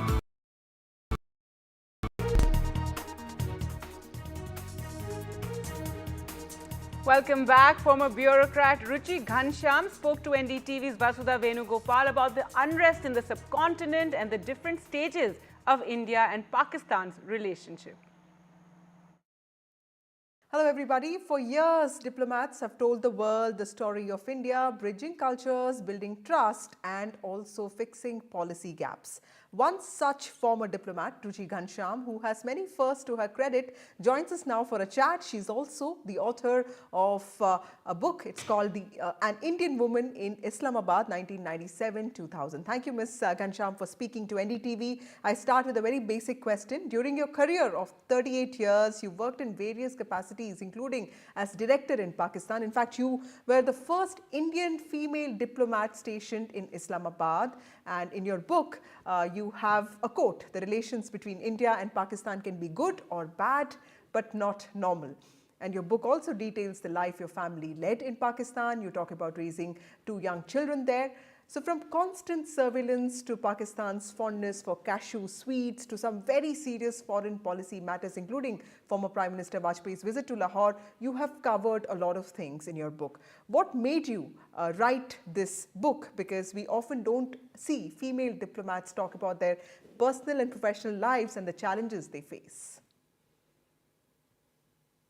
I think that this is a very important question that you have asked. Because from the time we served in Islamabad, the one question which we have been asked universally, both my husband and I, and me more particularly, is what was the experience like? Everybody that we have met always wanted to hear about what was it like living in Islamabad. And while I always tried my best to give a reply, it was not, I mean, it's just not possible to respond in a sentence or two about what it was like. I mean, at the end of the day, I have written a book. So it's a book-long worth experience. And that's what, when I retired, I mean, it was always in my mind that I should find a way to tell this story, because people are naturally so curious about what it is like living in Islamabad. And so when I retired, I thought, okay, this is the time that I should take to write about it.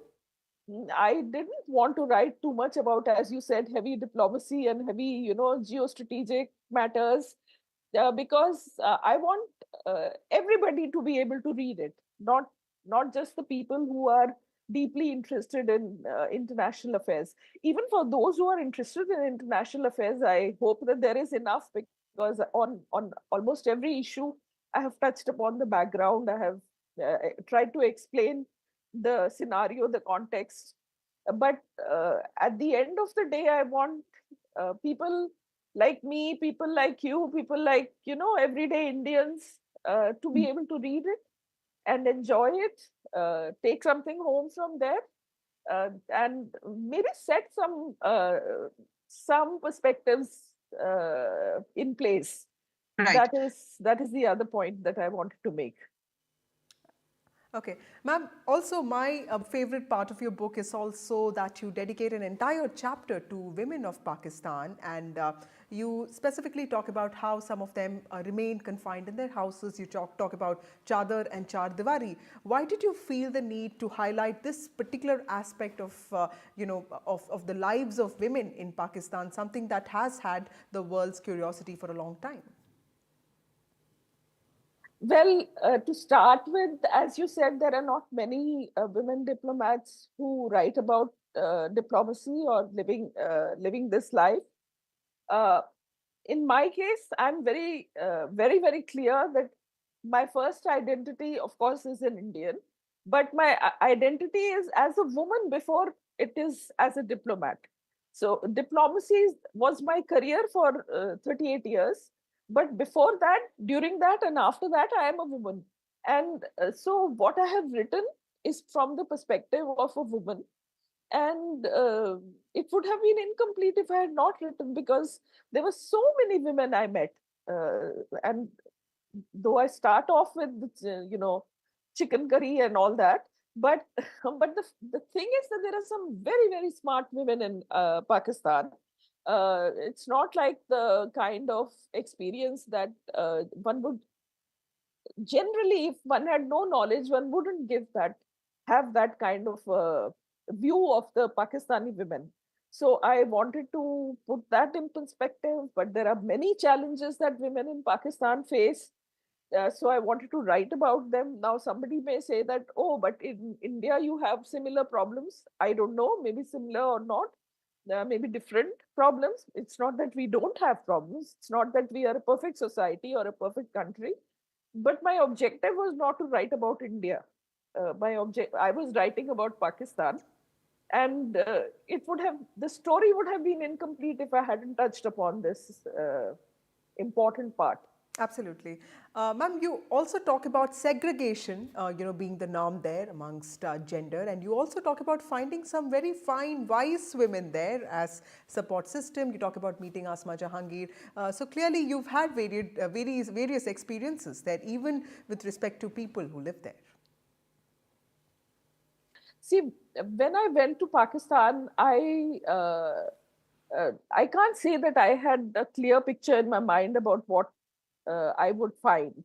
For instance, a lot of people in India asked, even after I came back from Pakistan, if a lot of women follow parda in Pakistan, which, if you see on the surface of it, on the face of it, you don't see anybody doing parda. You'll see them wearing the head, the chunni or the dupatta on the head, but you don't see women in parda. Women, very smart women that you encounter in Islamabad. But then we had also some experiences where there was complete segregation of genders. And I have described one such incident in my book, uh, where it was right in the beginning of our tenure, and I was taken to the women's section, and I was there only with the women. But we also attended a wedding, for example, where men and women were kept separately. So that traditional part of Pakistan you may not see it at first, but it does exist. Right. Also, Ms. Kancham, one thing that you constantly refer to is the kind of radicalization and the treatment of even Muslim minorities in Pakistan. And you talk about Ahmadiyas, Shias, Baluchs, and even, the Christian population. We saw what happened in Bangladesh, a few days ago, and also the kind of attacks on minorities. With respect to both Pakistan and Bangladesh, did you see any of this coming? Well, to be very honest, firstly, I don't have a personal experience of Bangladesh, but I didn't really expect this kind of development in Bangladesh, because I always had this feeling that Bangladesh was more progressive, more modern, and more democratic than Pakistan. But well, obviously, there are lessons that we are all learning from what is happening around us today. And maybe it's because I have no personal experience of Bangladesh that I couldn't anticipate this. Right. Also, Ms. Kancham, coming back to the woman question, you talk about how even the common imagination of diplomats is usually a male having a drink and getting a lot of work done over dining and drinks. It has been a field that has been dominated by men, but we've seen female diplomats in the last few years making their mark. How do you see this change?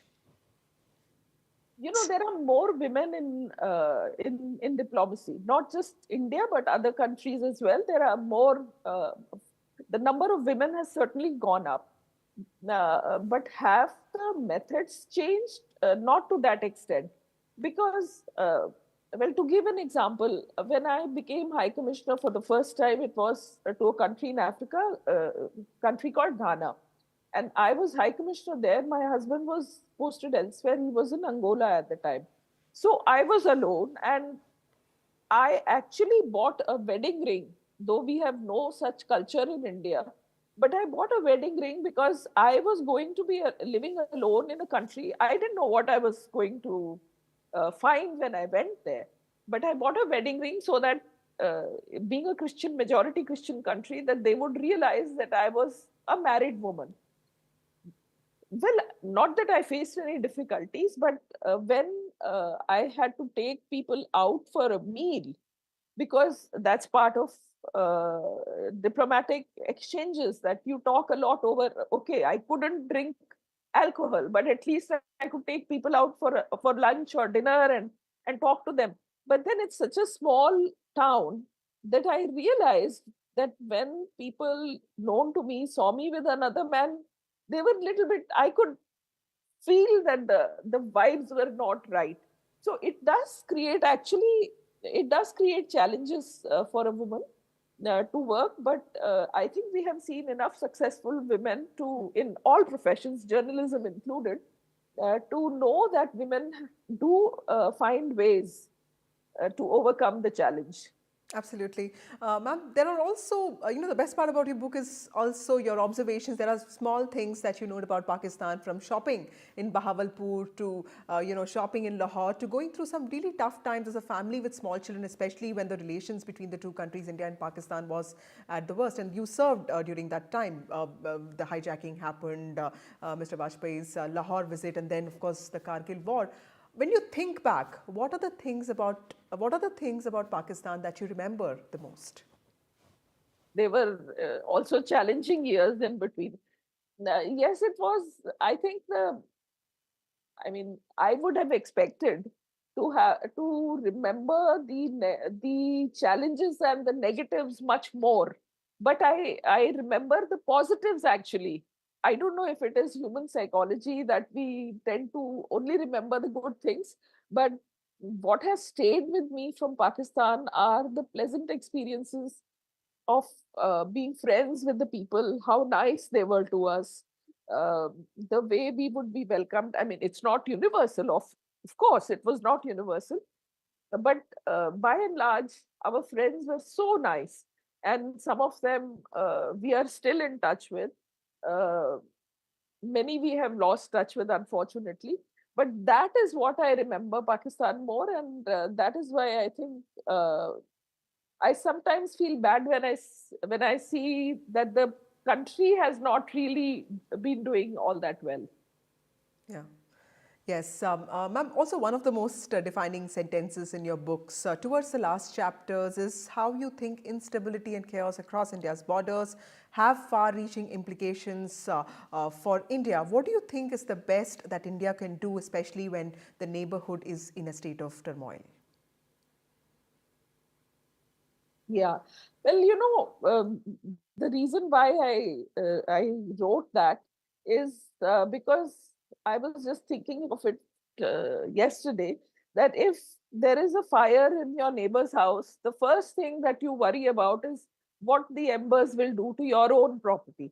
And that's why, if there is chaos and confusion and things spiraling downwards in our neighbor, then we have to worry about what the implications of that would be in our own country. And that is what I had in mind, that we should be careful about. Now, being careful about is one thing, but doing something about it is quite another. And I really can't say what it is that India can do, because India has taken major initiatives to reassure Pakistan of of our goodwill. And the Vajpayee, Prime Minister Vajpayee's visit happened during my time, which happened to see personally. So after that, what did India get? India got Kargil. But again, Prime Minister Modi tried so hard in the beginning. He invited Pakistan Prime Minister. He made a sudden visit to Lahore for his birthday, and then we got only terrorism in return. So, what is the scenario? I mean, at least for India, having stability in our neighborhood is important. And if Pakistan, for instance, sometimes people talk about Pakistan imploding.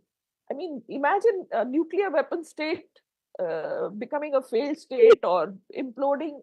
I mean, the implications of that are extremely dangerous and scary. So, a stable Pakistan, in my view, peaceful Pakistan, uh, a Pakistan that can live peacefully with India. I think that is what we can hope for our entire neighborhood. Plus or minus, some relations will be better than others, but at least a peaceful neighborhood would be in India's interest. Ma'am, that's really well said. And since Kashmir is also an important part of your book, I would like to ask you this question and wrap up this conversation with that. How do you feel about assembly elections finally being announced for Jammu and Kashmir? The valley, of course, has been witnessing a spike in terror attacks, many sponsored by Pakistan. What can India do in such a situation? I think having the elections is a good step. We have to focus on bringing peace and development to people in Jammu and Kashmir. I think that is very, very important. As I see it, I mean, I'm a first and foremost, I think I consider myself to be a woman and a mother. And how do you treat your children? If one of your children is angry with you or is naughty or is going, it doesn't mean that you stop loving them. So the first and foremost thing that India has to do is to be to provide the best possible for the people of Jammu and Kashmir. And I think in that sense, elections are a good step. Thank you, Ms. Ghanshyam, for speaking to us, sharing your insights, and also speaking in detail about your book, the new book, An Indian Woman in Islamabad. And good luck with that. Thank you so much for watching.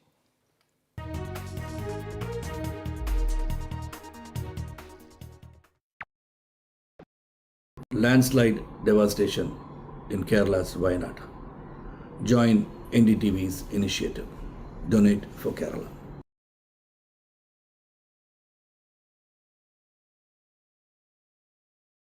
Hi, I'm Shreya Saran. Kerala's Wayanad area is hit by devastating landslides, resulting in loss of lives and livelihood. Kerala needs your help right now. Let's join NDTV initiative. Come, donate, let's rebuild Wayanad.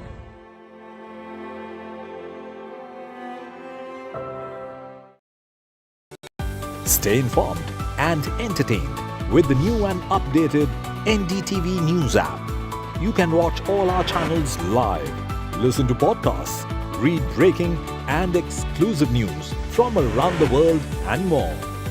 Download the NDTV app today and get access to the best journalism and storytelling on your smartphone.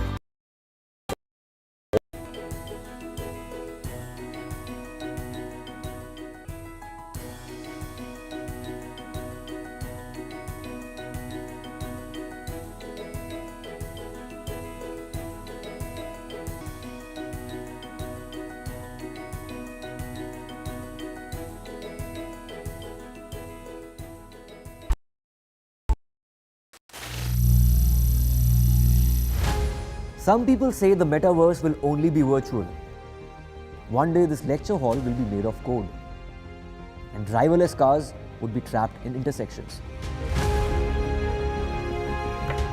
But even in this maze of the future, you can't wish away health. It's time to become more resilient.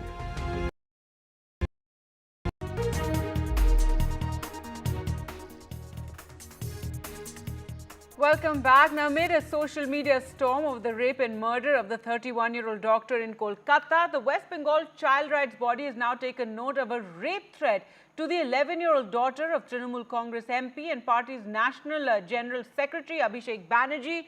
Mr. Banerjee, nephew of West Bengal Chief Minister Mamata Banerjee, is number 2 in the party, and the West Bengal Commission for Protection of Child Rights has taken so motor cognizance of a video on social media from a protest rally over the chilling August 9th incident, and said that one person in the gathering was heard threatening the minor daughter of Mr. Banerjee with rape. Let's go across to Saurabh for more on this. And Saurabh, we've seen several leaders, Derek O'Brien, also posting on social media, appalled and aghast at this incident. Give us more details. Well, this is something that the West Bengal Commission for Protection of Child Rights has taken so motor cognizance of, and this amounts to a viral, a clip on social media during a protest where somebody is heard, giving those rape threats, and this is something that, of course, is very, very serious given the fact that it involves a minor, and the daughter of the Trinamool Congress MP, who is just 11 years old. So obviously there is.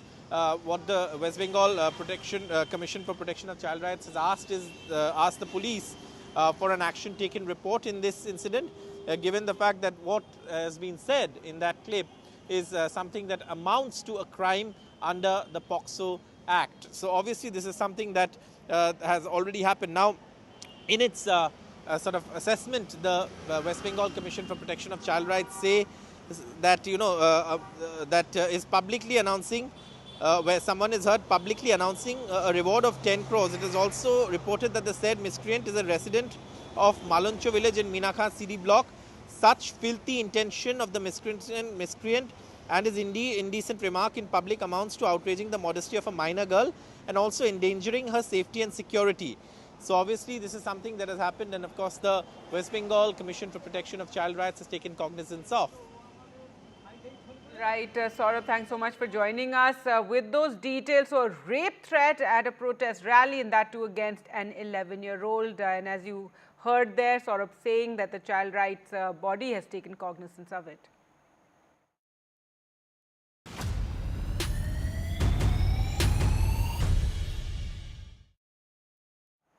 News now from Karnataka, and the big story, preferential treatment for actor Darshan. 7 officials now at the Parapana Agrahara jail, including the jail superintendent, have been suspended after actor Darshan, accused in a murder case, was seen having tea and just basically relaxing with other people on the prison premises. And this has led to major outrage given this preferential treatment. Following the development, Chief Minister Siddaramaiah instructed prison authorities to move Darshan to a different jail. Siddaramaiah also asked the State Director General of Police to visit the prison premises and submit a detailed report. Darshan is currently in judicial custody in the Renuka Swamy murder case, and commenting on the suspension of jail officials, the Home Minister said that he spoke to the DG prisons and investigation has been launched. Also, Darshan was seen doing a video call with an acquaintance. There is a lapse on the part of the officers concerned. ನಾವು ಈಗಾಗಲೇ 7 ಜನನ suspend ಮಾಡಿದ್ದೀವಿ, ಇನ್ನು ಕೆಲವರನ್ನು suspend ಮಾಡಬೇಕಾಗಿದೆ. ಇವತ್ತು home ಮಿನಿಸ್ಟ್ರಿಗೆ ಹೇಳಿದ್ದೀನಿ, ಅಲ್ಲಿ ವಿಸಿಟ್ ಮಾಡಿ ಯಾರು ಇದಕ್ಕೆಲ್ಲ ಅವಕಾಶ ಮಾಡಿಕೊಟ್ಟಿರ್ತಕ್ಕಂಥವ್ರು ಯಾರು ನೋಡಿ ಅವ್ರ ಮೇಲೆ ಕ್ರಮ ತಗೋಬೇಕು ಅಂತ ಹೇಳಿದ್ದೀನಿ.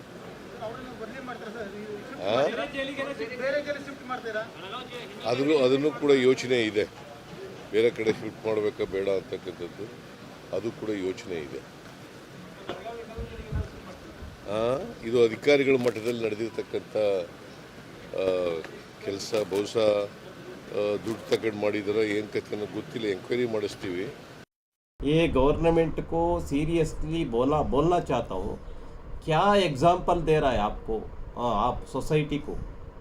दर्शन जैसा एक क्या मर्डर किया है, ऐसे एक आरोपी व्यक्ति को ऐसे जेल के अंदर कॉफ़ी, टी, भोजन, ब्रेकफास्ट, सिगरेट, हर मोबाइल में वीडियो कॉल करना, ऐसे सभी काम वो चला रहा है जेल के अंदर बैठकर. कौन ऑफिशियल इसमें सहभागी है, उनके ऊपर गंभीर के रूप में कार्यवाही होना चाहिए, ऐसा मेरा डिमांड है. ಮಗನ ಕಳ್ಕೊಂಡದ್ದು ನನಗೆ ಗೊತ್ತು ಏನಂತ, ಅವ್ರಿಗೆ ಆರಾಮಾಗಿ ಕೂತ್ಕೊಂಡ್ರಿಗೆ ಯಾರಿಗೆ ಗೊತ್ತಿರ್ತೈತೆ. ಇದು ನಿರ್ದಾಕ್ಷಿಣ್ಯವಾಗಿ ಸರ್ಕಾರ ಇದ್ರ ಬಗ್ಗೆ ತನಿಖೆ ಮಾಡಬೇಕು. ಅವ್ರಿಗೆ ಆ ರೀತಿ ಕೊಟ್ಟಿದ್ದಾರೆ, ಯಾರು ಕೊಟ್ಟಿದ್ದಾರೆ, ಅವ್ರಿಗೆ ಶಿಕ್ಷೆ ಅವರು ಕೊಡಬೇಕು. ಇದ್ರ ಮುಖಾಂತರ ನಾನು ಸರ್ಕಾರನ ಕೈ ಮುಗಿದು ಕೇಳ್ಕೊಂತೀನಿ, ಅವರು ಇದು ತಪ್ಪಿಸಿದ್ರೆ ಆಗಬಾರ್ದು. ಅದು ಸರ್ಕಾರ ಇಲ್ಲಿವರೆಗೂ ನಂಬಿಕೆ ಇಟ್ಕೊಂಡು ಜನ ಸರ್ಕಾರನ ನಂಬಿದ್ದಾರೆ, ಪೊಲೀಸರು ನಂಬಿದ್ದಾರೆ, ನ್ಯಾಯ ನನ್ನ ಜೊತೆಗೆ ನಾನು ಇಡೀ ಕರ್ನಾಟಕನೇ ನನಗೆ ಸಹಕಾರ ಕೊಟ್ಟಿದೆ, ಸ್ಟ್ರೈಕ್ ಮಾಡಿದ್ದಾರೆ. ನಮ್ಮ ಮಗನನ್ನು ಸಾವಿಗೆ ನ್ಯಾಯ ದೊರಕಿಸ್ಬೇಕಂತ ಎಲ್ಲರೂ ಒಕ್ಕರ್ಲಿಂದ ಇದು ಮಾಡಿದ್ದಾರೆ. ಅದನ್ನು ಸರ್ಕಾರ ಧಿಕ್ಕರಿಸಿದಿಲ್ಲ ಅಂತ ನನ್ನ ನಂಬಿಕೆ ಐತೆ.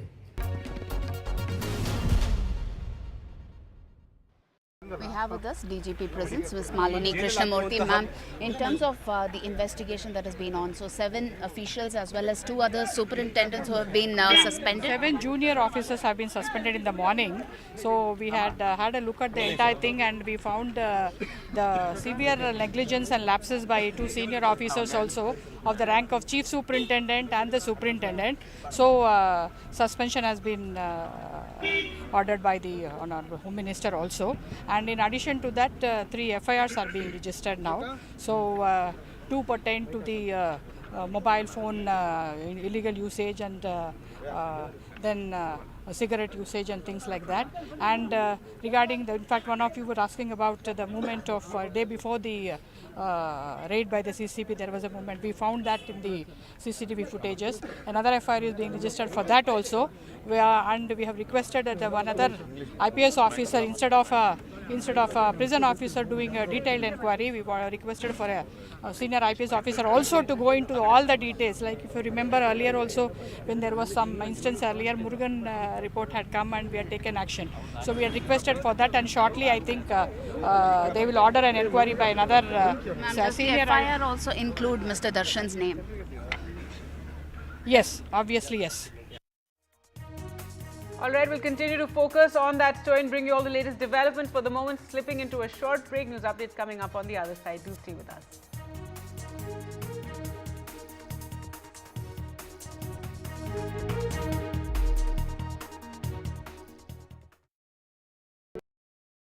Landslide devastation in Kerala's Wayanad. Join NDTV's initiative. Donate for Kerala.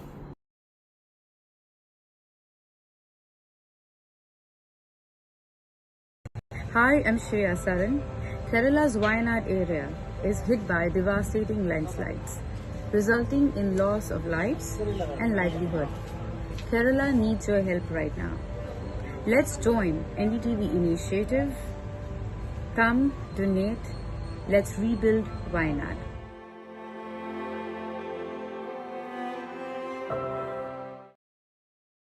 Hi, I'm Shreya Saran. Kerala's Wayanad area is hit by devastating landslides, resulting in loss of lives and livelihood. Kerala needs your help right now. Let's join NDTV initiative. Come, donate. Let's rebuild Wayanad.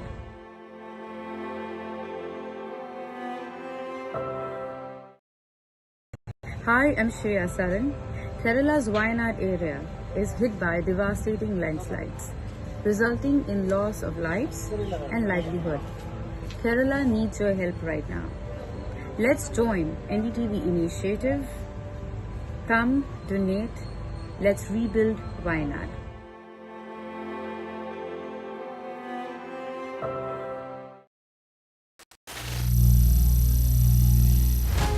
Some people say the metaverse will only be virtual. One day this lecture hall will be made of code, and driverless cars would be trapped in intersections. But even in this maze of the future, you can't wish away health. It's time to become more resilient.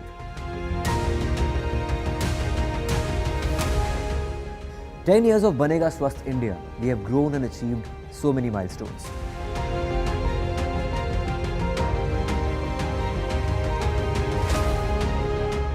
And now I have a plan to beat the urgency, to stop breathing with difficulty, to relieve getting choked with inactivity.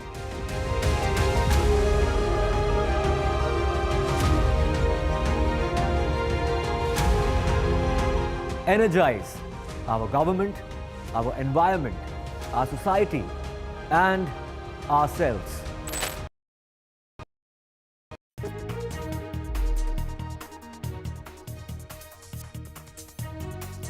Hello and welcome. You're watching NDTV. I'm Vedant Agarwal. Coming up on the show this evening, well, action from the Chief Minister after the VIP treatment for actor Dasan sparks a row, and also the latest on the Malayalam film industry's Me Too movement. More actors coming up and speaking. All that and more coming up, but first up the headlines.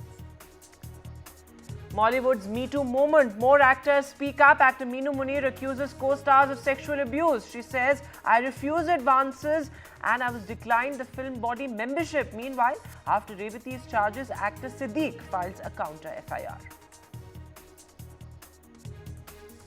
Karnataka Chief Minister Siddaramaiah orders the transfer of actor Dasan to another jail. Well, the action comes after the allegations of star treatment for the murder-accused actor.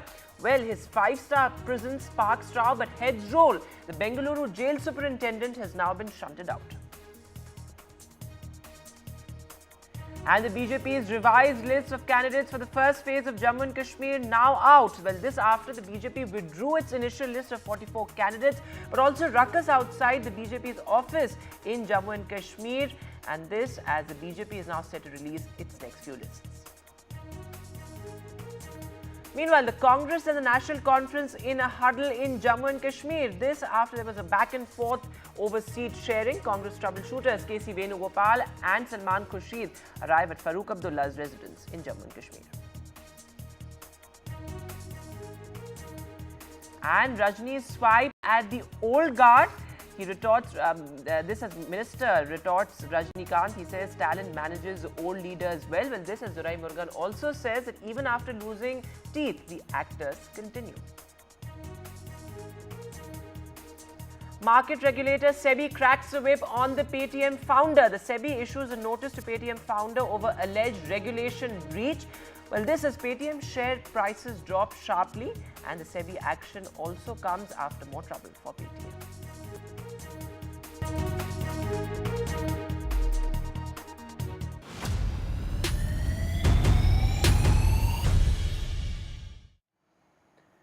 And our lead story this evening, well, action from the Karnataka Chief Minister after allegations of star treatment for murder-accused actor Dasan sparked a row. Well, this as the Karnataka Chief Minister Siddaramaiah has ordered the transfer of murder-accused actor Dasan to another jail. Well, this as heads have rolled as well. 7 jail officers have been suspended, including the jail superintendent. He has been shunted out. Remember, this picture of actor Dasan inside the jail went viral. He was seen smoking inside jail and also holding a drink. In fact, he was seen all smiles with other gangsters. Well, this has actually, raised questions about alleged VIP treatment for actor Dasan inside jail, where the DGP Prisons has also said earlier that an investigation and an internal inquiry is on. Listen in to all the reactions that have come in. There is a lapse on the part of the officers concerned. ನಾವೀಗಾಗಲೇ 7 ಜನನ suspend ಮಾಡಿದ್ದೀವಿ, ಇನ್ನು ಕೆಲವರನ್ನು suspend ಮಾಡಬೇಕಾಗಿದೆ. ಇವತ್ತು home ಮಿನಿಸ್ಟ್ರಿಗೆ ಹೇಳಿದ್ದೀನಿ, ಅಲ್ಲಿ visit ಮಾಡಿ ಯಾರು ಇದಕ್ಕೆಲ್ಲ ಅವಕಾಶ ಮಾಡಿಕೊಟ್ಟಿರ್ತಕ್ಕಂಥವ್ರು ಯಾರು ನೋಡಿ ಅವ್ರ ಮೇಲೆ ಕ್ರಮ ತಗೋಬೇಕು ಅಂತ ಹೇಳಿದ್ದೀನಿ.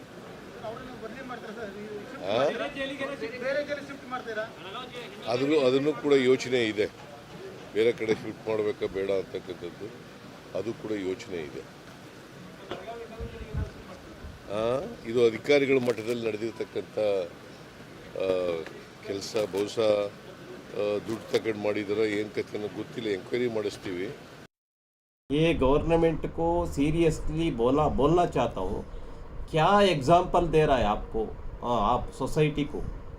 दर्शन जैसा एक क्या मर्डर किया है, ऐसे एक आरोपी व्यक्ति को ऐसे जेल के अंदर कॉफ़ी, टी, भोजन, ब्रेकफास्ट, सिगरेट, हर मोबाइल में वीडियो कॉल करना, ऐसे सभी काम वो चला रहा है जेल के अंदर बैठकर.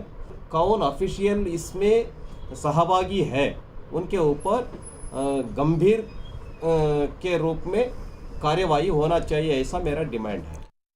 ಇವತ್ತು ಹೊಸದಾಗಿದೆಯಾ, ಹಿಂದಿಂದಲೂ ಇದು ನಡೀತಾನೆ ಇದೆ. ಹಿಂದೆ ಒಂದು ದೊಡ್ಡ ಇಶ್ಯೂನೇ ಆಗಲಿಲ್ವಾ, DG ಮತ್ತು ಒಬ್ಬರು SP ಯಾರೋ ಇಲ್ಲ ನಿಮ್ಮ DCP ಅಡಿಷನಲ್ DG ಮಧ್ಯದಲ್ಲಿ ದೊಡ್ಡ ಗಲಾಟೆನೇ ಆಯಿತು, ತನಿಖೆ ಆಗಬೇಕು ಅಂತೇಳಿ.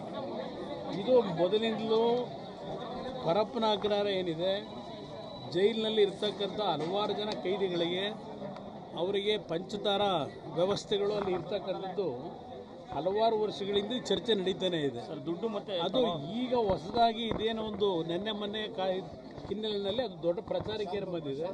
ಈಗೇನೋ ಸರ್ಕಾರ ಏನೋ ಒಂದು ಹೊಸದಾಗೇನೋ ತೀರ್ಮಾನ ಮಾಡಿ ಎಲ್ಲ ಬೇರೆ ಬೇರೆ ಕಡೆಗೆ ಅವ್ರನ್ನೆಲ್ಲ ಬೇರೆ ಕಡೆಗೆ ವರ್ಗಾಯಿಸಬೇಕು ಕೈದಿಗಳನ್ನ ಅಂತೇನೋ ತೀರ್ಮಾನ ಮಾಡ್ತಾ ಇದ್ದಾರೆ ಅಂತ ವಿಷಯ ಹೇಳಿದ್ರು. ಸರ್ ಏನು ಮಾಡ್ತಾರೆ ನೋಡೋಣ. ಸರ್ ಇಂಥ ಬೆಳವಣಿಗೆಗಳಿಂದ ಜನಕ್ಕೆ ನಂಬಿಕೆ ಬರುತ್ತೆ ಸರ್ ಕಾನೂನು ಸುವ್ಯವಸ್ಥೆ ಮೇಲೆ. ಯಾವ ಈ ಸರ್ಕಾರದ ಮೇಲೆ ನಂಬಿಕೆ ಎಲ್ಲಿಂದ ಬರೋಕ್ಕೆ ಸರ್ಕಾರ ಇದೆಯಾ ರಾಜ್ಯದಲ್ಲಿ? We have with us DGP Prisons, Ms. Malini Krishnamurthy. Ma'am, in terms of the investigation that has been on, so 7 officials as well as 2 other superintendents who have been suspended. 7 junior officers have been suspended in the morning. So we had a look at the entire thing, and we found the severe negligence and lapses by 2 senior officers also of the rank of chief superintendent and the superintendent. So suspension has been ordered by the Honorable Home Minister also. And in addition to that, 3 FIRs are being registered now.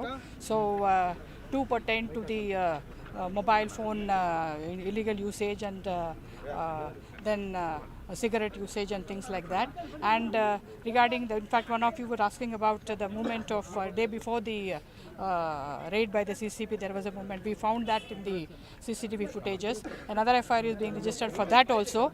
And we have requested that one other IPS officer, instead of a prison officer doing a detailed inquiry, we requested for a senior IPS officer also to go into all the details. Like if you remember earlier also, when there was some instance earlier, Murugan report had come and we had taken action. So we had requested for that, and shortly I think they will order an inquiry by another Does the senior. FIR also include Mr. Darshan's name? Yes, obviously yes.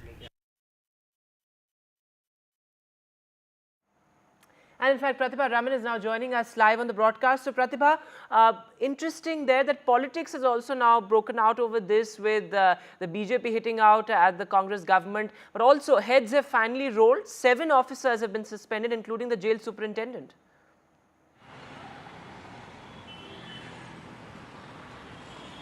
That's right, 7 plus 2, so that makes it 9 of them who have totally been suspended as far as this particular preliminary inquiry goes. And the DGP prisons has also promised that 3 FIRs have already been registered, which also includes Darshan's name. And in terms of the investigation, they've also promised that it wouldn't be just the prison authorities, but also an IPS officer who would be part of the investigation to lead this inquiry there.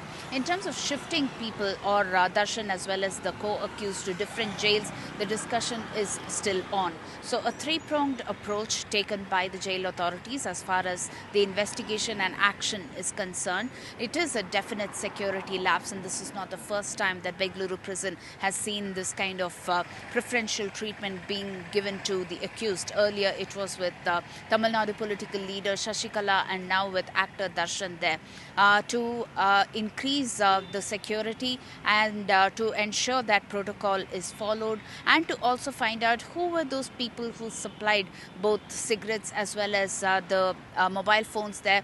These are some of the questions that still remain unanswered. But like you pointed out, yes, this has definitely triggered outrage, not just among the public, but also among the political circles there. Some of them demanding judicial inquiry, and others talking about how this government cannot really be trusted with law and order.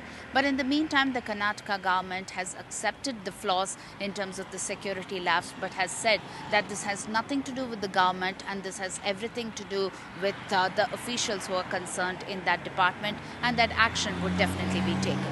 Back to you. All right, Pratibha, thanks very much for joining us with the latest there. As Pratibha is reporting, well, 9 officers have now been suspended, so heads have rolled pretty fast there. But of course, the big controversy, star treatment for actor Darshan inside jail. But look at some breaking news coming in. Well, the BJP has released a list of 40 people who will be the star campaigners of the party for Jammu and Kashmir. Well, this comes just after the BJP released its list of candidates as well. There was a lot of back and forth. The BJP initially withdrew its first list, and now a revised list has been put out as well. But there was a lot of ruckus outside the BJP office. But some of the most prominent names, of course, Prime Minister Narendra Modi, JP Nadda, Rajnath Singh, Amit Shah, Nitin Gadkari, Manohar Lal Khattar, Shivraj Singh Chauhan. So all the top ministers, the brass of the BJP, part of the star campaigner list. Also Anurag Thakur, Smriti Irani, Ravinder Raina, interestingly also part of the star pracharak list. Sanjita Dogra, Muhammad Anwar Khan.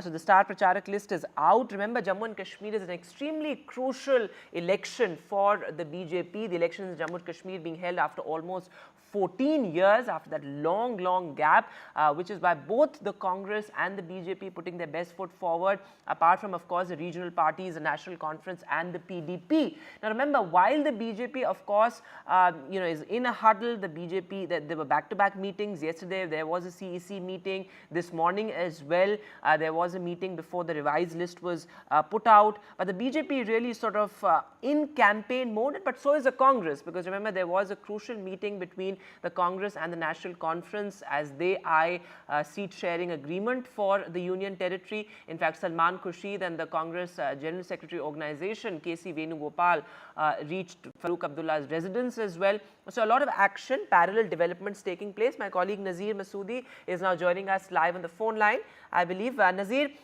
so the BJP has now put out, okay, Nazir is live with us, I'm told. Nazir, so the BJP has put out their star campaigner list as well.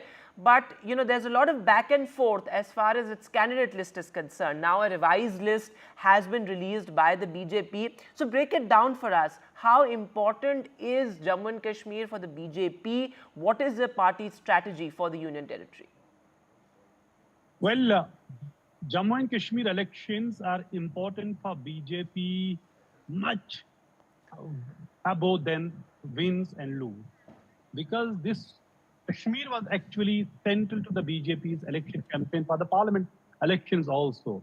Abrogation of 370 and August 5 decision 2019 has been the center to the BJP politics across country, how they have made Kashmir now as integral part of India, removed J&K's own constitution, flag, made it like any other state, and now it is a union territory. Now this election would send a message whether people of Jammu and Kashmir give approval to the BJP's agenda. And then you see BJP releasing the first list of its candidates.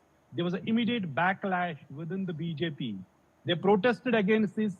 They stopped the BJP office in Jammu. Large number of BJP workers, they raised slogans. It was tough time for the BJP President Ravinder Raina to pacify BJP workers and supporters, leaders who were saying, look, these parachute candidates have been given mandate and the loyal and the committed workers of the BJP have been ignored. They were actually referring to the number of, leaders, candidates who were given mandate in this first list because they were earlier these by the National Conference leaders, Congress, PDP, Apni Party, Panthers Party, they switched sides and joined BJP. Now you see all these people have made it to the BJP's this candidate list. So they were protest. Now you see, yes, BJP has also released this, that though the list, they were forced to, withdraw the list. A small list of 15 candidates was released for the first phase of these assembly elections. Last date of filing of nomination papers is tomorrow. Now BJP has also, released the list of 40 BJP star campaigners, which includes Prime Minister Narendra Modi, who is holding series of rally across Jammu and Kashmir, mostly in Jammu. Home Minister Amit Shah, Defense Minister Rajnath Singh, JP Nadda, BJP President, Yogi Adityanath, UP Chief Minister, and who has been the star campaigner in almost every major election in Jammu and Kashmir. So BJP is taking this election very, very seriously, but their challenge has started from within. The list BJP today released, there was a pushback, and the BJP was forced to, withdraw the list. It was a kind of an embarrassing situation for the BJP, a party which is known for the discipline. When the party high command makes a decision, workers usually use to accept it. But we see today in Jammu, there was a backlash, there were protests, and in fact, the BJP high command was forced to withdraw the list and say they will, reconsider it. Interestingly, as BJP, J&K Chief Ravinder Raina had a tough time to pacify the protesting party workers. He himself didn't figure in the list of 44 candidates. So is, Dr. Nirmal Singh, also a former president and the former deputy chief minister, Kavinder Gupta, Sat Sharma, several other leaders. So the local leaders, the BJP loyalists, old workers are saying, how can BJP ignore their own loyalists and get people who are recently joined from the Congress, National Conference, PDP, and they make it to the party's candidate list? That's a very interesting dilemma there for the BJP, and clearly visible in how the events panned out this morning. But Nazir, very quickly, what are you picking up? When will the campaign kick in full swing? When will we see these star campaigners, including the Prime Minister, the Home Minister, the Defence Minister, campaigning in Jammu and Kashmir? Because that's going to be an extremely important, interesting visual to see all these big guns hitting the campaign trail in Jammu and Kashmir. Well, according to our sources, Prime Minister Narendra Modi is holding 10 to 12 rallies in Jammu, around 2 rallies in Kashmir Valley as well.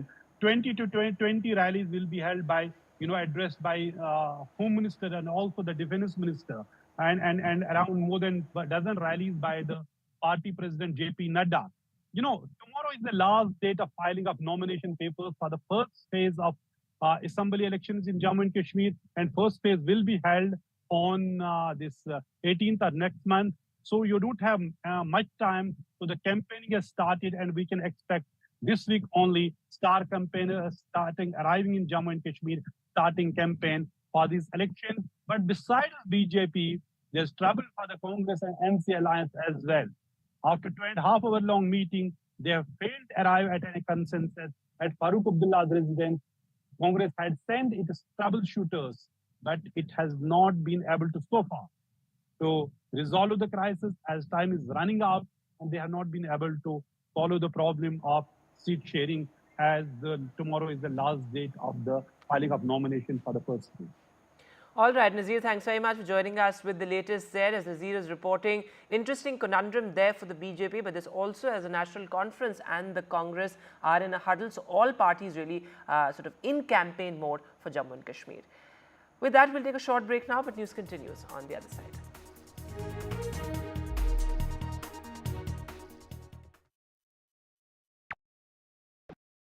Landslide devastation in Kerala's Wayanad. Join NDTV's initiative. Donate for Kerala.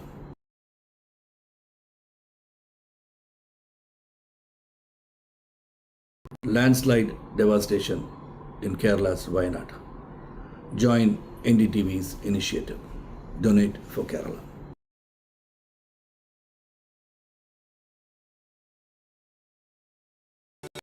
Stay informed and entertained with the new and updated NDTV News app. You can watch all our channels live, listen to podcasts, read breaking and exclusive news from around the world and more. Download the NDTV app today and get access to the best journalism and storytelling on your smartphone or tablet. The NDTV app. News that matters to you. Hi, I'm Shreya Saran.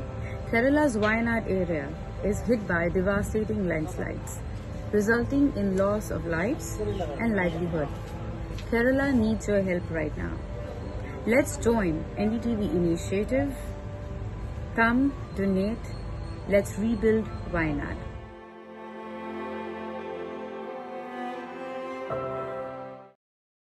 Landslide devastation in Kerala's Wayanad. Join NDTV's initiative. Donate for Kerala.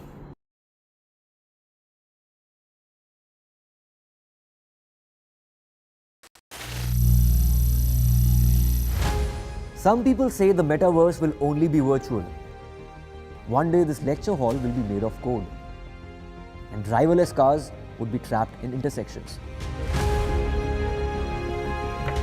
But even in this maze of the future, you can't wish away health.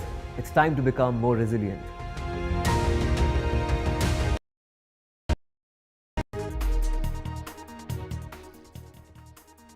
Welcome back. Our big focus on NDTV, Mollywood's Me Too moment. Well, it's almost like a Harvey Weinstein moment that Mollywood is going through, and more actors are speaking up. This is bigwigs have stepped down. Well, the latest is actor Minu Munir, who has made some very serious allegations, including the fact that she was sexually abused by her co-stars. She says that, such kind of misogyny and sexual abuse has been normalized as far as the Malayalam film industry is concerned.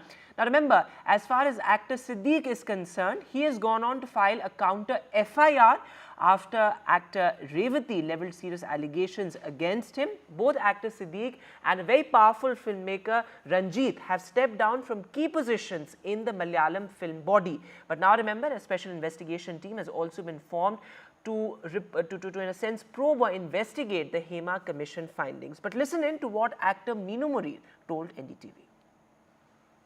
I had a bitter experience in Malayalam film industry. Actually, I was working in abroad in legal consultancy. I came to act in De Ingotu Nokke, that one movie is there. The director was Balachandra Menon, and my character was as a chief secretary. when I was acting in that movie, then I went to the toilet, in the shooting was in Secretariat. So when I went to the toilet and came out, this one Mr. Jay Surya, he's a prominent actor. He hugged me from behind and kissed me without my consent. And I was so shocked, and then I ran out. Then I wanted to tell other colleagues. Then I went down. Then I was about to share this to another senior actor. That time, this Mr. Jay Surya, he came back of me and he asked me, Minu, I want to tell you one thing. Just answer me yes or no. Then I said, what? Then he said that I have an apartment over in Trivandrum. If you are interested, you can come. So you will get a lot of benefits if you be with me. I said no. Then after that, he didn't disturb me at all. And after that, again I acted in another movie. So one Mr. Muhesh, who is an MLA here. Currently, he's MLA in Kollam, and he also expressed his interest on me. He's interested, so I didn't agree for that. Then actually in Malayalam film Amma Association, we will get a membership if we act in 3 movies. So after acting 6 movies, I contacted in Idamala Babu, who is the secretary of Amma Association. He said that you come to my flat, I will give the form. You have to fill that. So I went to his flat according to his invitation. I went there, and he physically abused me there. He tried to. Then I ran from there. Then again I contacted that time. Amma president was Mr. Innocent, and I told him that I didn't get a membership in Amma association. Then he said, I contact so and so person. When I contacted there also, that time Mukesh, so-called MLA, he called me and said, what you thought about me? Without my knowledge, you could enter in Amma Association. He thought, because you are not ready to share the bed, no. So you better put wax there, wax of candle, no. Put wax over there. Don't share bed to anyone. You cannot share the bed to me, no. So we will not give a membership in Amma Association. Meanwhile, it's not just the prominent actors that have come out and spoken out, it's also junior artists and junior actors who have now spoken on record about the kind of sexual abuse that they've had to face. Listen in to what this junior artist told my colleague Ishika about not just the reality of the Malayalam film industry, but also a key film association down south. Take a look.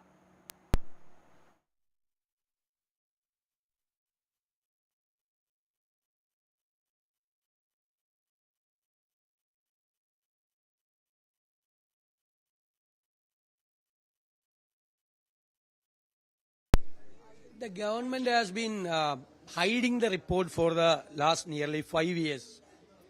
In the report, so many actresses, those who are working in the field of film, Malayalam film, they made their complaints to the committee. And it was a deposition. And it is on pen drive. The report and the pen drive and the WhatsApp messages are with the government. They are keeping it for the last nearly 5 years. From the report itself, it is very clear that a series of offences have been committed, already committed. Unfortunately, the government knew the fact that a series of offences have been committed. We are at this social media boom, everyone is on social media doing so many things, I think anything which goes into the peak will start coming down, right? I genuinely feel now when I'm hearing all this news or whatever, and how women are treated, how anybody can say anything or anybody can do anything and they think they can get away with it. I think we are in the most possible worst, like if comparatively, like 20 years earlier, it was much better, the situation. Before that, 20 years before, it was a little more better. I feel we are at the worst. We are at the worst.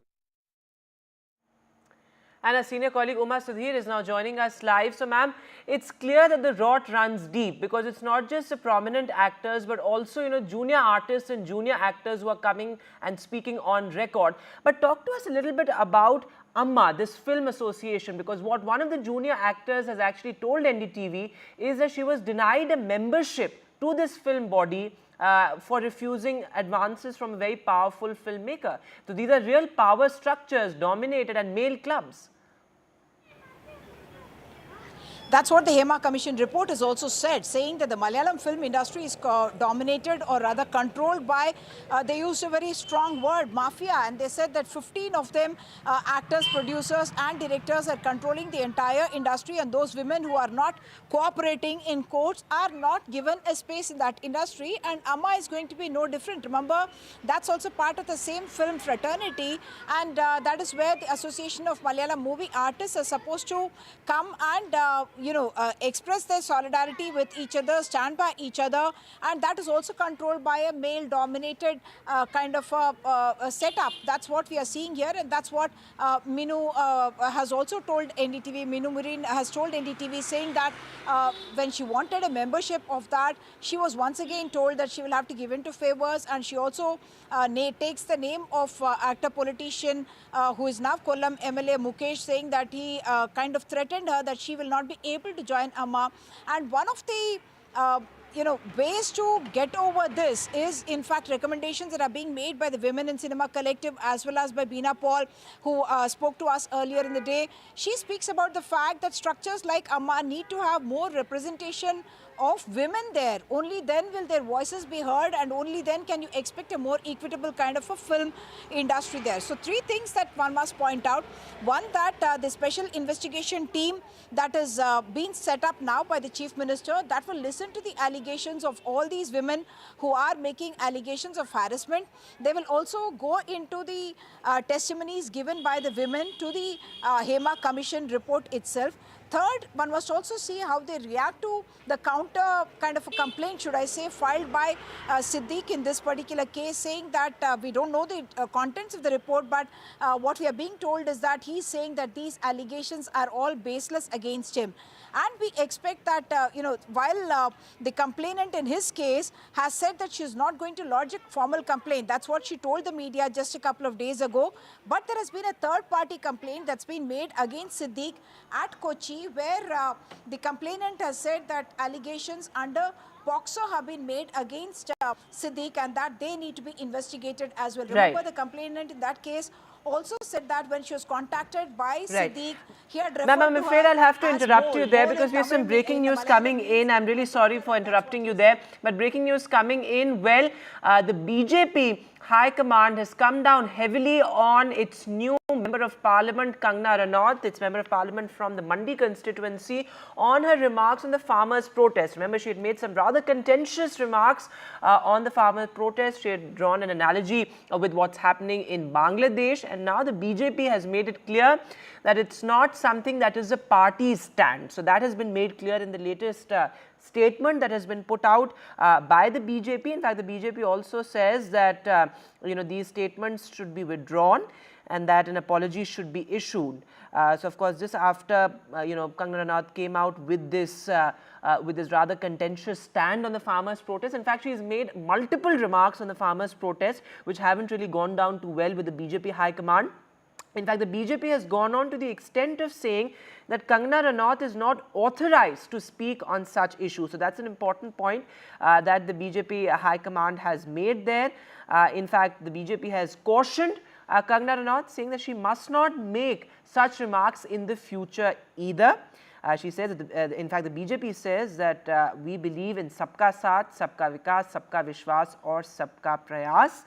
And, the BJP says that social, consciousness is extremely important when it comes to members of parliament, and that Kangana Ranaut is not just a BJP member now, but she is also a member of parliament. My colleague Maria Shakil is joining us live. So, Maria, pretty strong remarks by the BJP. The BJP has made it clear that, such remarks will... Yes, that's right. And it's a press release which has been issued. So it's a formal information which is being shared with the press that Kangana Ranaut has been reprimanded, in which the party leadership feels that her comments or statements which have been made off and on are not really in sync with the views of the party, and hence there has to be a great degree of caution on her part. It goes on to say that her views are her alone, and even if those views are being shared with the members of the press, it should be avoidable completely. So a clear rap in the knuckles, one would say, for a member of parliament from Mandi of the BJP. Remember, in the past also, she has made a lot of comments which have been seen as embarrassing for the party. But now the party going ahead and making it officially that her comments are embarrassing the party leadership, and hence whatever she is saying is being said in her personal capacity, which has nothing to do with the party leadership. So, you know, the choice of words which have been made in that official press release which has been put out is certainly very, very damning in terms of what the party wishes to send as a message for Kangana Ranaut, in which it is being said clearly that her comments have caused embarrassment for the party, and it is something that the party doesn't believe in or adheres to or supports her in her comments, and hence they are going ahead and clearly and categorically saying that her comments should not be seen as the view of the BJP. Right, Mara, thanks very much for joining us with the latest. They're also extremely rare for the BJP to, in a sense, put out such a press release. In fact, Mara Shakil continues to be with us. So, Mara, you know, also the BJP has said that it's important to, important for members of parliament to maintain, to have that kind of social consciousness. But also, you know, the timing of this is also extremely interesting, given the fact that you have crucial assembly elections coming in, also assembly elections in Haryana, where, you know, farmers are a key constituency for the BJP. Yes, that's right. Look, Vedant, you know, there are several members of the BJP whose statements in the past have been seen as embarrassing for the party or have been completely contradictory to what has been seen as the party line. In the past, though, the party did not come out with statements or press releases of this nature. So it's a clear departure we have seen in the past, of 10 years in Modi 3.2 or NDTV, where we are seeing open statements being issued by the party with regards to a statement being made by any member of parliament. In the past, whenever an MP has made a statement which was seen as not in sync with the party line, then we were told via sources that such a statement will not be tolerated, and that the statement has to be withdrawn or an action taken against a particular leader. You know, for example, Nupur Sharma, action was taken against her. She was suspended as the spokesperson of the party. Kangana Ranaut is not a spokesperson of the BJP. She's not even on the panel list of the BJP. But as a member of parliament, she has been making statements which are seen as those statements which the opposition can latch on to. In fact, we have seen how the Congress was demanding an answer from the party leadership of the BJP if that was the larger messaging or if that was the larger party line. So how much can the BJP say that a particular leader who has made the statement is doing it in the personal capacity? Let's not forget, Kangana Ranaut is a member of parliament. She is among those 240 MPs who have won the recent elections. And hence, her statement cannot be seen as not the statement of the political party. And that is the reason why this kind of reprimand coming in from the BJP is certainly significant. All right, Mara, thanks very much for joining us with the latest there and putting that in perspective. Also, Kangana Ranaut comes from a state, in fact, she is a member of parliament from a state where farmers again are a key constituency for the BJP, but also the timing very, very important given the fact that Haryana elections are just round the corner and the BJP's performance in Haryana in the Lok Sabha polls hasn't really been what it expected. With that, we'll slip into a short break now, but news continues on the other side.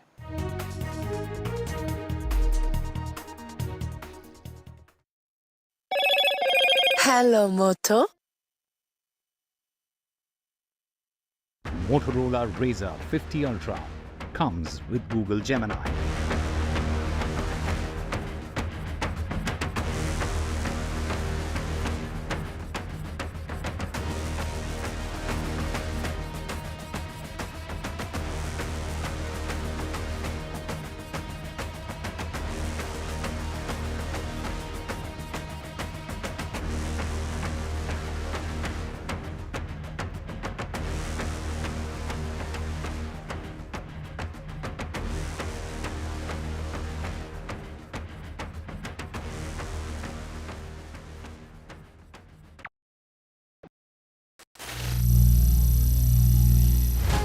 Some people say the metaverse will only be virtual. One day this lecture hall will be made of code, and driverless cars would be trapped in intersections. But even in this maze of the future, You can't wish away health. It's time to become more resilient.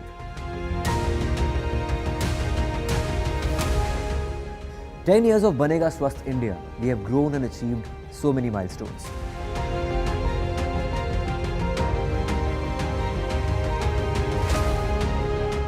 And now I have a plan to beat the urgency, to stop breathing with difficulty, to relieve getting choked with inactivity.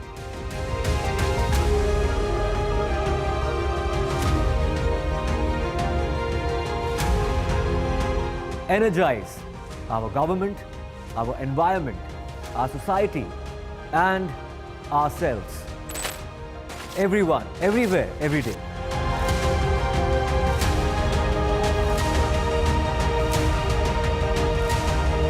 Banega Swasth India. One world hygiene." Landslide devastation in Kerala's Wayanad.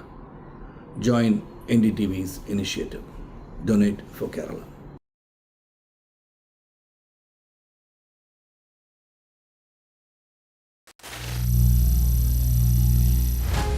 Some people say the metaverse will only be virtual. One day this lecture hall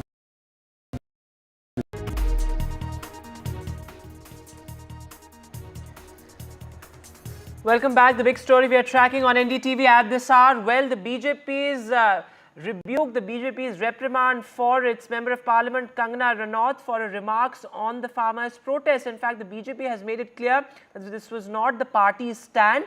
And remember, she had made some rather distasteful and contentious remarks on the farmers' protest. She compared it to what's happening in Bangladesh. The BJP has made it clear that this is not the party's stand and that Kangana Ranaut is not authorized to make such statements. Now, let's also put this in perspective. Remember, this also comes right ahead of the polls in Haryana. Now, the Prime Minister, the last time he was in Haryana, in fact, made several promises to farmers. In fact, there was a clear farmer outreach in his speech that he made in Haryana the last time he was in the state. And in fact, the BJP's performance in Haryana hasn't really been what it expected as far as the Lok Sabha polls are concerned, and some sort of a Congress revival there in the state after 10 years of anti-incumbency. So Haryana is an extremely crucial state, and the BJP cannot afford to upset farmers, which is why, perhaps the BJP has come out with this statement. Very rare for the BJP to come out with such a statement, to in a sense distance itself from its own Member of Parliament's remarks, for a party that is extremely centralized, for a party where there is one narrative that is issued from the top, and that is in a sense reiterated and regurgitated by all its Members of Parliament, spokespersons. For such a party to distance itself from what its Member of Parliament said, extremely rare and also interesting politically as well. And as I said, this comes right ahead of the crucial assembly elections in Haryana also. Now remember, what this press release that has now been put out actually says is that Kangana Ranaut must be careful in the future as well, and that she must not make such remarks, such loose remarks in the future as well. My colleague Akhilesh, our senior colleague who's been tracking the BJP for years. So Akhilesh, interesting that this comes right ahead of the assembly elections in Haryana.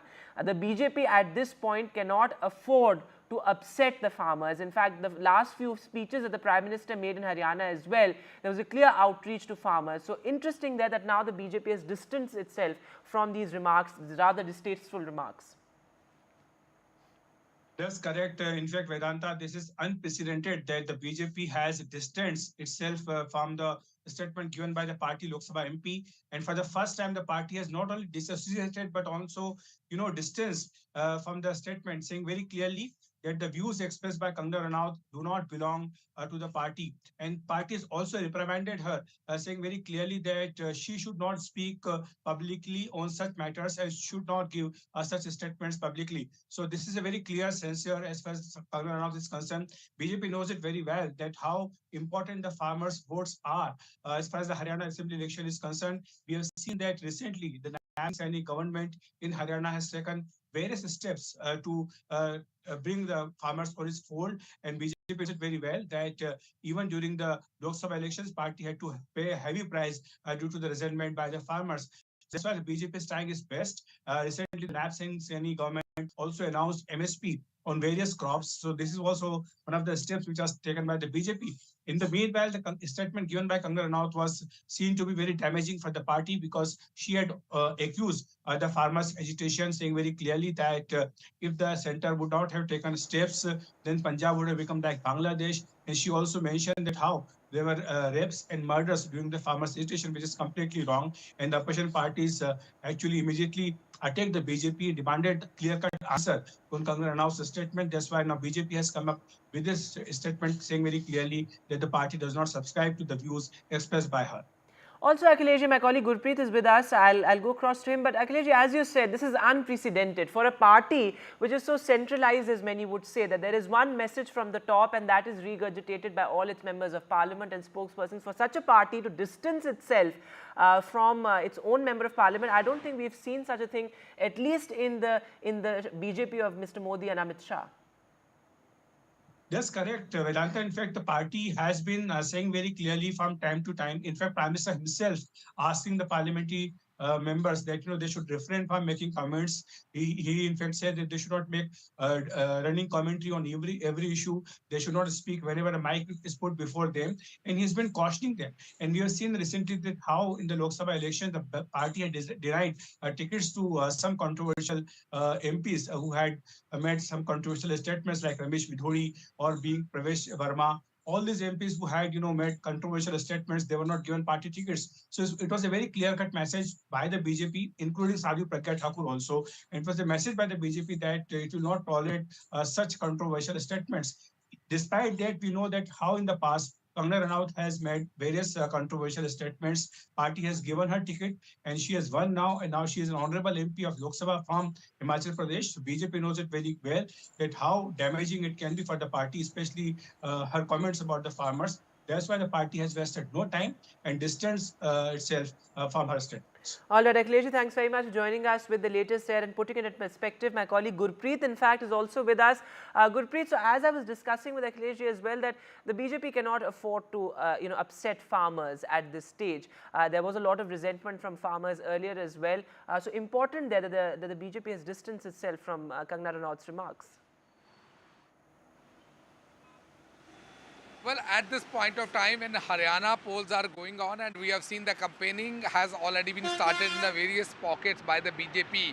A few days back, we have seen the Chief Minister of Haryana, Naib Singh Saini, he has given a bonus to the farmers. Somewhere down the lane, it seems they were trying to pacify the farmers because huge number of protests had been taken place in the state of Haryana. At this point of time, when the BJP has given a very clear-cut instruction to Kangana Ranaut saying that she is not authorized to give any such type of statement and BJP doesn't have any role for this statement. So that means the very message is very loud and clear, clear to all the people in the country that Kangana Ranaut has given whatever the statement she has given on her own personal views. Now, if we can talk about Kangana Ranaut, this is not first time she has given such type of statement. We have seen earlier multiple times such type of controversy has already been erupted.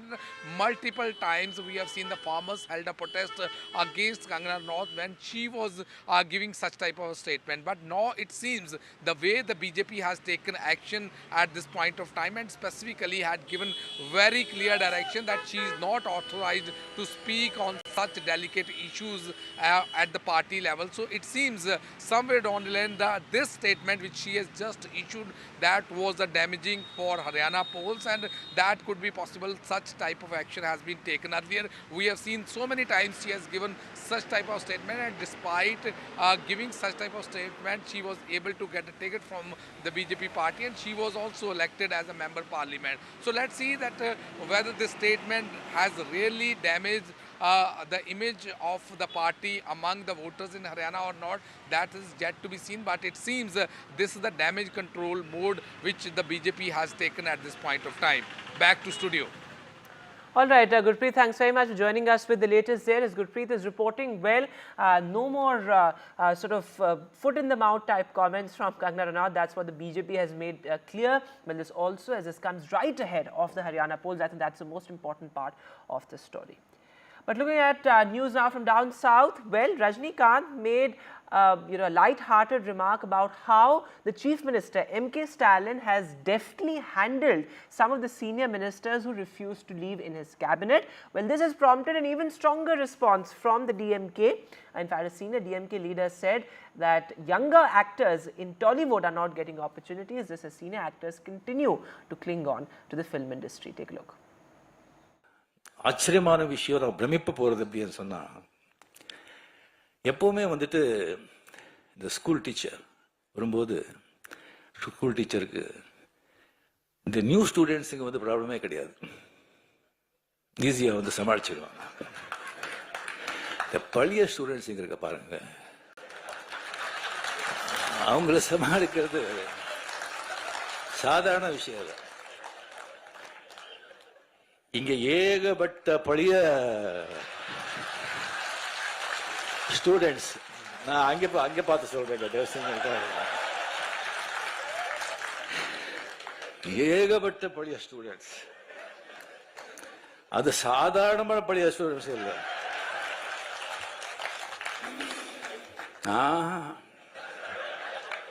அசாத்தியமானவங்க எல்லாருமே வந்து fail ஆயிட்டாங்க. இல்லை, ஒரு rank வாங்கிட்டு அந்த கிளாஸை விட்டு போக மாட்டோம்னு உட்காந்துருக்கேன்.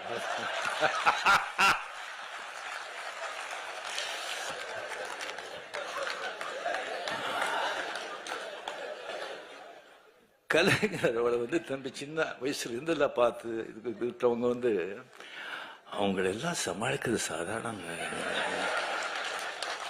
ஒருத்தர் வேண்டாங்க, துரைமுருகன் சொல்லி ஒருத்தர் இருக்காரு, கலைஞர் கண்ணிலேயே முதலிட்டு ஆட்டினவர் அவரு.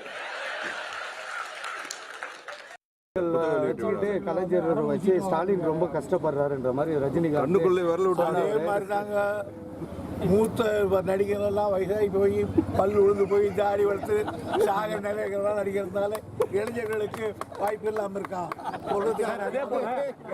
It was a book release function where Rajinikanth was the chief guest, and he tacitly referred to the senior ministers of Stalin's cabinet as old students, rank holders who refused to leave the class, saying that for the teacher it's easy to handle the new students, but it's a challenge to handle old-timers. And in that sense, he was complimenting M.K. Stalin. And he also referred to one particular senior minister, Durai Murugan, saying that he was a tough challenge even for late Chief Minister Karunanidhi. And when the minister was asked about this comment, saying that perhaps Rajinikanth had suggested that the senior leaders are becoming a challenge to M.K. Stalin, he said, likewise, in the film industry too, many old, what he called dying leaders, continue to act even after they get older, with grey hair and losing their teeth, and they scuttle opportunities for younger actors. That's what he had said, and giving a kind of an even stronger response. Right. But later, both of them patched up. Rajinikanth saying at the airport that Durai Murugan is a very close and old friend, and their friendship would continue. And Durai Murugan adding that don't make the humor, the good humor, be made into what he called as enmity between us. Whether there was anything more to those comments, that's something we'll have to wait and watch. But it was on a light-hearted note, Rajinikanth had said in the presence of M.K. Stalin, and that's why it stands now. And commenting on such a comment by Rajinikanth, former governor and BJP leader Tamilisai Soundararajan has said that perhaps Rajinikanth had in mind the attempts to elevate Udinidhi Stalin as a kind of deputy chief minister. And the lesson or the message she believes is to avoid that kind of a dynastic politics which could harm the state in her view. And moving now to the latest from Maharashtra. Well, it's also going to be a crucial election year in Maharashtra. In fact, there was a crucial cabinet meeting yesterday, and today the Mahavikas Aghadi has been in a huddle as well. There is no clarity yet as to how the seat sharing agreement will really pan out for the Mahavikas Aghadi. But what is clear as per the Congress chief in Maharashtra is that there is no dispute over the chief minister's face as well as the seat sharing agreement. Take a look at this exclusive interview. I'm with Maharashtra Congress Chief Nana Patole. Mr. Patole, my first question, seat sharing के ऊपर अभी क्या updates है? पहला round हुआ है seat sharing का, आप क्या बता सकते हो इसके बारे में? आपको पहला राउंड हुआ है सैटरडे को जो हुआ है, सैटरडे में बदलापुर के इशू में, और महाराज रहने वाले नहीं हुआ हमारा सीट शेयरिंग का मीटिंग ही नहीं हुआ। अभी सीट शेयरिंग का मीटिंग कल होने वाला था, वो भी हमारे सांसद नांदेड़ एक्सपर्ट होने से अभी वो उसके बारे में भी चर्चा चल रहा है। ऐसा कहा जा रहा है कि बोथ कांग्रेस एंड सेना मैक्सिमम सीट्स के लिए लड़ेंगे करके, और शायद डिस्प्यूट्स हो सकता है। तो महायुति में देख लीजिए क्या चल रहा है, महाविकास आघाड़ी में ऐसा कुछ नहीं। और सीएम पोस्ट के ऊपर बताइए, उद्धव जी ने कहा कि किसी का नाम लेना चाहिए, लेकिन कांग्रेस एनसीपी कह रहे हैं नहीं लेना चाहिए, इसके ऊपर डिफरेंसेस है कह रहे। उद्धव जी ने आपके कान में बोला होगा तो मुझे पता नहीं। हमारे मीटिंग में जो बात हुआ कि महाविकास आघाड़ी करके ही हम सब लोग सामने जाएंगे, तो ये मीडिया जो न्यूज़ फैला रही है वो किसको बोल रहा है, किसका? उद्धव जी ने ऐसा कुछ बोला नहीं। बीजेपी ने आशीष शेलार स्पेशली ने कहा कि सीट शेयरिंग के ऊपर एमवीए गिरेगा, ऐसा एक स्टेटमेंट ले। क्या करना चाहेंगे बीजेपी ने? कल क्या कहा कि हमें अभी किसी से बात नहीं करना, हम जिस सब पार्टी ने अपनी अपनी देखना चाहिए, ऐसा कहा है। तो इसलिए अपने पार्टी की देखो, दूसरे के बारे में मत बोले। और क्या फॉर्मूला हो सकता है? अभी सीट शेयरिंग के मीटिंग में होगा formula. And from one election state to the other, well, in Jammu and Kashmir, the elections will begin from September the 18th. It's going to be multi-phased elections. But what is in focus right now is the campaign and also the seat sharing between the Congress and the National Conference. There was a lot of back and forth as far as seat sharing talks were concerned. But now, two of the Congress's troubleshooters, Salman Khurshid and KC Venugopal, have been rushed to Farooq Abdullah's residence, which is where they're having a conversation about the seat sharing agreement, is what we are being told. But listen in to what Nasir Wani had said earlier. यही बड़ा update है कि कांग्रेस के कुछ जो हैं senior साथी आ रहे हैं हमारी लीडर्स को मिलने के लिए। डॉक्टर साहब और उमर साहब और जो यहाँ बाकी हमारी क़यादत है उनसे मीटिंग करने के लिए आ रहे हैं। कुछ चीज़ों पे आपस में जो है क्लैरिफिकेशन की ज़रूरत थी, इसलिए सामने बैठ के क्लियर करना ज़्यादा बेहतर है। जो होना होगा आज शाम तक क्लियर हो जाएगा। Meanwhile, the BJP has also released its first list as far as the Jammu and Kashmir elections are concerned. It initially withdrew its first list and now some additions have been made. This is for the BJP. It is a tightrope walk as far as Jammu and Kashmir is concerned. Some loyalists and the old guard needs to be accommodated as well. And these visuals that you see on your screen are those of ruckus and protest outside the BJP office in Jammu and Kashmir as well. Listen in.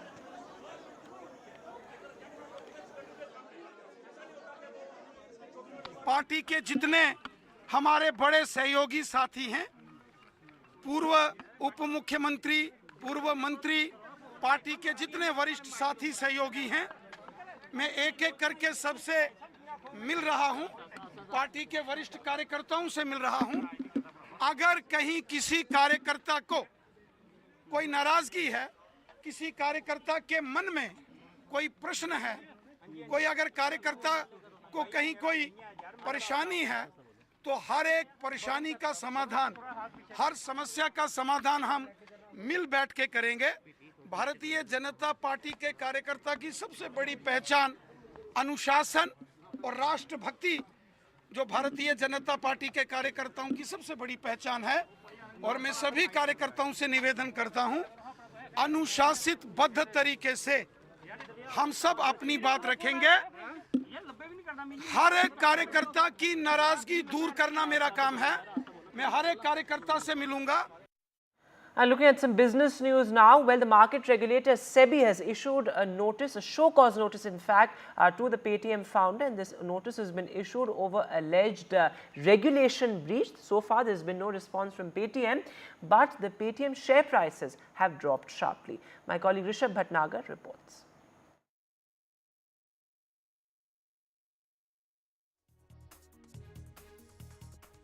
We're seeing this notice being delivered, and the issue that is being talked about is about at least 3 years old during Paytm's IPO process way back in 2021. The heart of the issue is, of course, the classification that Vijay Shekhar Sharma had at the time of the IPO. This was also classified, this was also taken up in 2023 by an advisory firm. And the fact that Vijay Shekhar Sharma was not classified as a promoter at the time of the IPO, despite his aggregate shareholding being a little more than 10%, which is not according to SEBI's norms. Now, that is at the heart of this issue. A trickle-down effect of this issue would also be whether the fact that Sharma was eligible to actually get the employee stock options that he did end up getting, which aggregated to about 4,000 crore rupees. So we're seeing a bunch of these notices that have been shared with Paytm. All we know right now is that the founder and a few directors from that time are in receipt of this. Now, this could be a material disclosure that Paytm will have to actually put out on its stock exchanges, given that it is a listed company now. So we're awaiting that, and more details should emerge from that.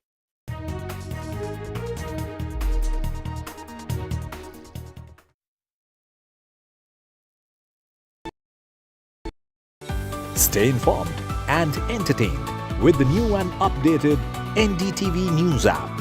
You can watch all our channels live, listen to podcasts, read breaking and exclusive news from around the world and more.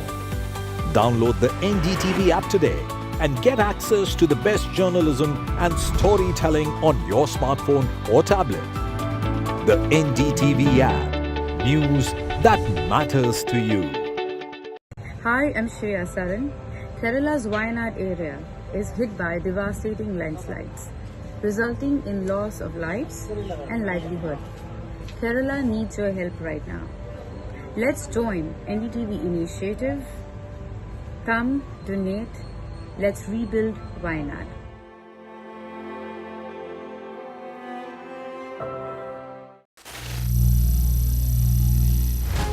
Some people say the metaverse will only be virtual.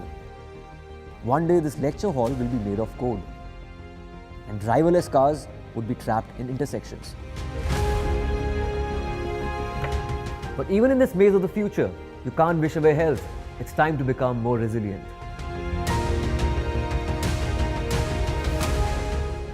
"10 years of Banega Swasth India, we have grown and achieved so many milestones.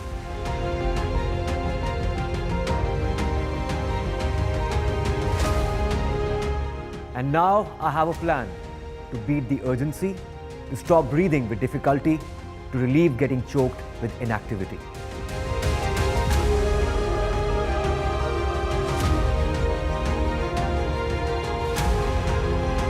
Energize our government, our environment, our society, and ourselves. Everyone, everywhere, every day.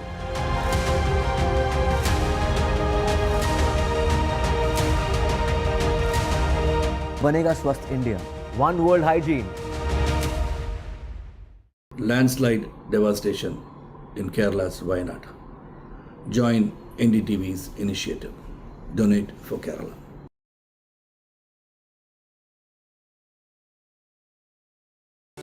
Stay informed and entertained with the new and updated NDTV News app.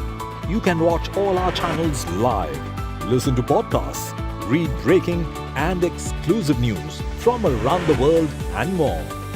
Download the NDTV app today and get access to the best journalism and storytelling on your smartphone or tablet. The NDTV app. News that matters to you. Some people say the metaverse will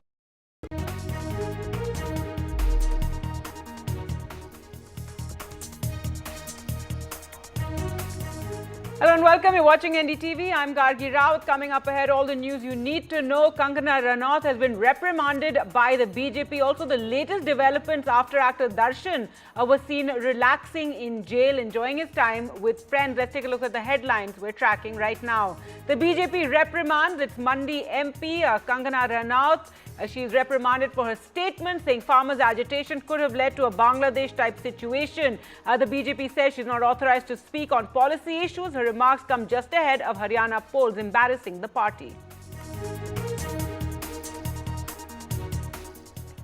Mollywood's Me Too moment, and more actors from the Kannada film industry speak up. And now actor Minu Munir has accused co-stars of sexual abuse, says she refused advances and declined the film body membership.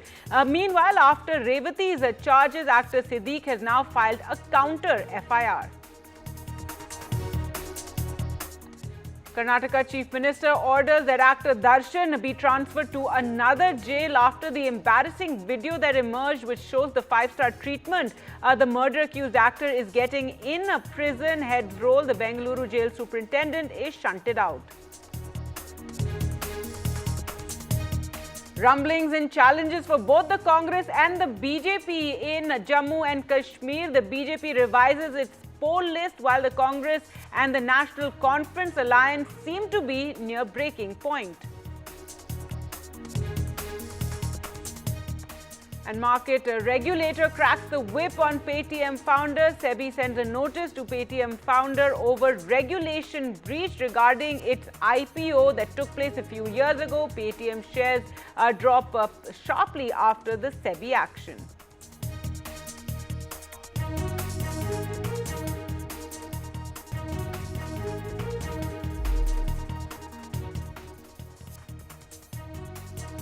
Our top story now, and the BJP has been left red-faced after actor-politician Kangana Ranaut's remarks on the farmers' protest, in which she gave an interview where she suggested that the farmers' agitation could have led to a Bangladesh-like crisis in India if not for the strong steps taken by the government. She also said that there was the involvement of foreign powers, the US and China. She talks about the kind of agitation and how dead bodies were seen hanging at the farmers' protest. Now, she has been reprimanded by the BJP leadership after her remarks created a massive controversy, and they come just ahead of the Haryana elections.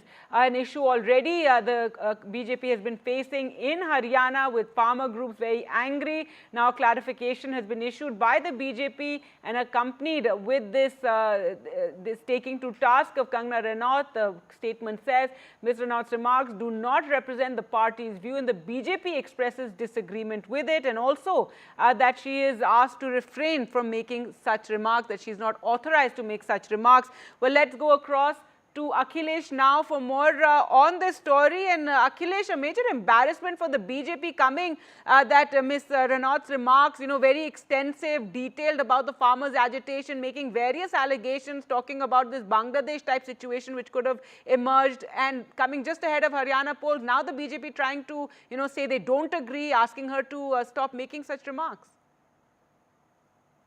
That's correct, Gargi. In fact, the BJP knows it very well. Sensitive situation the party is in due to her remarks. That's why the party did not waste any time and distanced itself from her statements very clearly.